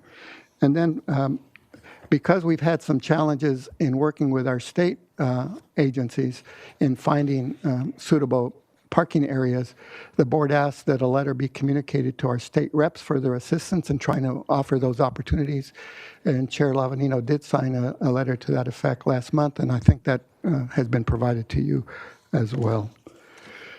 Also in December, staff was asked to give thought to the concept of a safe sleeping program that currently operates in San Diego. San Jose is looking at it in a couple of other jurisdictions. The contrast here is that instead of a physical structure, the safe sleeping concept contemplates the use of tents. Now, that may have merit, a couple of issues that need to be looked at pretty carefully, the appropriate location, and then the appropriate management. Absent sound management, the experience indicates that it's negative. And if you don't have the appropriate safeguards in place, if you will, with the appropriate sanitary facilities, the appropriate rules, et cetera, we could run into difficulties. And so we believe it has some merit, but we'd also like to spend some time diving into that in more detail, and can come back to you. We suggest possibly at the spring budget discussions to apprise you of what we've learned. So with all of that in mind, we're suggesting to you the following actions. First, of course, that you receive and file this presentation, that you reaffirm the protocol around providing shelter in instances where waterways or public safety is not an issue, to allow some flexibility when either of those cases exist, to reduce the noticing period from 72 to 48 hours, and reduce the storage from 90 days to 60 days. We also suggest that you give concurrence to providing an amendment to your parking restrictions to allow for a resolution to be the method for imposing those limitations, and also to bring forward a resolution around the agricultural areas. And then lastly, that we explore the viability of private parking lots as we've described to you, continuing to work with our neighboring cities to assure that there's available space in every community. And then lastly, that you concur in our exploring a safe sleeping opportunity. And with that, we're available to answer questions and receive your direction. Thanks, Mr. Emerson. Thank you, Mr. Vark. I really appreciate this. Any questions? Or CIC Supervisor Nelson. Yes, thank you, Madam Chairwoman. So the change of actually compensating some of the lot owners, is that going to be a kind of a last resort? We don't necessarily want to set up an expectation that all the existing lots now are going to now be compensated. That's correct. We want to draw a distinction and to say existing lots should not be in the compensation category, and that we limit the compensation category only in instances where RVs are involved, because those have been locations that have been the most difficult to identify. Okay. And maybe that, I mean, I know we'll defer to staff on how to roll that out, but maybe it's just even a bonus or an incentive, not an ongoing expense there. That way you kind of get them in, to get them to open the door, but I have that expectation that's an ongoing revenue source. Sure. Might be a prudent way to move forward. That I just want to take the opportunity to just really thank you for the work on really focusing on adjacent to cultivated agriculture. We have zoning for a reason. We don't want to have residents, necessarily in ag areas. And when we have people living there that are, transitory, it makes it really difficult because of the impacts of agriculture, whether that's, just the normal equipment out there, or it's the times when they have to use, plant pesticides, which are just vaccines, but also it might be harmful to humans in an unfortunate situation. So it's really, I think, prudent there, as well as the food safety issue. A lot of these RVs, we have no idea how they're disposing of their waste, and likely that if they're camped out in front of a farm field, they're probably disposing of some of their waste there, and which can lead to significant issues with cultivated agriculture, especially with E. coli. An outbreak that happened, could happen here, could impact the entire national, if not global, market. And so that's really, I think, prudent for us to really take that seriously. And I think it's an incremental move on addressing some of these problems, but I think it's a really smart one for our board to take, and I hope that everybody ends up supporting that recommendation. Thank you. Supervisor Hartman. Have Supervisor Lavanino. Yeah, go ahead. Thank you. So maybe I'm getting confused on the term. So the difference between safe sleeping and safe parking, I'm thinking of, so what do we call the place when you have, let's say, a church parking lot and you have people come in at a certain time and you've got somebody there from New Beginnings, and you have a bathroom. Is that safe parking or safe sleeping? That would be safe parking because those are vehicles, and the safe sleeping would be absent vehicles or structures. Okay. So on the safe parking, I'm just curious, who's doing the outreach? Because I know, like, City of Santa Maria, our largest city, I don't think we have any. And I definitely see cars and RVs parked all over the place that are obviously inhabited. So are you guys doing the outreach, or are we doing the outreach? How's this going to work? You'll recall that we were successful in receiving an $8 million grant as part of SERV 3. $6.5 million is to the county, $1.5 million to the city of Santa Barbara, each of which is responsible for dealing for vehicular encampment. And so the county works pretty closely in all areas of the county to identify lots and then to work with New Beginnings, because that is the provider that we've contracted with to do the outreach, to manage the facility, to make certain that the occupants are adhering to the rules. I was more thinking of city. I mean, we can't just walk in and say, hey, we found a church that's got this. We're going to contract with New Beginnings. This has to be approved at the city level, correct? Yes, and what New Beginnings does is once we identify concerns or areas of concern, or those areas have been brought to our attention, New Beginnings will reach out to either the jurisdictions or the jurisdictions and the landlord. Okay. Well, I think Bob and I are going to have to do some heavy lifting there. Yep. So I totally support the program. I think I don't really understand the safe sleeping one. That seems a little strange to me, but the safe parking, I think, is kind of a no-brainer. Oh, and by the way, I think this is a good time also to say thank you for all you've done on encampments. When I drive around, I'd say, in the northern part of this county, I don't really drive too much in the south. We look a lot better than our folks to the north, so thank you. Supervisor Hartman. Thank you. Well, first of all, I think this board letter captures a lot. We kind of just splattered stuff out, and you've kind of pulled it together in a very systematic way, and I really appreciate that. I think our principle is that we, even though we are not bound by the Boise decision, we want to provide some kind of safe accommodations for people. And I think the safe sleeping idea is if we don't have shelter, if they don't have a car, is there some place that we can direct people so they're not on the highways or they're not in other places? So it's just, and they're doing this in other areas. We had something of case study of this in Isla Vista, and unless it's managed, it's horrible. I can imagine. That's what I'm worried about. So we don't want to go there. But could it be something like safe parking, but where you could go and spend the night? Quite frankly, outside our county office building in Santa Barbara, that's sort of a safe sleeping, where people come 7, 8 o'clock, they put down their tent, and there's that they're gone. That in the morning when we arrive, I have one question, I guess, and that has to do with. We want to identify alternative shelter for people unless it's in a waterway or a threat to public health and safety. So we've spent a lot of money and a lot of effort on our roadways and our railways. And I guess the railway, we could say public safety, somehow along the 101.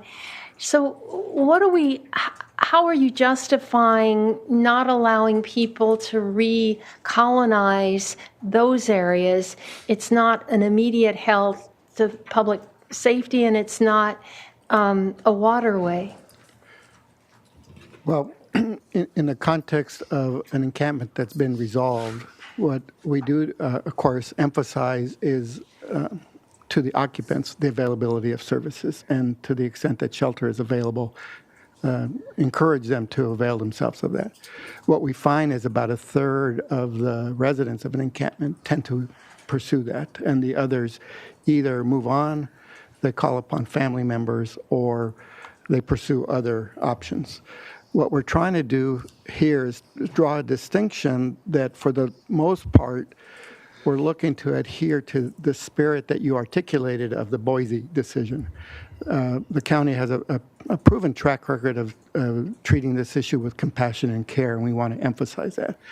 But we also want to recognize that there are occasions where having individuals in the waterways, for example, presents harm to them and presents harm to the waterway.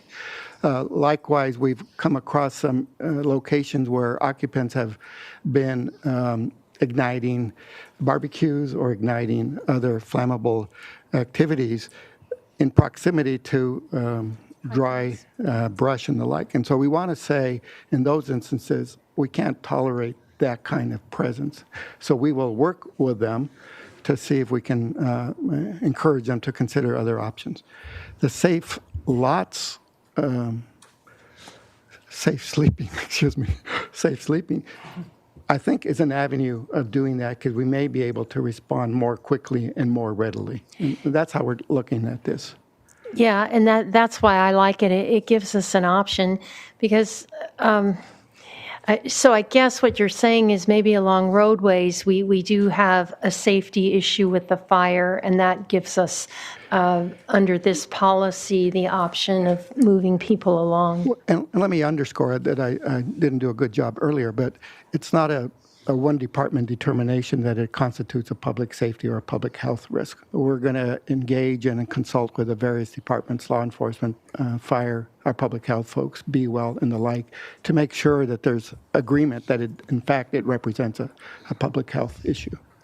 Yeah, it's just, again, we've spent a lot of effort, and I hate to see it recolonized. And I know that your office and Joe have been doing, when we call and you're out there and somehow you work your magic, and I'm very appreciative of that. We do have a case in the Santa Ynez Valley where the person, a group of them, they just keep coming back. And we're sort of at our wits' end, because we offer them alternative shelter and they may go for a day, but then they're back. And they have family in the area who's enabling them, and so it's somehow our responsibility. And anyway, if there were an easy answer to that, whether it's care court, whether it's drug treatment, but there are people who won't take shelter, and we need something to do, because that's not there. It's not jail. So I'm still looking for an answer to that one. And it may be that what we're really sort of coming to realize is it's incremental. We try a variety of steps, and some work and some don't, and we adapt as the circumstances call for. And at some point, it may be that we reach the level where there's a higher expectation that they won't return. And I did have one other. I like giving the road commissioner the responsibility. Here, you envision it would just be along crops. There are other areas. I know when I represented Isla Vista, there's an open space area where RVs park, and it's where children congregate for surf lessons. And I mean, it's a real hygiene problem, and they shouldn't. That's not a good place either. So I'm thinking that maybe there should be more discretion, that it's not just cropland, but there may be other areas where it's RVs and emptying the facilities isn't a good idea. So I just would like to keep maybe a little more discretion there. And my sense, Supervisor Hartman through the chair, my apologies, I should have done that from the earlier. Under recommendation C, with the opportunity for the staff to bring forward specific locations via resolution instead of ordinance, I think we can respond to the condition you just described. Supervisor Lee. I think our road commissioner wanted to say something in response, if that's okay. Sorry to interrupt. Great. Thanks, Supervisor Hartman through the chair. Chris Nunn with Public Works. I just wanted to add to that the sort of primary shift here, the county has all had the ability in different situations for different reasons to place parking restrictions. So for example, IV, where there are RV restrictions. The main shift here is that instead of going through the entire ordinance process every time we do add a road to that, this will streamline that process so that we can do it by resolution once the ordinance is set up to do that. Supervisor Lee. Hey, thank you. Jesus, great report. I just want to encourage you to explore the idea of state-owned properties such as campsites that have services for RVs for them to need. So we'll look into that as well. Thank you. Another quick one. Yeah. Should this be something that comes to the Ledge Committee and that we encourage our people in Sacramento to try to push the state agencies? Maybe CEO Miyasato has a thought about that. Let me just update you. In response to the letter that we made reference to earlier, we have been in touch with our state advocates, and they're in touch with the delegation. They also reported to us just last week that they've reached out to the general services equivalent at the state, and so that is moving forward. Great. Thank you. I just wanted to, just had one question, honestly, and because last time this came before us, I had some concerns, not necessarily as much about the content, but about the process. So I really appreciate that you doubled back and took some more time on it. But I think especially with encampment strategy, is it's so hard, as you referenced, so many things to balance. Public safety, safety of the individuals, fire safety, hygiene, I mean, compassion, law, I mean, it just goes on and on. So my position is that I want to make sure that those who are on the front lines of working with individuals who are experiencing homelessness, we're on board with our strategy. And I could tell from the board letter that you had several meetings, but can you please elaborate on the feedback that you received from our service providers? Let me invite Joe to speak to that. He did a really good job on reaching out. Great. Yeah, so last November we had a couple of sessions, one with the continuum of care, where we focused about a 20-minute agenda item that we focused on the topic. And shortly after that, we had an ad hoc meeting where we focused a similar group, but much larger, to talk about this issue. So I'm not to say that everybody's in favor of changing, would be untrue.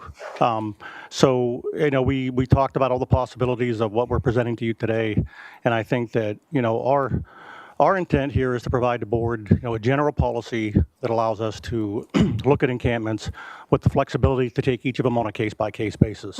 And I think that's where the piece of not requiring shelter, now that the Boise has been lifted, for places with waterways, where encampments are in waterways or threats to public health and safety. That idea comes up. It gives the board the flexibility to, again, case by case, and something that we would not want to take lightly. That we'd apply that judiciously. So, when speaking with the different groups, there are varying opinions about that. There's no unified voice. Okay. We haven't, well, maybe we will in public comment, but we haven't heard much from them to date, so. And I just want to add a plug, the Safe Sleeping Program, check it out because I looked into it just online, the city of San Diego. It's pretty cool, these tents that are set up and monitored and with much less cost than other shelters. Obviously not the answer, but a potentially interesting solution, so. Okay, that's it for me, and so I guess at this point, I'll turn it over to you for public comment. Chair Capps and members of the board, we have one request to speak from the public on this item, and we are going to Zoom with Linda Honigman. Linda?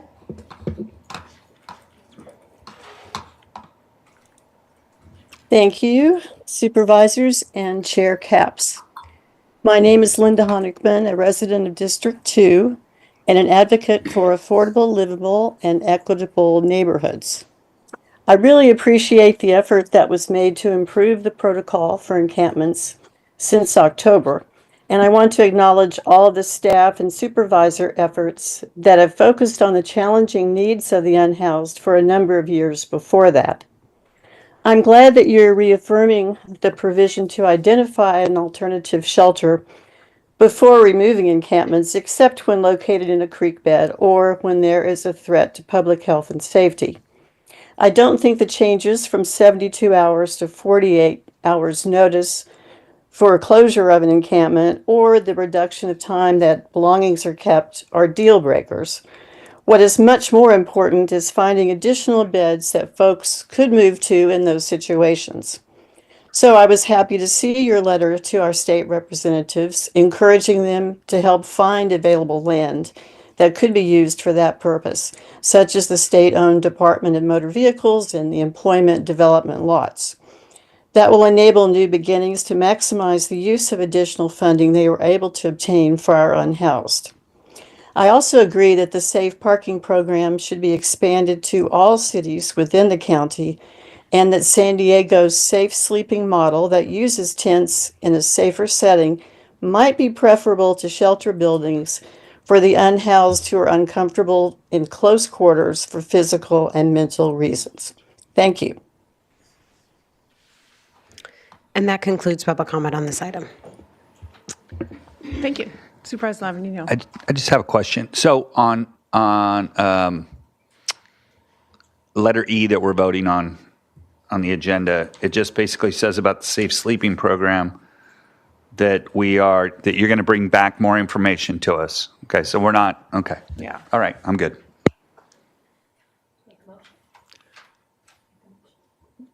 I'll make a motion to move staff recommendations A through E. I think it's F. F? F. Is there F? There's an F.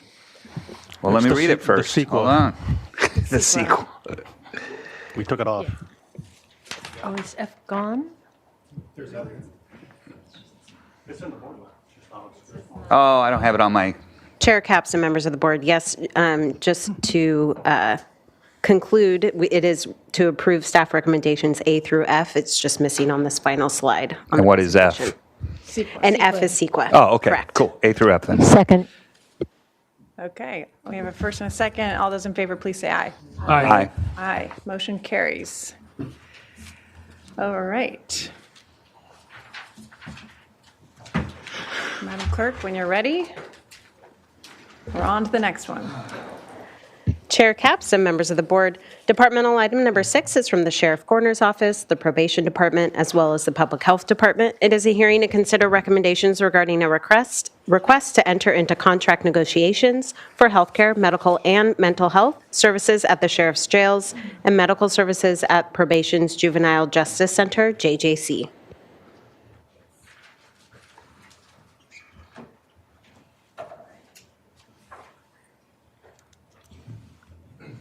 All right, good afternoon, Chair Capps, members of the board. We're here today to request your approval to enter into negotiations with WellPath to continue to have them provide our healthcare services in the county's jails and juvenile hall. I'm here with my team today that includes Under Sheriff Craig Bonner, Chief Custody Deputy Vincent Wazlewski, Custody Lieutenant Cassandra Marking, and Custody Commander Ryan Sullivan, who will be presenting the bulk of the conversation on our behalf in the Probation Department. Also present are representatives from the Probation Department and the Public Health Department, who will also be participating in the presentation. And WellPath is well represented today as well.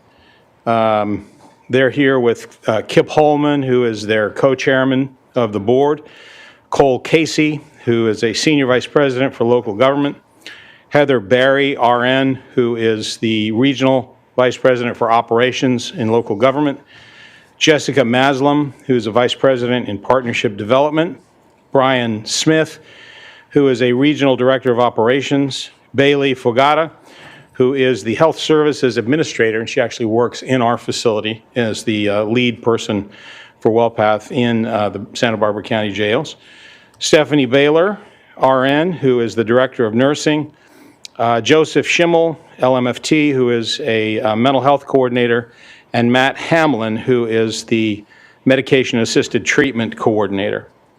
Their team is available also to you after the presentation for any questions that you may have. And so now, without further ado, I'd like to turn it over to Ryan Sullivan, who is our custody commander and who will present the presentation. Thank you, Sheriff. Good afternoon, Chair Capps, members of the board. As Sheriff mentioned, Ryan Sullivan, Custody Commander on behalf of the Sheriff's Office. CFMG has provided medical, excuse me, it's not working here. Yeah, if you could, oh, there we go. There we go, sorry about that. I think it scrolled quickly. There we go. All right, CFMG has provided healthcare services, both medical and mental health, at the Sheriff's Jails facilities, as well as Probation's juvenile facility for medical services only since April 1st of 2017. There have been 6 amendments to the agreement with CFMG since the inception. The current agreement with CFMG is set to expire on March 31st of this year.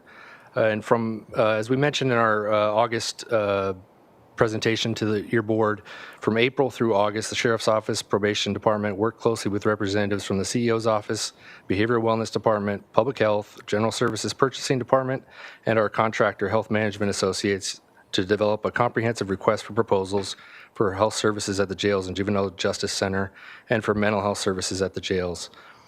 On August 27th, your board approved the RFP, which was published approximately 1 week later. 3 companies ultimately submitted proposals for this RFP, with 1 submission being disqualified for not following the RFP requirements.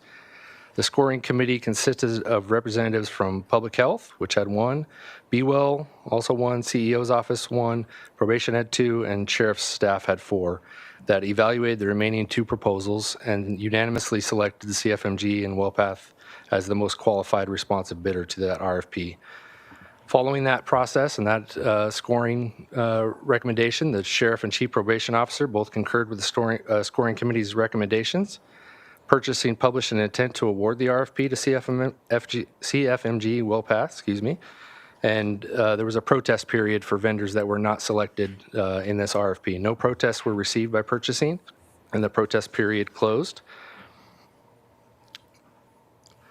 As far as reasons for selection, CFMG, through their proposal, demonstrated that they were the most qualified responsive bidder based on the following: their extensive experience providing correctional health care, specifically in California. They currently operate in 30 counties within California. Their transition plan and continuity of operations to what they currently provide to both the Sheriff's Office facilities and Juvenile Justice Center. their experience with accreditation, specifically National Commission on Correctional Healthcare experience, their experience dealing with remedial plans, such as we have in the Murray case for the Sheriff's Office, and corrective action plans, and they demonstrated a strong understanding of the RFP requirements. The RFP focused heavily on compliance with the remedial plan in the Murray case, National Commission on Correctional Healthcare requirements, as well as CalAIM, or California Advancing and Innovating Medi-Cal implementation efforts. Service level agreements were required in the RFP. They're located in Appendix 7 of Attachment A, which includes significant liquidated damages associated with failure to meet compliance thresholds. As far as next steps, if your board approves moving forward with this RFP selection, the county partners will negotiate with CFMG on terms and conditions of an agreement, including staffing allocations and associated costs, which are subject to Board of Supervisors approval. We will return with a tentative agreement, both Sheriff's Office and Probation, to be approved by your board probably sometime in March of 2025, with a new agreement commencing in April of 2025. In November of 2024, WellPath and some of its related entities filed for Chapter 11 restructuring of debt in the United States Bankruptcy Court in Texas. CFMG is a separate physician-owned entity which operates in California with a business relationship with WellPath to manage the business aspects for the organization. CFMG is not a debtor under the Chapter 11 restructuring of debt. Since this filing occurred in November, it's still very early in the process to determine what may happen next. Our understanding is that WellPath is trying to restructure their organization, and we will keep your board apprised of any significant updates or changes as we become aware of those. Moving on to quality monitoring of the CFMG agreement currently. This chart at the top here shows the existing quality control monitoring being conducted by both public health and behavioral wellness for Q3 of 2024. The first column represents the number of areas monitored by each entity, with a number of areas which required corrective action plans, as well as the number of items that were carried over from previous monitoring periods in which the corrective action plans did not address the underlying deficiencies. Areas identified for corrective action plans included, but were not limited to, conducting initial health assessments within 14 days, ordering of EKGs for hypertension patients, timeliness of medical and mental health visits for those in safety cells, and triaging of sick call slips. Additionally, your board authorized the hiring of 2 positions through public health to monitor and review healthcare services and to advise the sheriff and chief probation officer. These 2 positions were recently hired and are acclimating to their roles well. They're helping the sheriff's office and probation department monitor this contract and address performance deficiencies.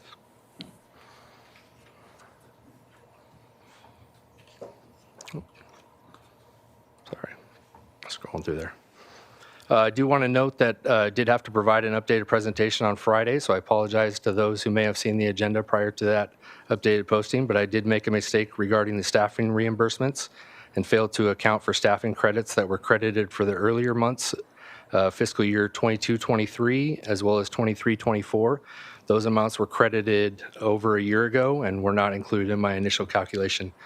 But the correct totals for each fiscal year are included here. I think the approximate difference between the previous posting and this was a total of $15,000 or so, but it did span both fiscal year 2022 and 23, as well as 23-24. The total reimbursed for staffing credits for these times periods was $1.068 million, and the Sheriff's Office has applied all the credits for the period of April 2023 through November 2024. And I will be available to answer any questions the board may have, but I am now going to pass it over to Dr. Hamami to present an analysis of the potential cost to provide these services if public health were directed to do so.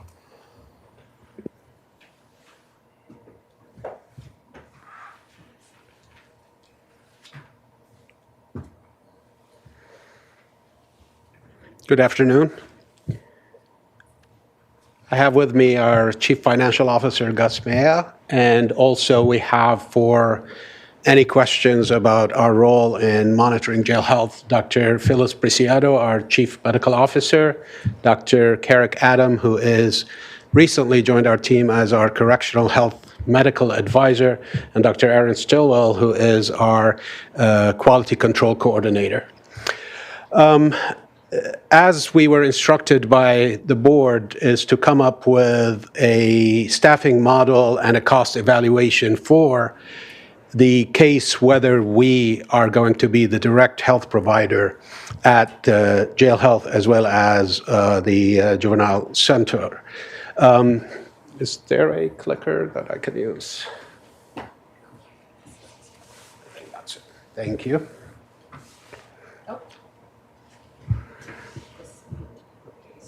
I hope that indicates a minimized effort on our behalf, or a minimized role, maybe. So this is a summary of the total staffing that we have in mind. We took into consideration, as we were evaluating what staff is needed, the AVICIT study as well as current WellPath staffing matrix, and also consultation with our experts, our chief medical officer, as well as some of our health executives, into what is the best model that we believe should be in place. Now, with that said, it is not the exact and final model. There are still many variables that we probably will have to factor once we are, if ever, assuming that responsibility. Some that I just learned, for example, is a relief factor that for operations that are 24/7 has to be done. But again, I think we are in a ballpark figure that is very close. We have a 2.95 FTE increase in what the current proposal by WellPath is for their staffing, and our cost is also approximate, and it doesn't also factor some of the starting costs as well as the malpractice and liability insurance, as well as I mentioned, some of the things that we are still not sure on. What does it take to start everything? Would we have enough equipment? Or would we inherit some of the equipment, or do we go from scratch and start? I won't go through each one of those positions, but the way we structured is similar to how WellPath had as a day shift, a night shift, but we added also an administrative function. And as you can see, there are several variances or differences between some of the categories of what a position is titled. We tried to match it based on functions.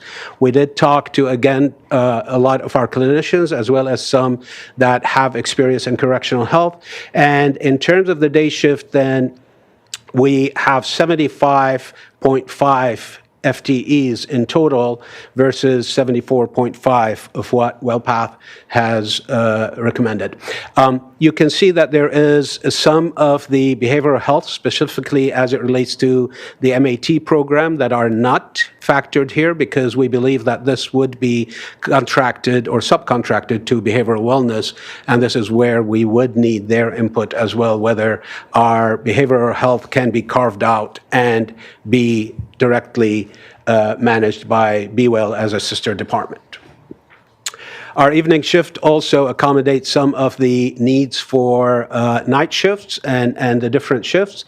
And we have a difference of, I believe, 3 FTEs. However, these are not true FTEs because some of those are also factored in the day shift that we did not split. Our biggest difference is in administration because we do not have the benefit of the national capacity of a national company such as WellPath. So if we are going to administer that, that would put extra burden on some of the functions that we need to accommodate, such as IT, such as billing. CalAIM was mentioned. We are going to be very much and heavily involved in the EMR and billing and electronic health records, and that would require that we add some of those. And this is why you see that we have a higher number of administrators or higher number of FTEs in the administration of this. So in summary, this is what we believe our model is close enough, as well as there is a breakdown of the cost. Again, I'm not going to go through all that. But while we believe that this cost is very close, we don't expect it to be neither higher or lower significantly. It might be different when we go into the real deal. Some ways also of reassessing this cost is whether we can look at innovative models of, for example, contracting. So rather than hiring physicians, we can contract with a physician group. In fact, we can even consider contracting with the current providers as a physician group. So these are some of the things. The same can apply for behavioral wellness. We have a model now that we are implementing at our clinics where we are contracting with a telepsychiatry group that are going to provide psychiatric evaluations and psychiatric help and care in our clinics. So in summary, while it is not our first option, but this is where we believe if the board decides to go with the direction of the health department to directly provide health care at the correctional health facilities in the county, then we believe this is the matrix that we will start out. Thank you. That concludes the team's presentation, correct?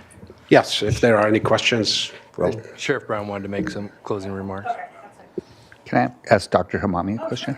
Yeah, I just wanted to know, what other counties, or do you know of any other counties in California that are doing it through the public health department, contracting them and doing it themselves? As my second year in California, I'm not very familiar, but is it something in your history? Our team probably know more. There are several in California. They vary in size, where the health department is directly providing healthcare. If not, then I know also of scenarios where the health department is overseeing the contractor that is delivering healthcare. Oh, okay. Thank you. Supervisor, I might add, the CAOs have been meeting on this quite a bit. There are several counties where the public health departments are doing it. Those counties usually are larger, and they do have their own hospitals. So Nancy Anderson left us, and in Kern County, the county does provide it. So the costs are roughly the same, but you haven't yet included Be Well psychiatric services, or could you help me understand that? So there are portions specifically as it relates to the MAT program and other that we did not get a full estimate of. So we did include the psychiatry function, but we didn't accommodate that one. So ballpark, how much more would that be? Gus?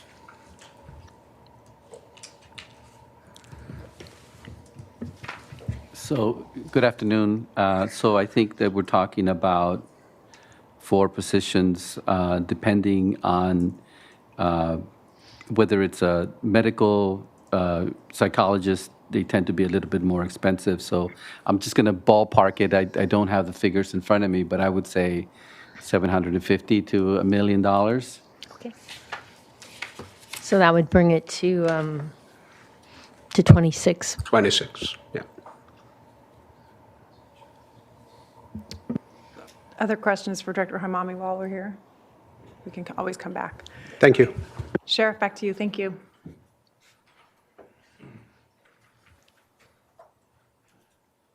Well, thank you, Chair Capps and members of the board. And thank you, Dr. Hamami, and our colleagues at both public health and probation. As we close out this presentation and prepare to respond to any questions you may have, I want to briefly recap our recommendation and the reasons for it. Our recommendation and request is that you authorize us to enter into negotiations with WellPath to extend for another 5 years the healthcare contract, to have them continue to provide those services to the Sheriff's Office and the Probation Department as currently configured. In other words, to provide physical and mental health care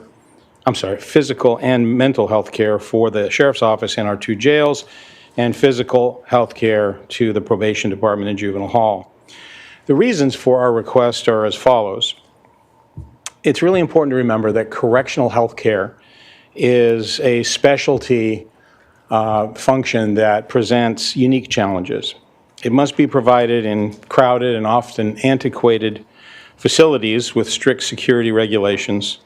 to a population that has a very high prevalence of risky behaviors and lifestyles, chronic diseases, mental health conditions, and substance addictions. Those services must be delivered under intense scrutiny and amidst a myriad of legal and health considerations while providing care to an incarcerated population of patients. Correctional health care is, as I said, very specialized in nature, and it must be provided while balancing cost with quality of care. It is for these reasons that we believe the county should continue to contract with WellPath for our correctional health care services. WellPath is currently providing these services and has since April of 2017. They did so throughout the COVID era, which presented all of us with extraordinary staffing, logistic, and operational challenge. They provided healthcare services in an institutional environment in the midst of and in the wake of an unpredictable worldwide healthcare crisis. And many of the problems and challenges that came from that crisis continue to this day. On balance, WellPath has done a good job of providing these services in our 2 jails and in juvenile hall. Their staff and our staff have become a cohesive and collaborative team. In collaboration with our staff, WellPath has provided quality health care that resulted in our main jail receiving national accreditation through the National Commission on Correctional Health Care. And we anticipate that after a survey is completed and the data analyzed, that within the next couple of months, we will also receive accreditation for the Northern Branch Jail. With respect to the cost proposal provided by the Public Health Department, let me share some of our thoughts and some of our concerns. First of all, I want to preface this by saying that we have great respect for the skills and abilities of our Public Health Department colleagues. We worked very closely with them throughout the pandemic to get staff and patients immunized, to address a myriad of different problems that we were all presented with during that time. So we have a great working relationship with public health. But it's important to recognize that the Public Health Department has not provided service on a 24/7, 365 basis or in a correctional setting like the jail in more than 30 years. Standing up such an operation would be a Herculean task, and it would take significant time to achieve. It would be accompanied with numerous union issues, and it would be impossible to provide it on an apple-to-apple comparative basis competitively when compared with a private healthcare provider. We believe that the Public Health Department cost proposal is a bare bones one that is missing some very important components.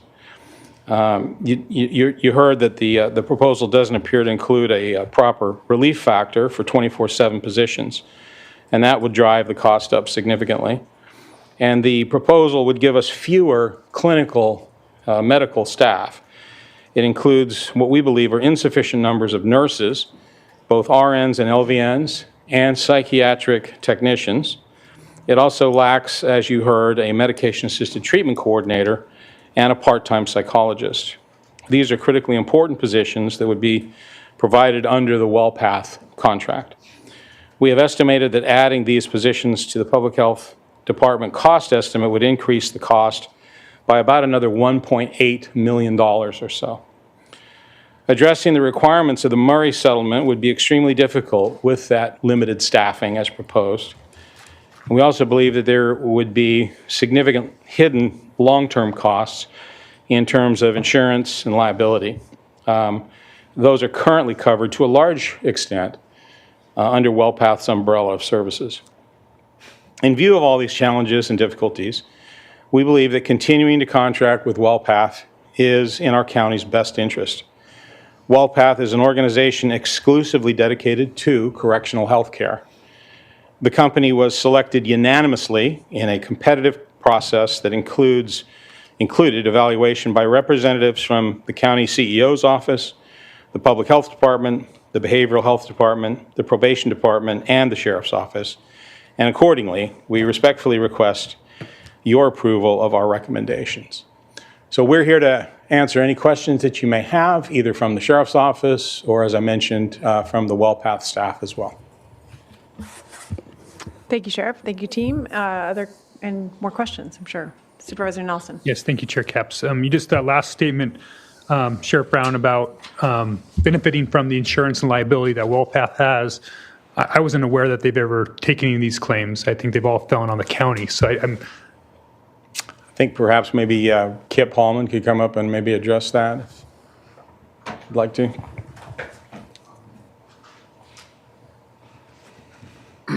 So, I'm sorry. I don't know Kip Hallman, I'm chairman, co-chairman of WellPath. Okay. So, sorry. Welcome. Yeah, thank you.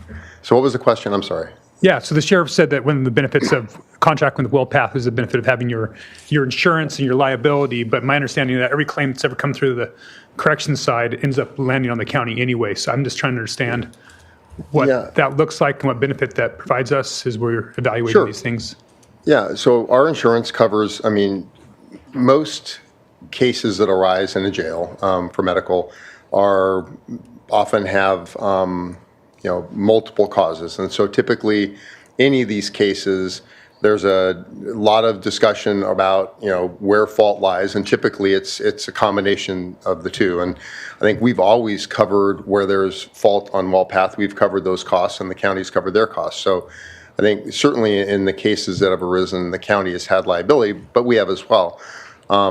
I can say that over the last, the time we've had the contract, there have not been any really large cases out of Santa Barbara. They've all been pretty small cases. They've all been settled. We don't typically take cases to trial unless we feel we have a very, very strong case. But it's, it's pretty risky to do that here. It's typically our insurance that ends up covering those claims, right? No, our insurance covers, or we cover the portion that's our self-insured retention, and our insurance covers the balance for anything that we're responsible for. I think Assistant CEO Heitman, or I guess my risk management. Could I get risk? Yeah, Greg Milligan is our risk manager, and I think there's some difference of information that we're getting about whether WellPath is actually taking any of our claims. So, Mr. Milligan? Hi, this is Greg Milligan, Risk Management. Supervisor Nelson through the chair. So he's generally correct, yeah. So we, specifically, we've had 3 claims in the past 7 years in which the county has paid indemnity on. WellPath had contributed to those settlements in those 3 claims, anywhere from 20 to 45% or so. That's not to include any defense costs or anything like that. So yes, they have contributed at the end. They don't typically accept tenders, but as I'm sorry, I don't know your name, but as Kip mentioned, tends to be a lot of components to a loss. There can be very complex. It could be a GL component. It's not always strictly a med mal loss. So, and technically he's correct. But I can tell you, our practice is, where we can't eliminate the risk, we transfer the risk. So, I do believe that, so far it's, we don't have a lot of history or loss history to go over. But again, out of, the past 10 years or 7 years or so, we've had 30 plus claims, and 3 of those, again, the county has paid indemnity on. Yeah. Okay. But the majority is typically falls still on the county, is what I'm understanding. Generally speaking, yes. Okay. Yeah. But I think it's been, throughout California, we work, as you heard, in 30 counties or so. And, I've been doing this for 11 years, I guess. And I would say in that 11 years, there certainly are cases across the state where WellPath has written very large checks, and our partners have written large checks because they're bad cases. Santa Barbara, we've worked really hard, I think, to deliver care that has not resulted in any really large cases for either of us, the county or WellPath, which is a great news for the county. Okay. I have a couple more questions, not for Kip at this point, maybe something in a moment. I am still curious about, as we look forward to evaluating these, past performance is kind of an indicator of future successes. And I'm really concerned about the staffing issues that exist. We have a lot of requirements that our obligations here, but staffing continues to be a problem. And I think I was talking to Commander Sullivan yesterday. It sounds like all but 2 positions are now filled. Is that correct? Sorry, Supervisor Nelson, through the chair, that was incorrect information. As of today, we have 4.5 vacancies from WellPath. We did have a period last week where there were approximately 2 vacancies. Yeah, we're still tendering claims of over $100,000 a month on average. Supervisor Nelson, on average, if you count this fiscal year, it's probably over 100,000. You will recall your board authorized the additional 16.6 FTEs in July. Mhm. That was the largest month we saw, which was a little over 150,000. The most recent month that we audited was November of 2024, and that was under 80,000. I think it was 78,000 and some change. Okay. And so, did we ever go back on those past years of the contracts that we've had with WellPath where we weren't looking before, but we continue to pay them, but they did not provide those services?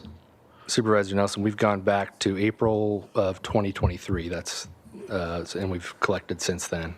And are we looking to continue to take a look at that moving forward? Or where's the board or where's the county at dealing with those past claims prior to April 23?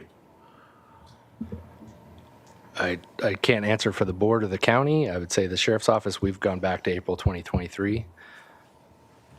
Okay, it's a big concern of mine because we've been writing checks of county taxpayer dollars for, multiple years here, trying to, or paying it even throughout the COVID crisis, but that wasn't being staffed appropriately. But we were continuing to pay, which that gives me a lot of concern with this contract. Is making there wasn't contract compliance there, right? I mean, we should have been not sending them the full check at that point if they didn't staff it appropriately. And so getting there is a real concern of mine because, even since now we're paying attention, and even though that we're only, we had 2 positions, all but 2 positions filled, we're still having over $100,000 a month of claims. That's way more than 2 positions. It's a lot of staff hours that aren't being filled to satisfy that. And, I'm concerned about public health moving forward, but I'm also concerned with the current contract and whether WellPath has the ability to actually satisfy what they're going to sign up to do. Yeah. And whether Supervisor Nelson, through the chair, let me address your question this way. As mentioned, as Commander Sullivan mentioned, we added 16 positions to the medical complement not too long ago. And it takes time to stand up those positions. And so what you're referring to is predominantly has taken place in the last number of months. It was during a period of time when a lot of that was going on. Today, we talked to WellPath. They said that currently there are 70.85 assigned positions to the jails. This does not include positions that would be in the juvenile hall. But out of the 70.85 positions in the 2 jails, they have, and I had it as 3.5 vacancies, and you said 4.5. I don't know if I'm missing one or. Yeah, Sheriff, it's technically 4.5. There is one position that is being fully covered by a per diem or a cover person. So my math will be off here, but realistically, it's probably about a 5.5% to 6% vacancy rate that they have. Our current vacancy rate's 10%. Public Health Department's 16%. There's a law enforcement agency in the county that has 25% vacancy rate. So everybody is struggling right now to hire people, and they've done an exceptionally good job in terms of getting their people hired to add into these new positions. And they've done it where they're filling those positions within 30 days, for the large part, where the national average for them to fill a position is about 86 days. So they are doing, I think, exceptionally well in terms of getting their staff on board, frankly, better than we are in terms of how it's happening. It's a very different situation for the 2, but nevertheless, they're doing a good job. And I suspect and think that prospectively, things are going to get a lot better. And bear in mind, for those times when they haven't been able to provide those positions, we are getting credits against the future cost of the service. So it's not as though we're paying for something we're not getting and then we're never getting reimbursed for it. We are getting credit for that, and those credits, as you said in the presentation, have been applied through November, I believe, of last year. But that's a new trend, right? There were some problems and some issues with the credits. There's no question about that. And part of that blame belongs to us, and part of that blame belongs to WellPath, I think. But we believe that we have resolved those issues. And prospectively, as I said, I think that we are in very good shape. So I know you're saying, and that's actually what kind of concerns me, is that we think we've solved it, and we're still having chargebacks of $100,000. That sounds like a lot of money to me and a lot of hours. It sounds like more than 4 positions. Doesn't sound like there's a relief factor there. And the big difference between the sheriff's department, not being fully staffed, and a contractor is that we don't pay, people that don't exist. We're paying people that don't exist for WellPath right now. And that's why we have to go back and now get those funds back. But those chargebacks, as you say, are done in arrears. They're done at least a month in arrears for the latest one. So, as I said, I don't know, when did we start with the 16 additional positions? Sheriff and board, your board authorized those positions to begin July 1.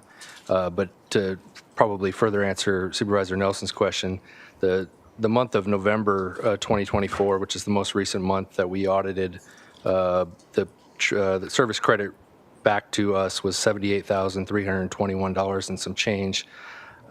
During that period, there were 5 vacancies, but almost half of the service credit returning to the sheriff's office was not due to vacancies. It was due to people being on vacation, leave, sick leave, any number of issues or reasons for being out. Some of those are administrative positions, such as myself. If I go on vacation, nobody does my work for me. I come back to whatever work was waiting at that point. But some are clinical as well. Is WellPath going to end up discounting our contract to the previous missed service time in the past? Is that going to be looked at moving forward? I mean, are we going to continue back before April 2023 and take a look at some of those charges still? Or are we, is that on the table? I think I'd have to defer to council on that. Well, I think just WellPath needs to agree to it. I mean, I think it's what we can negotiate into a contract. There are some nuances because of the reorganization that I think that maybe county council should weigh in on that. Well, I think, are you trying to say because they're filed for bankruptcy? Is that They filed for reorganization. Reorganization. And, my understanding is that we, until that's sorted out, I don't think we could go back and. I'm sure they can agree to do that. Anybody can agree to do anything. So, all right. Well, I have one last question for or 2 questions. Where are we at with CalAIM with these contracts?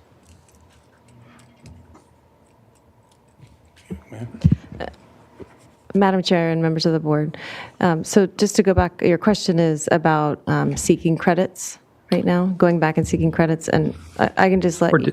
Or discounts. Discounts. So I can let you know that there is active litigation over bankruptcy, and we're seeking clarification because it's WellPath that filed and it relates to some affiliated entities. We actually should have some more clarification from the court today, but as currently stands, there is a stay from the bankruptcy court on any type of collections. So we're just waiting to hear what the bankruptcy court says. That's us as a debtor, right? I mean, that would be the function we'd be serving in bankruptcy court. WellPath could just give us discounts on this next contract. Well, as we negotiate this next contract, we can negotiate new terms, absolutely, as it relates going forward. That's what I was suggesting. And then my next question was about CalAIM and how this plays into it. Obviously, that's a big piece of this cost is our ability to utilize that. Where are we at that? Are we going to be able to implement that? Yeah, Supervisor Nelson, through the chair, it's as I mentioned, it's important for us to, before we can begin receiving CalAIM relief or payments, the vendor has to be identified, and we have to work a system through. And I'm going to refer that question again to Custody Commander Sullivan, since he's far more versed in it than I am. Supervisor Nelson, through the chair, CalAIM is probably the largest project I've worked on in the county, and I did work on the Northern Branch Jail project. Mm-hmm. So that's saying something. I mean, this is a very complex system change for Medi-Cal in California. We've been meeting pretty much at least once a week with various partners from CEO's office, public health, Be Well, our consultants. We are trying to expedite the timeline. Our current go-live date for Sheriff's Office facilities is October 1st of 26. We are trying to move that target date forward, but this is probably the largest linchpin in determining where we're going to be with CalAIM and our plan moving forward. So this is really kind of step one, if you will, even though we've already done a lot of other steps. There's other factors such as the billing component and some other large things that we need to get squared away in the upcoming months, but this is probably the largest. And I think that's great that you said that. It's just as big as building a new jail, and we're going to be hopefully adding some additional pods to that jail too. So it seems like it's a Herculean effort just for the sheriff's office to be taken upon themselves. It sounds like that's something that maybe that the county organization probably should be better assisting and maybe heading with that moving forward as part of this contract. As far as CalAIM, you know, the county partners are fully involved with us. Like I said, we meet pretty much every week, sometimes multiple times a week to discuss CalAIM and our implementation plans. Who's the lead on that? Is that still the sheriff's department, or do we have that house somewhere else? It's Sheriff's Office, probation for their facilities. We also use a consultant firm, and then CEO's office has provided quite a bit of assistance as well. And public health and Be Well, as I mentioned earlier. Okay. And Supervisor Nelson, I don't want to be a downer here, but the reality is the jury's still out as to how much we're going to benefit from CalAIM. The reality is the costs of standing it up and having some people that are going to be handling all the claims and moving it forward. And so the amount that we actually get, whether that will be completely defrayed and then allow for some kind of additional funding to come back to the county is unknown at this point. And we've had some consultants that basically are saying there's a good possibility you may not get anything net. You'll get a better healthcare system. Inmates in jails and facilities will get better health treatment and health care as a result of it. But I don't know that it's necessarily going to be a big windfall for the county. And I think we need to be prepared for that to not be. So, but it's going to be going through public health is going to be doing that anyway, right?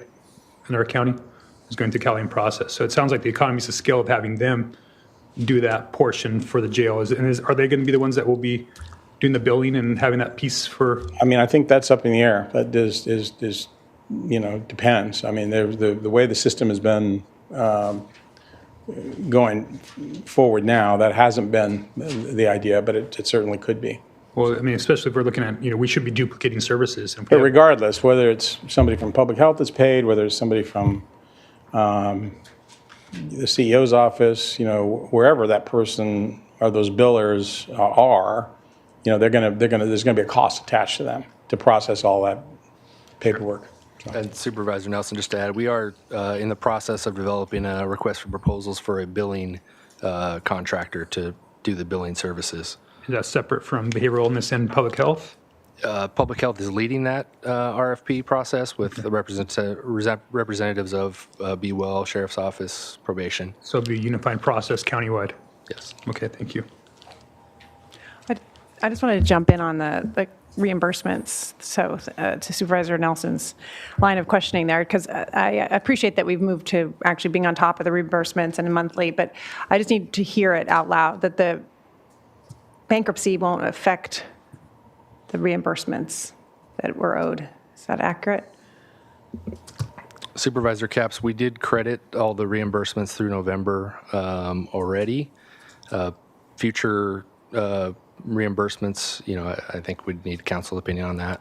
Yeah, that may be awaiting what's occurring today in court. So in other words, prospectively, to the extent, and there will be some times where they're just not able to fill all those positions, just as we don't fill all our positions, as Ryan mentioned, if someone's on vacation or if there's, somebody's off sick, long-term leave or whatever. To the extent that those are not filled, we will receive prospective credits for that under the current contract, and then obviously we'll negotiate the new contract to include that, or perhaps even to explore looking at going further back, as mentioned. But one way or the other, prospectively, there will continue to be some kind of credit that will be given in those instances where they're unable to provide the number of people that we contract with them for. But a situation where staffing is challenging, the credits pile up, bankruptcy takes on a different, I mean, I'm not really getting the assurance I'm looking for in terms of making sure that that's not. Did you want the chairman of? Sure. WellPath?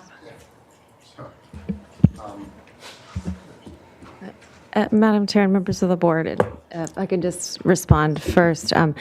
We are seeking there's a hearing today in the bankruptcy case where we're seeking clarification on what the stay applies to, because it's not all of the entities affiliated with WellPath. So we will have more answers on that, but we don't have that yet. But maybe WellPath might want to weigh in as well. Okay. Yeah. So again, going forward, there will be no impact whatsoever. I mean, at all. So whatever credits are created for months forward, the bankruptcy will have no impact on that. Going backwards, I'm not sure how much is. I know we've already credited. I believe the amounts we've already credited. If those haven't been cash, if they haven't been reimbursed, I believe those will be reimbursed. In terms of things that are old, going back prior to 23, I think that's more complicated because I don't think we have agreement on what those numbers are even. I think there's a disagreement, in part because, during COVID, we funded positions at much higher pay rates than we were, contracted to just because of the nature of COVID. So I just don't think there's an agreement on that yet. I don't think it's a matter that they will or won't be paid. I don't think we even know what those numbers are at this point. So I think it's complicated for all the reasons that we've talked about. But going forward, the bankruptcy has no impact whatsoever on anything. So those should all continue to be paid as normal. We're all in agreement that should have been, it shouldn't have been sort of missed and not negotiated, and the fact that we were paying for positions that weren't filled and that wasn't caught, wasn't brought to light, Right. wasn't then repaid. It gives me pause if there's a bankruptcy situation that we'll find out more about today. If these credits continue to pile up, what that might mean. Yeah, again, I don't think at this point there's agreement on even prior to 23 what the number is. And so I don't think it's a matter of the bankruptcy or not the bankruptcy. Again, that's just adds to some concerns I have about just the prudence of moving forward with a 5-year contract. But okay, anyway, Supervisor Lee.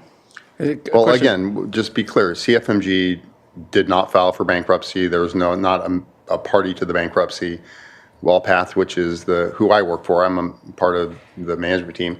They provide services to CFMG. So again, CFMG, the contracting entity, is not a party to the bankruptcy. So that, again, that will have no impact on CFMG going forward. I think the issue of what's past, there is a stay on past payments, all of the stuff, which I'm sure County Council understands as well or better than I do.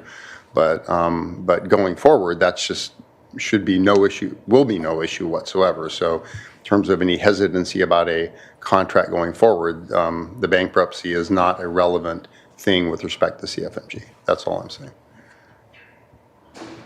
Okay. And if I could just add, the other thing, Chair Capps, is that the numbers that we're talking about are really relatively small numbers in terms of the overall contract. I mean, it's important to recognize that whatever the vacancy factors have been in the last, even the recent months, they've been single-digit percentage in terms of the positions that weren't filled, and so and we are in a position now to where we're checking those monthly, so they will be, they'll be adjudicated or taken care of, very, very quickly after we get them. It won't be the same situation as we had before where they were stacked up. The other thing is, and I didn't do a good enough job, but does everyone understand the concept that WellPath is the management company and CFMG, California Forensic Medical Group, is the physician-owned company that provides the medical staff in our jail. CFMG contracts with WellPath, and WellPath represents them and contracts with us, but the actual service is delivered by a separate company that is not involved in the bankruptcy. And there's a law in California that medical services in jails have to be provided by physician-owned companies, and that's why that it's structured the way that it is. And so the company that actually does provide the medical is the California Forensic Medical Group, under the umbrella of WellPath. Yeah, I don't want to belabor, but I mean, I do understand that the vacancies were not large in terms of the overall number, but again, it's different than if there's a vacancy in a staff, you're not paying for those staff people. If there's a vacancy with a contractor, you're paying for people that you're not receiving services. But we are getting reimbursed for that. We are now. Yes. And I just want to make sure we will continue. Yeah. Thank you. Supervisor Hartman, I think, had hers. I think Supervisor Lee was before me. Yeah. Supervisor Brown, have you considered a hybrid approach between WellPath and public health to look at what both of them can bring to the table and work together to provide that service?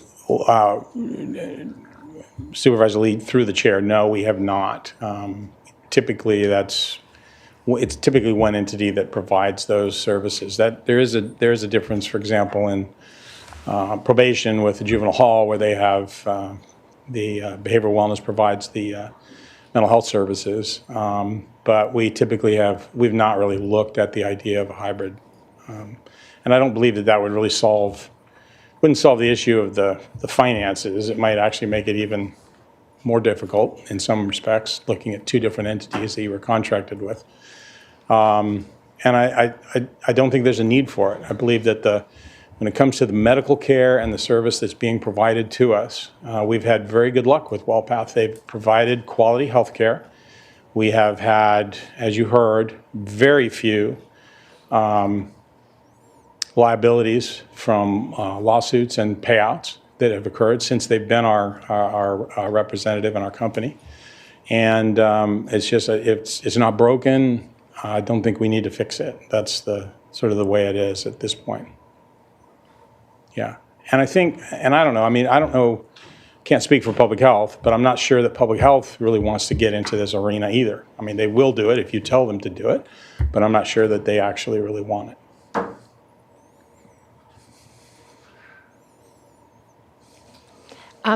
Yeah, I just wanted to put county council on the spot and ask if you agree with the statement that the bankruptcy is irrelevant to this contract going forward.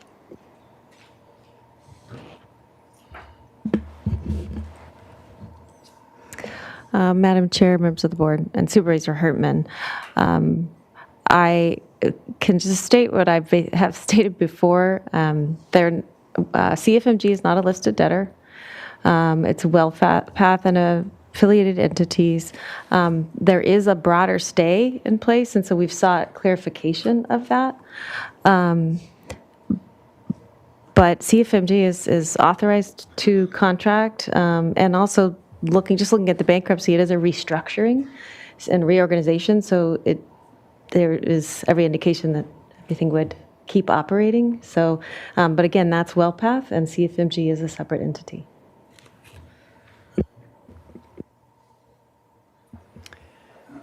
Okay. Other questions? I've lost track. Have we asked for public comment yet? Chair Capps and members of the board, we have one request to speak from the public on this item. We are going to Zoom with Maureen Earls. Maureen?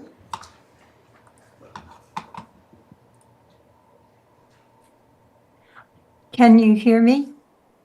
Yes, we can. Please proceed. Okay. Good afternoon. I'm a member of the CLUE Criminal Justice team, but today I'm speaking independently as we haven't met as a team on this issue. I want to strongly support a very limited renewal contract. Just the conversation today indicates there's a whole lot of questions about going into a 5-year contract with this kind of instability. The latest Jail Health Care Quarterly Monitoring Report, which we have seen, which was of the August 23rd review, reveals some serious concerns and ongoing concerns we've had with compliance items for jail residents with mental health needs and those identified with suicide risks. These include such basic humane practices as referrals for mental health needs at intake, required appropriate interventions for those in restrictive housing, reassessment within times required for safety cell residents, and post-suicide follow-ups. And these are just a few. And some of these have been out of compliance for a year. Some of these requirements, we cannot risk a multi-year contract without evidence of changed practice. For ensuring safety and humane treatment, we need a short-term contract to monitor improved care for vulnerable people in our jail. Thank you. And that concludes public comment on this item. Okay, Supervisor Hartman. I guess that raises the question of whether CFMG would be open to a shorter contract period.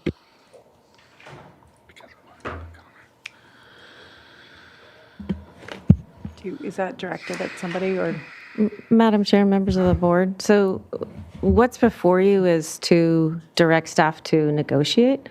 Under the terms of the RFP, the county can modify, alter provisions, and so the contract remains open to negotiation, so that would include the term as part of that.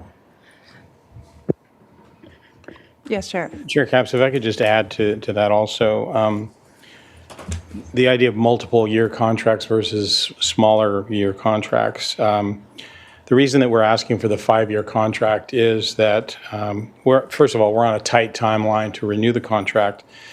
It would be a significant burden to our staff if we entered into a contract where every year or 2 years that we had to do this again. It's an involved process to go through the RFP process and to do all of that. Furthermore, it's a burden on WellPath and on CFMG when it comes to their staffing consistency. Their staff are aware of how long the contracts are for, and if we only have a very short contract with them, it may have an impact on their ability to keep staff. And it's for those reasons that we, as well as the impact on Cal-AIM potentially, as we mentioned, that we really think that a longer-term contract is the way to go here. 5 years. Supervisor Lavigno. Thank you, Madam Chair. So I went into this with thinking about 3 issues: level of care, cost, and the staffing structure. And so the level of care, we had 1 public comment. Jail medical has generally been just like, this building's packed, the outside's packed. We have a lot of people complaining. I don't see that right now. Number 2 is the cost and the staffing structure, which I don't know enough about it to question it, except that I think having us go through the exercise of having public health take a look at it, I think what was really eye-opening to me is they came back with pretty much the same thing, the same cost, the same amount of people, few here and there, off of a little bit. So that meant a lot to me too. The other thing I want to look at is, this is obviously not a cherry pick business to get into. We sent it out for bid. We only had, we had 3. We really only had 2. One of them being the company that we're talking about right now, but that tells you something too. This is hard work. I started looking at this. I mean, it's easy for us to look at contractors, and it's part of our job is to really get into the minutia and hold them accountable. Same time, that's kind of what our jobs are, is we're contractors of the public to do our jobs. And I was looking and I'm thinking, we're holding the standard to them. I think we'd have a hard time meeting that standard ourselves throughout the county of, the amount of vacancies that we have. If you went out to the public, they would tell us, your roads don't meet the proper PCI, you have too many homeless. There's a host of other measurables that we would fail on. but I think we're all doing the best that we can with what we have. So our excuse would probably be the same thing. We're trying hard. It's tough to recruit. We're working through the corrective action. So based on the 3 criteria that I was kind of judging on, the level of care, the cost, and the staffing structure, I'm inclined to continue down the path that we are with WellPath. I totally understand Supervisor Nelson's position, and it's been highlighted by others, of, we should have been going back and asking for these reimbursements earlier. I put some of that blame on ourselves, that we should have seen that with oversight. We did not. But I'm glad that part's been rectified. So I'll be in support of negotiating a contract further. I think Supervisor Hartman was next. I like the model of public health oversight, and I think that has improved things enormously. So I'm not eager for the county to take it over, but I do have some reservation. I mean, for me, costs are about comparable.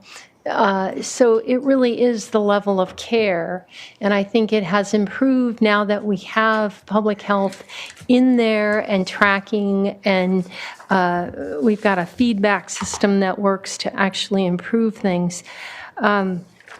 Whether, I guess I'd like to see a little bit more of that before I entered into a long-term contract, but I'm not going to fall on that sword.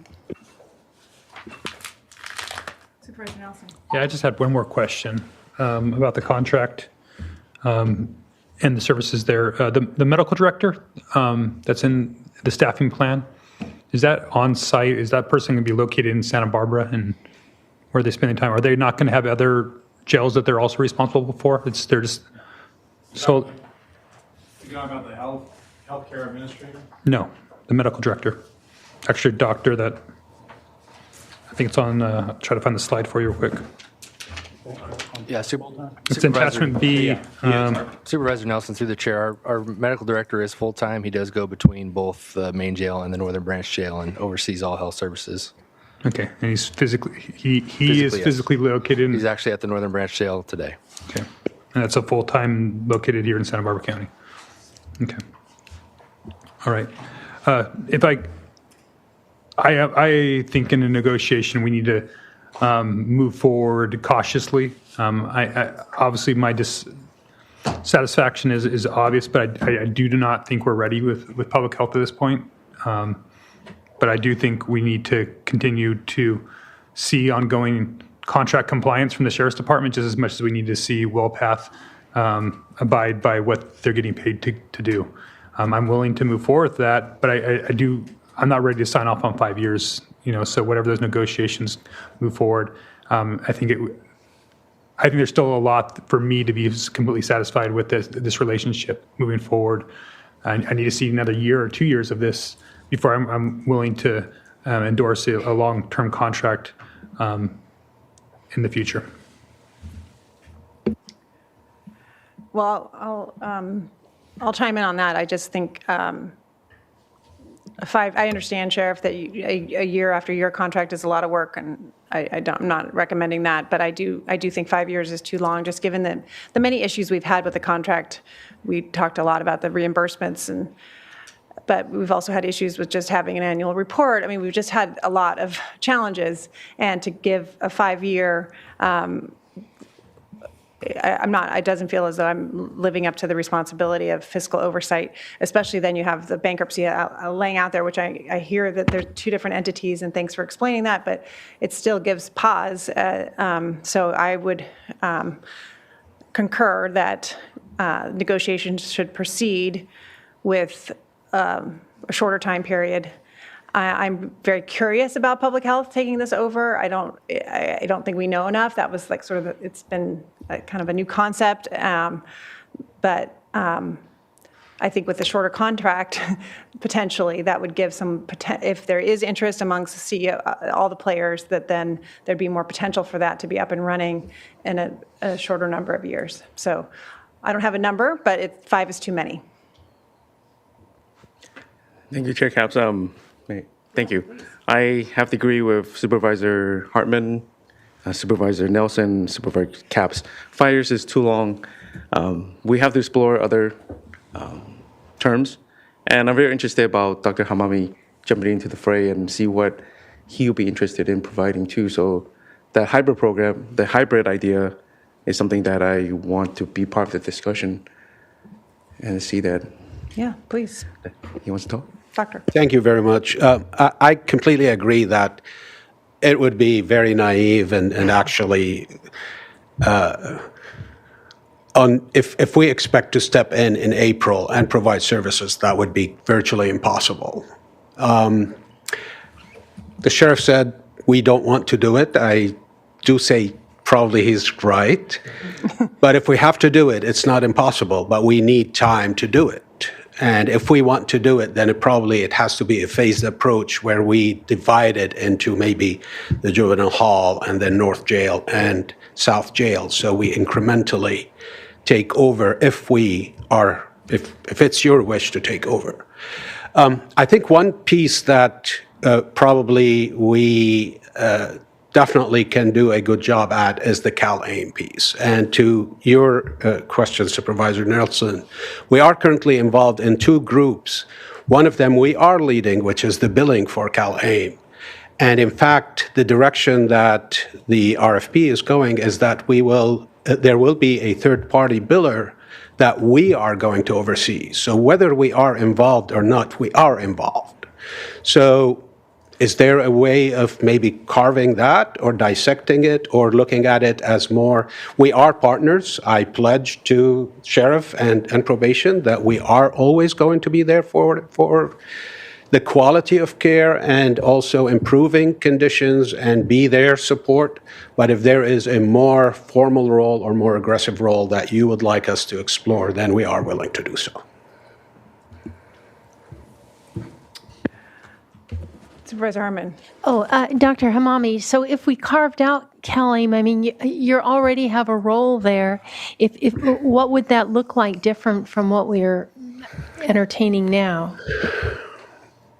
I think if we are so we have CalAIM through public health.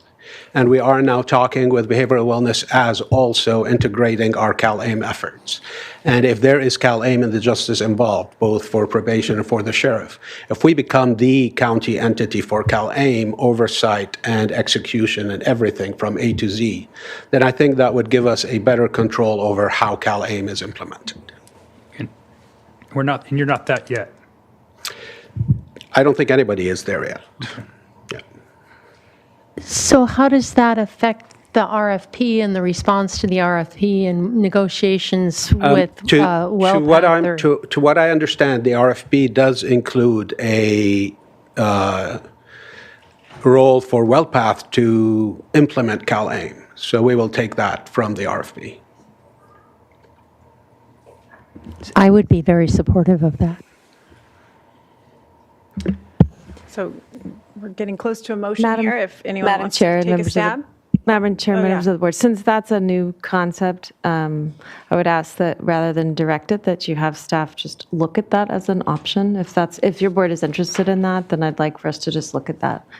CalAIM does put a wrinkle in this, as well as for time frame. So I did want to mention that as well, that under CalAIM, we do need to have a contract based on an RFP. So it looks like the direction we're not going as short of a year, but that would be problematic under CalAIM. So we're going to go a little bit longer than that. So I think with your direction, which is less than 5 years is what I'm hearing, and these other pieces that we could look at, I think that would work. I suggest something maybe that might land this in a good place so we feel as a board that we're, to address our concerns is maybe it is a 5-year contracts with an opt-out for us, the county, after a certain period of time if we don't feel like that we're meeting the standards that the board is looking for. I don't know if that, what's that?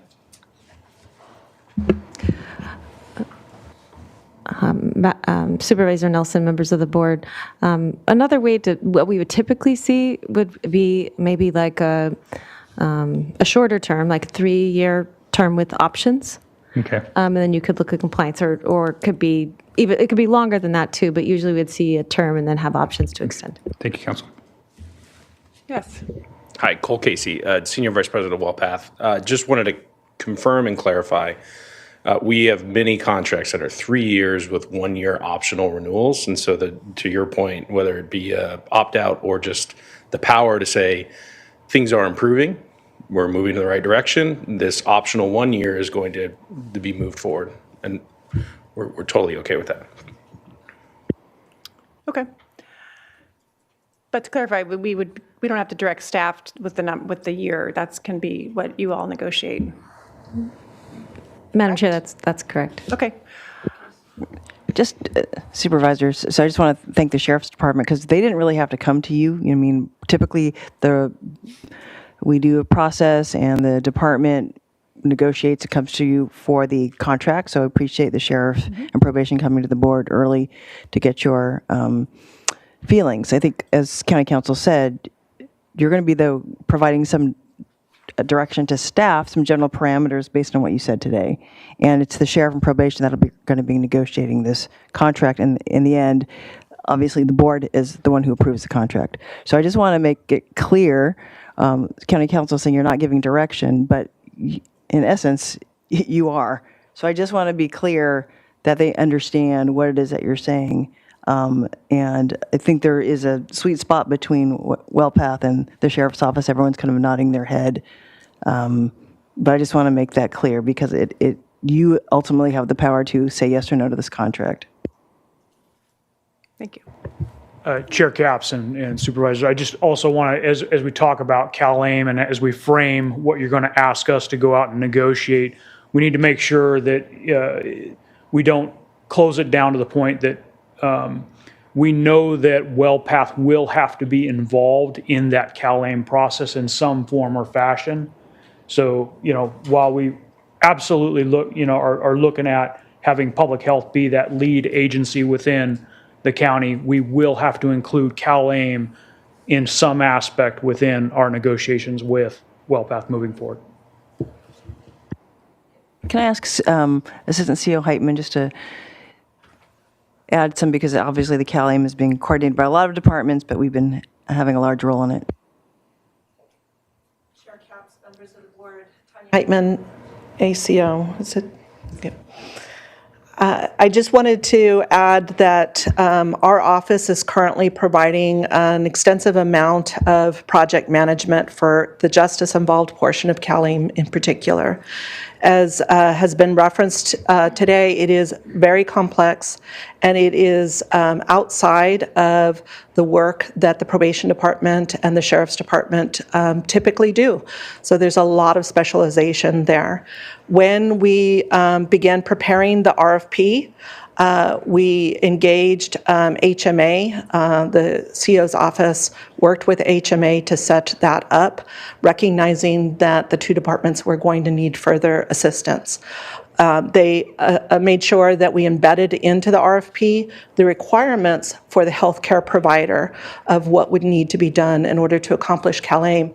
But we set it up that the administration of CalAIM would happen outside of WellPath, or whatever healthcare provider we had in the jail. They're not expected to do the billing as an example. We anticipate that to be a county function, whether we use a third-party administrator or we do it ourselves. We always anticipated billing to happen outside of the provider. Where I think this nuance is that we're not suggesting that the healthcare provider won't be implementing CalAIM. It wouldn't change anything that's within the RFP. But who is taking the lead, helping make sure that these efforts go forward and promptly? The CO's office has been doing a lot of project management, and the more that we get involved in this, the more we really recommend that the board look at having someone with more specialization in Medi-Cal billing take the lead on this, because there is a considerable amount of continued work.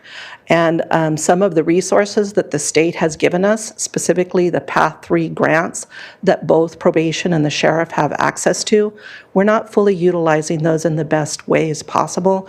And before we submit any type of budget revision to the state, we need to firm up who's going to take the administrative role. But I just wanted to make it clear that what's been represented here is absolutely correct. We have a very collaborative group with Sheriff, Probation, Be Well, Public Health, and the CEO, but we really feel like there does need to be some clear leadership that will ensure that the specialization of Medi-Cal and all of the protections go into that, and it would not affect the RFP for the healthcare provider in particular. Thank you for that. Okay, feels like we need to land this plane.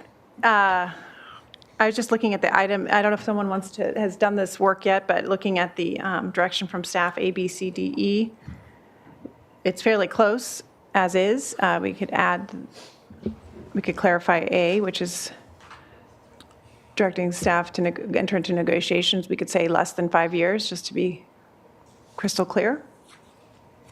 That's amenable? Yeah, I'll go ahead and try to to make a motion.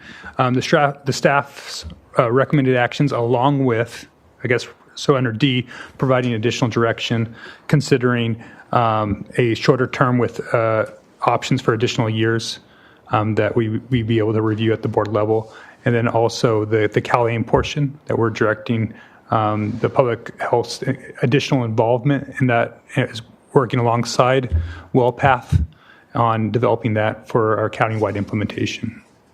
Second. Excellent. We have a motion and a second. All those in favor, would you like to do a roll call? You're good? Okay. All those in favor, please say aye. Aye. Aye. Motion carries. Thanks to everyone involved. This is complicated stuff. Appreciate the many voices.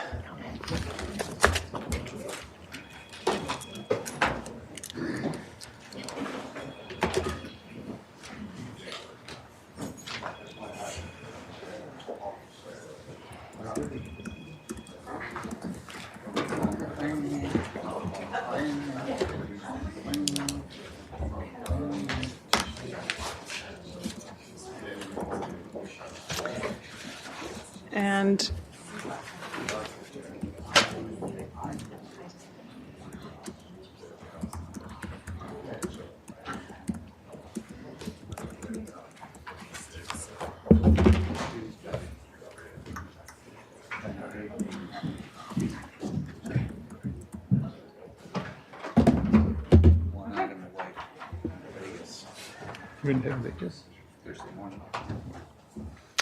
right.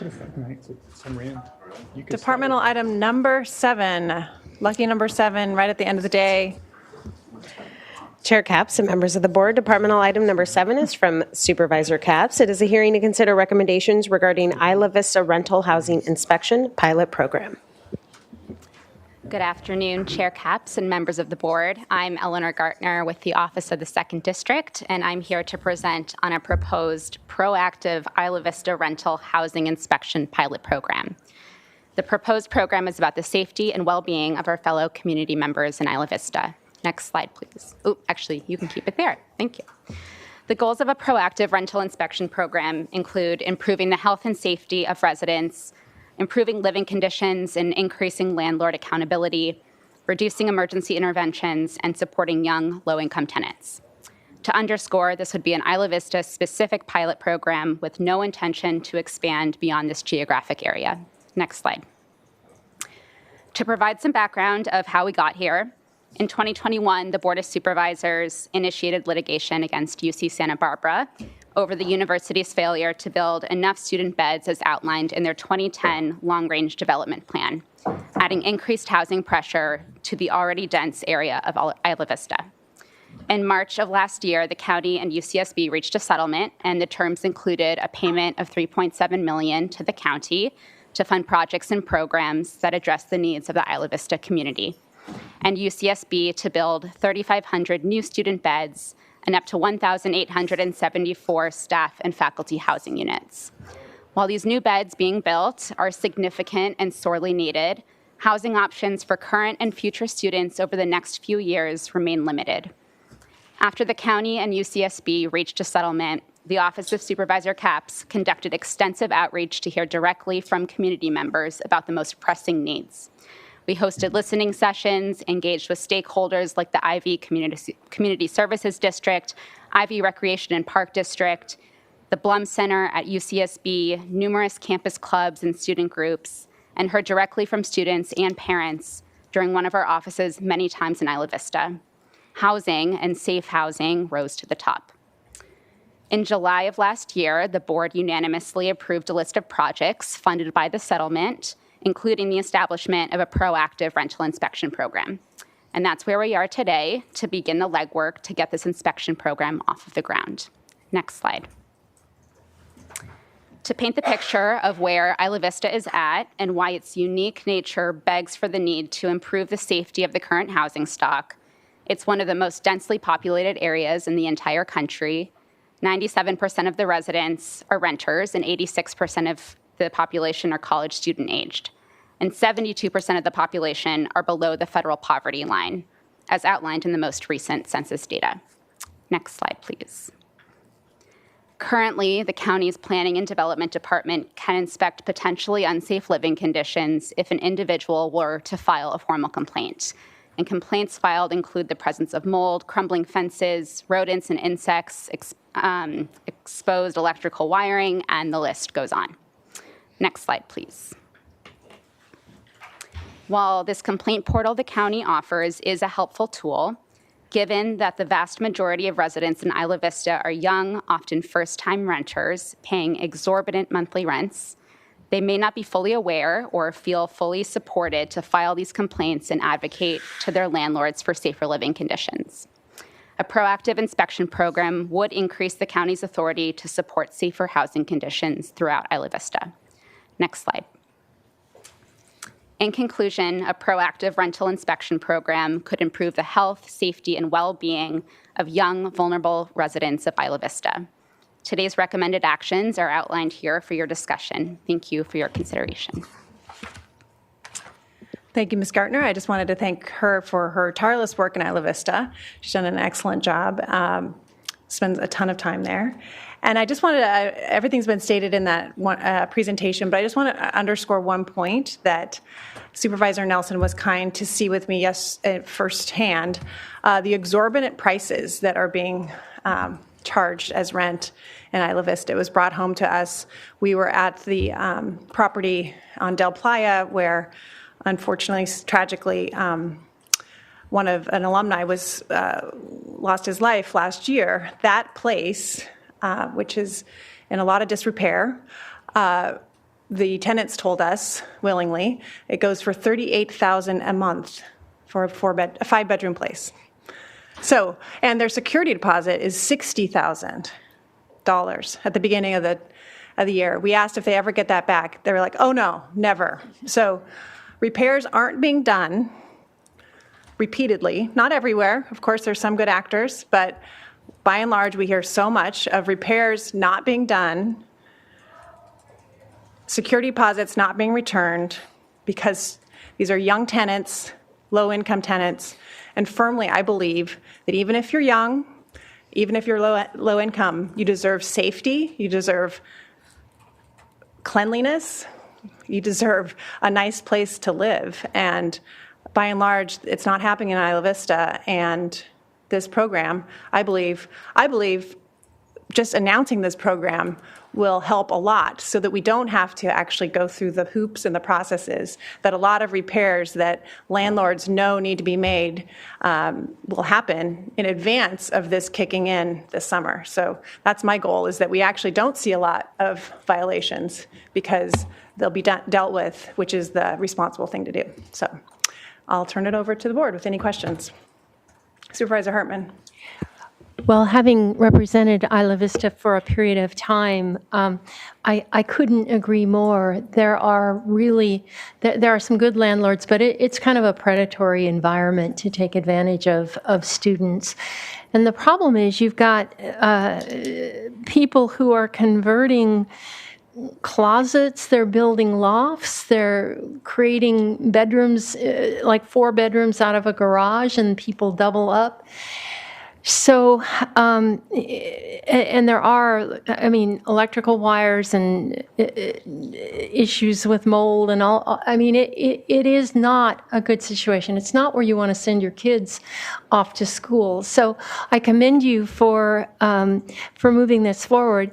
The issue, we were always waiting for UCSB to build their housing so that as students went on campus, then we could move in and start inspecting, because what's going to happen is they're going to have to invest, and they're going to raise the rates even more unless we figure out how to deal with that.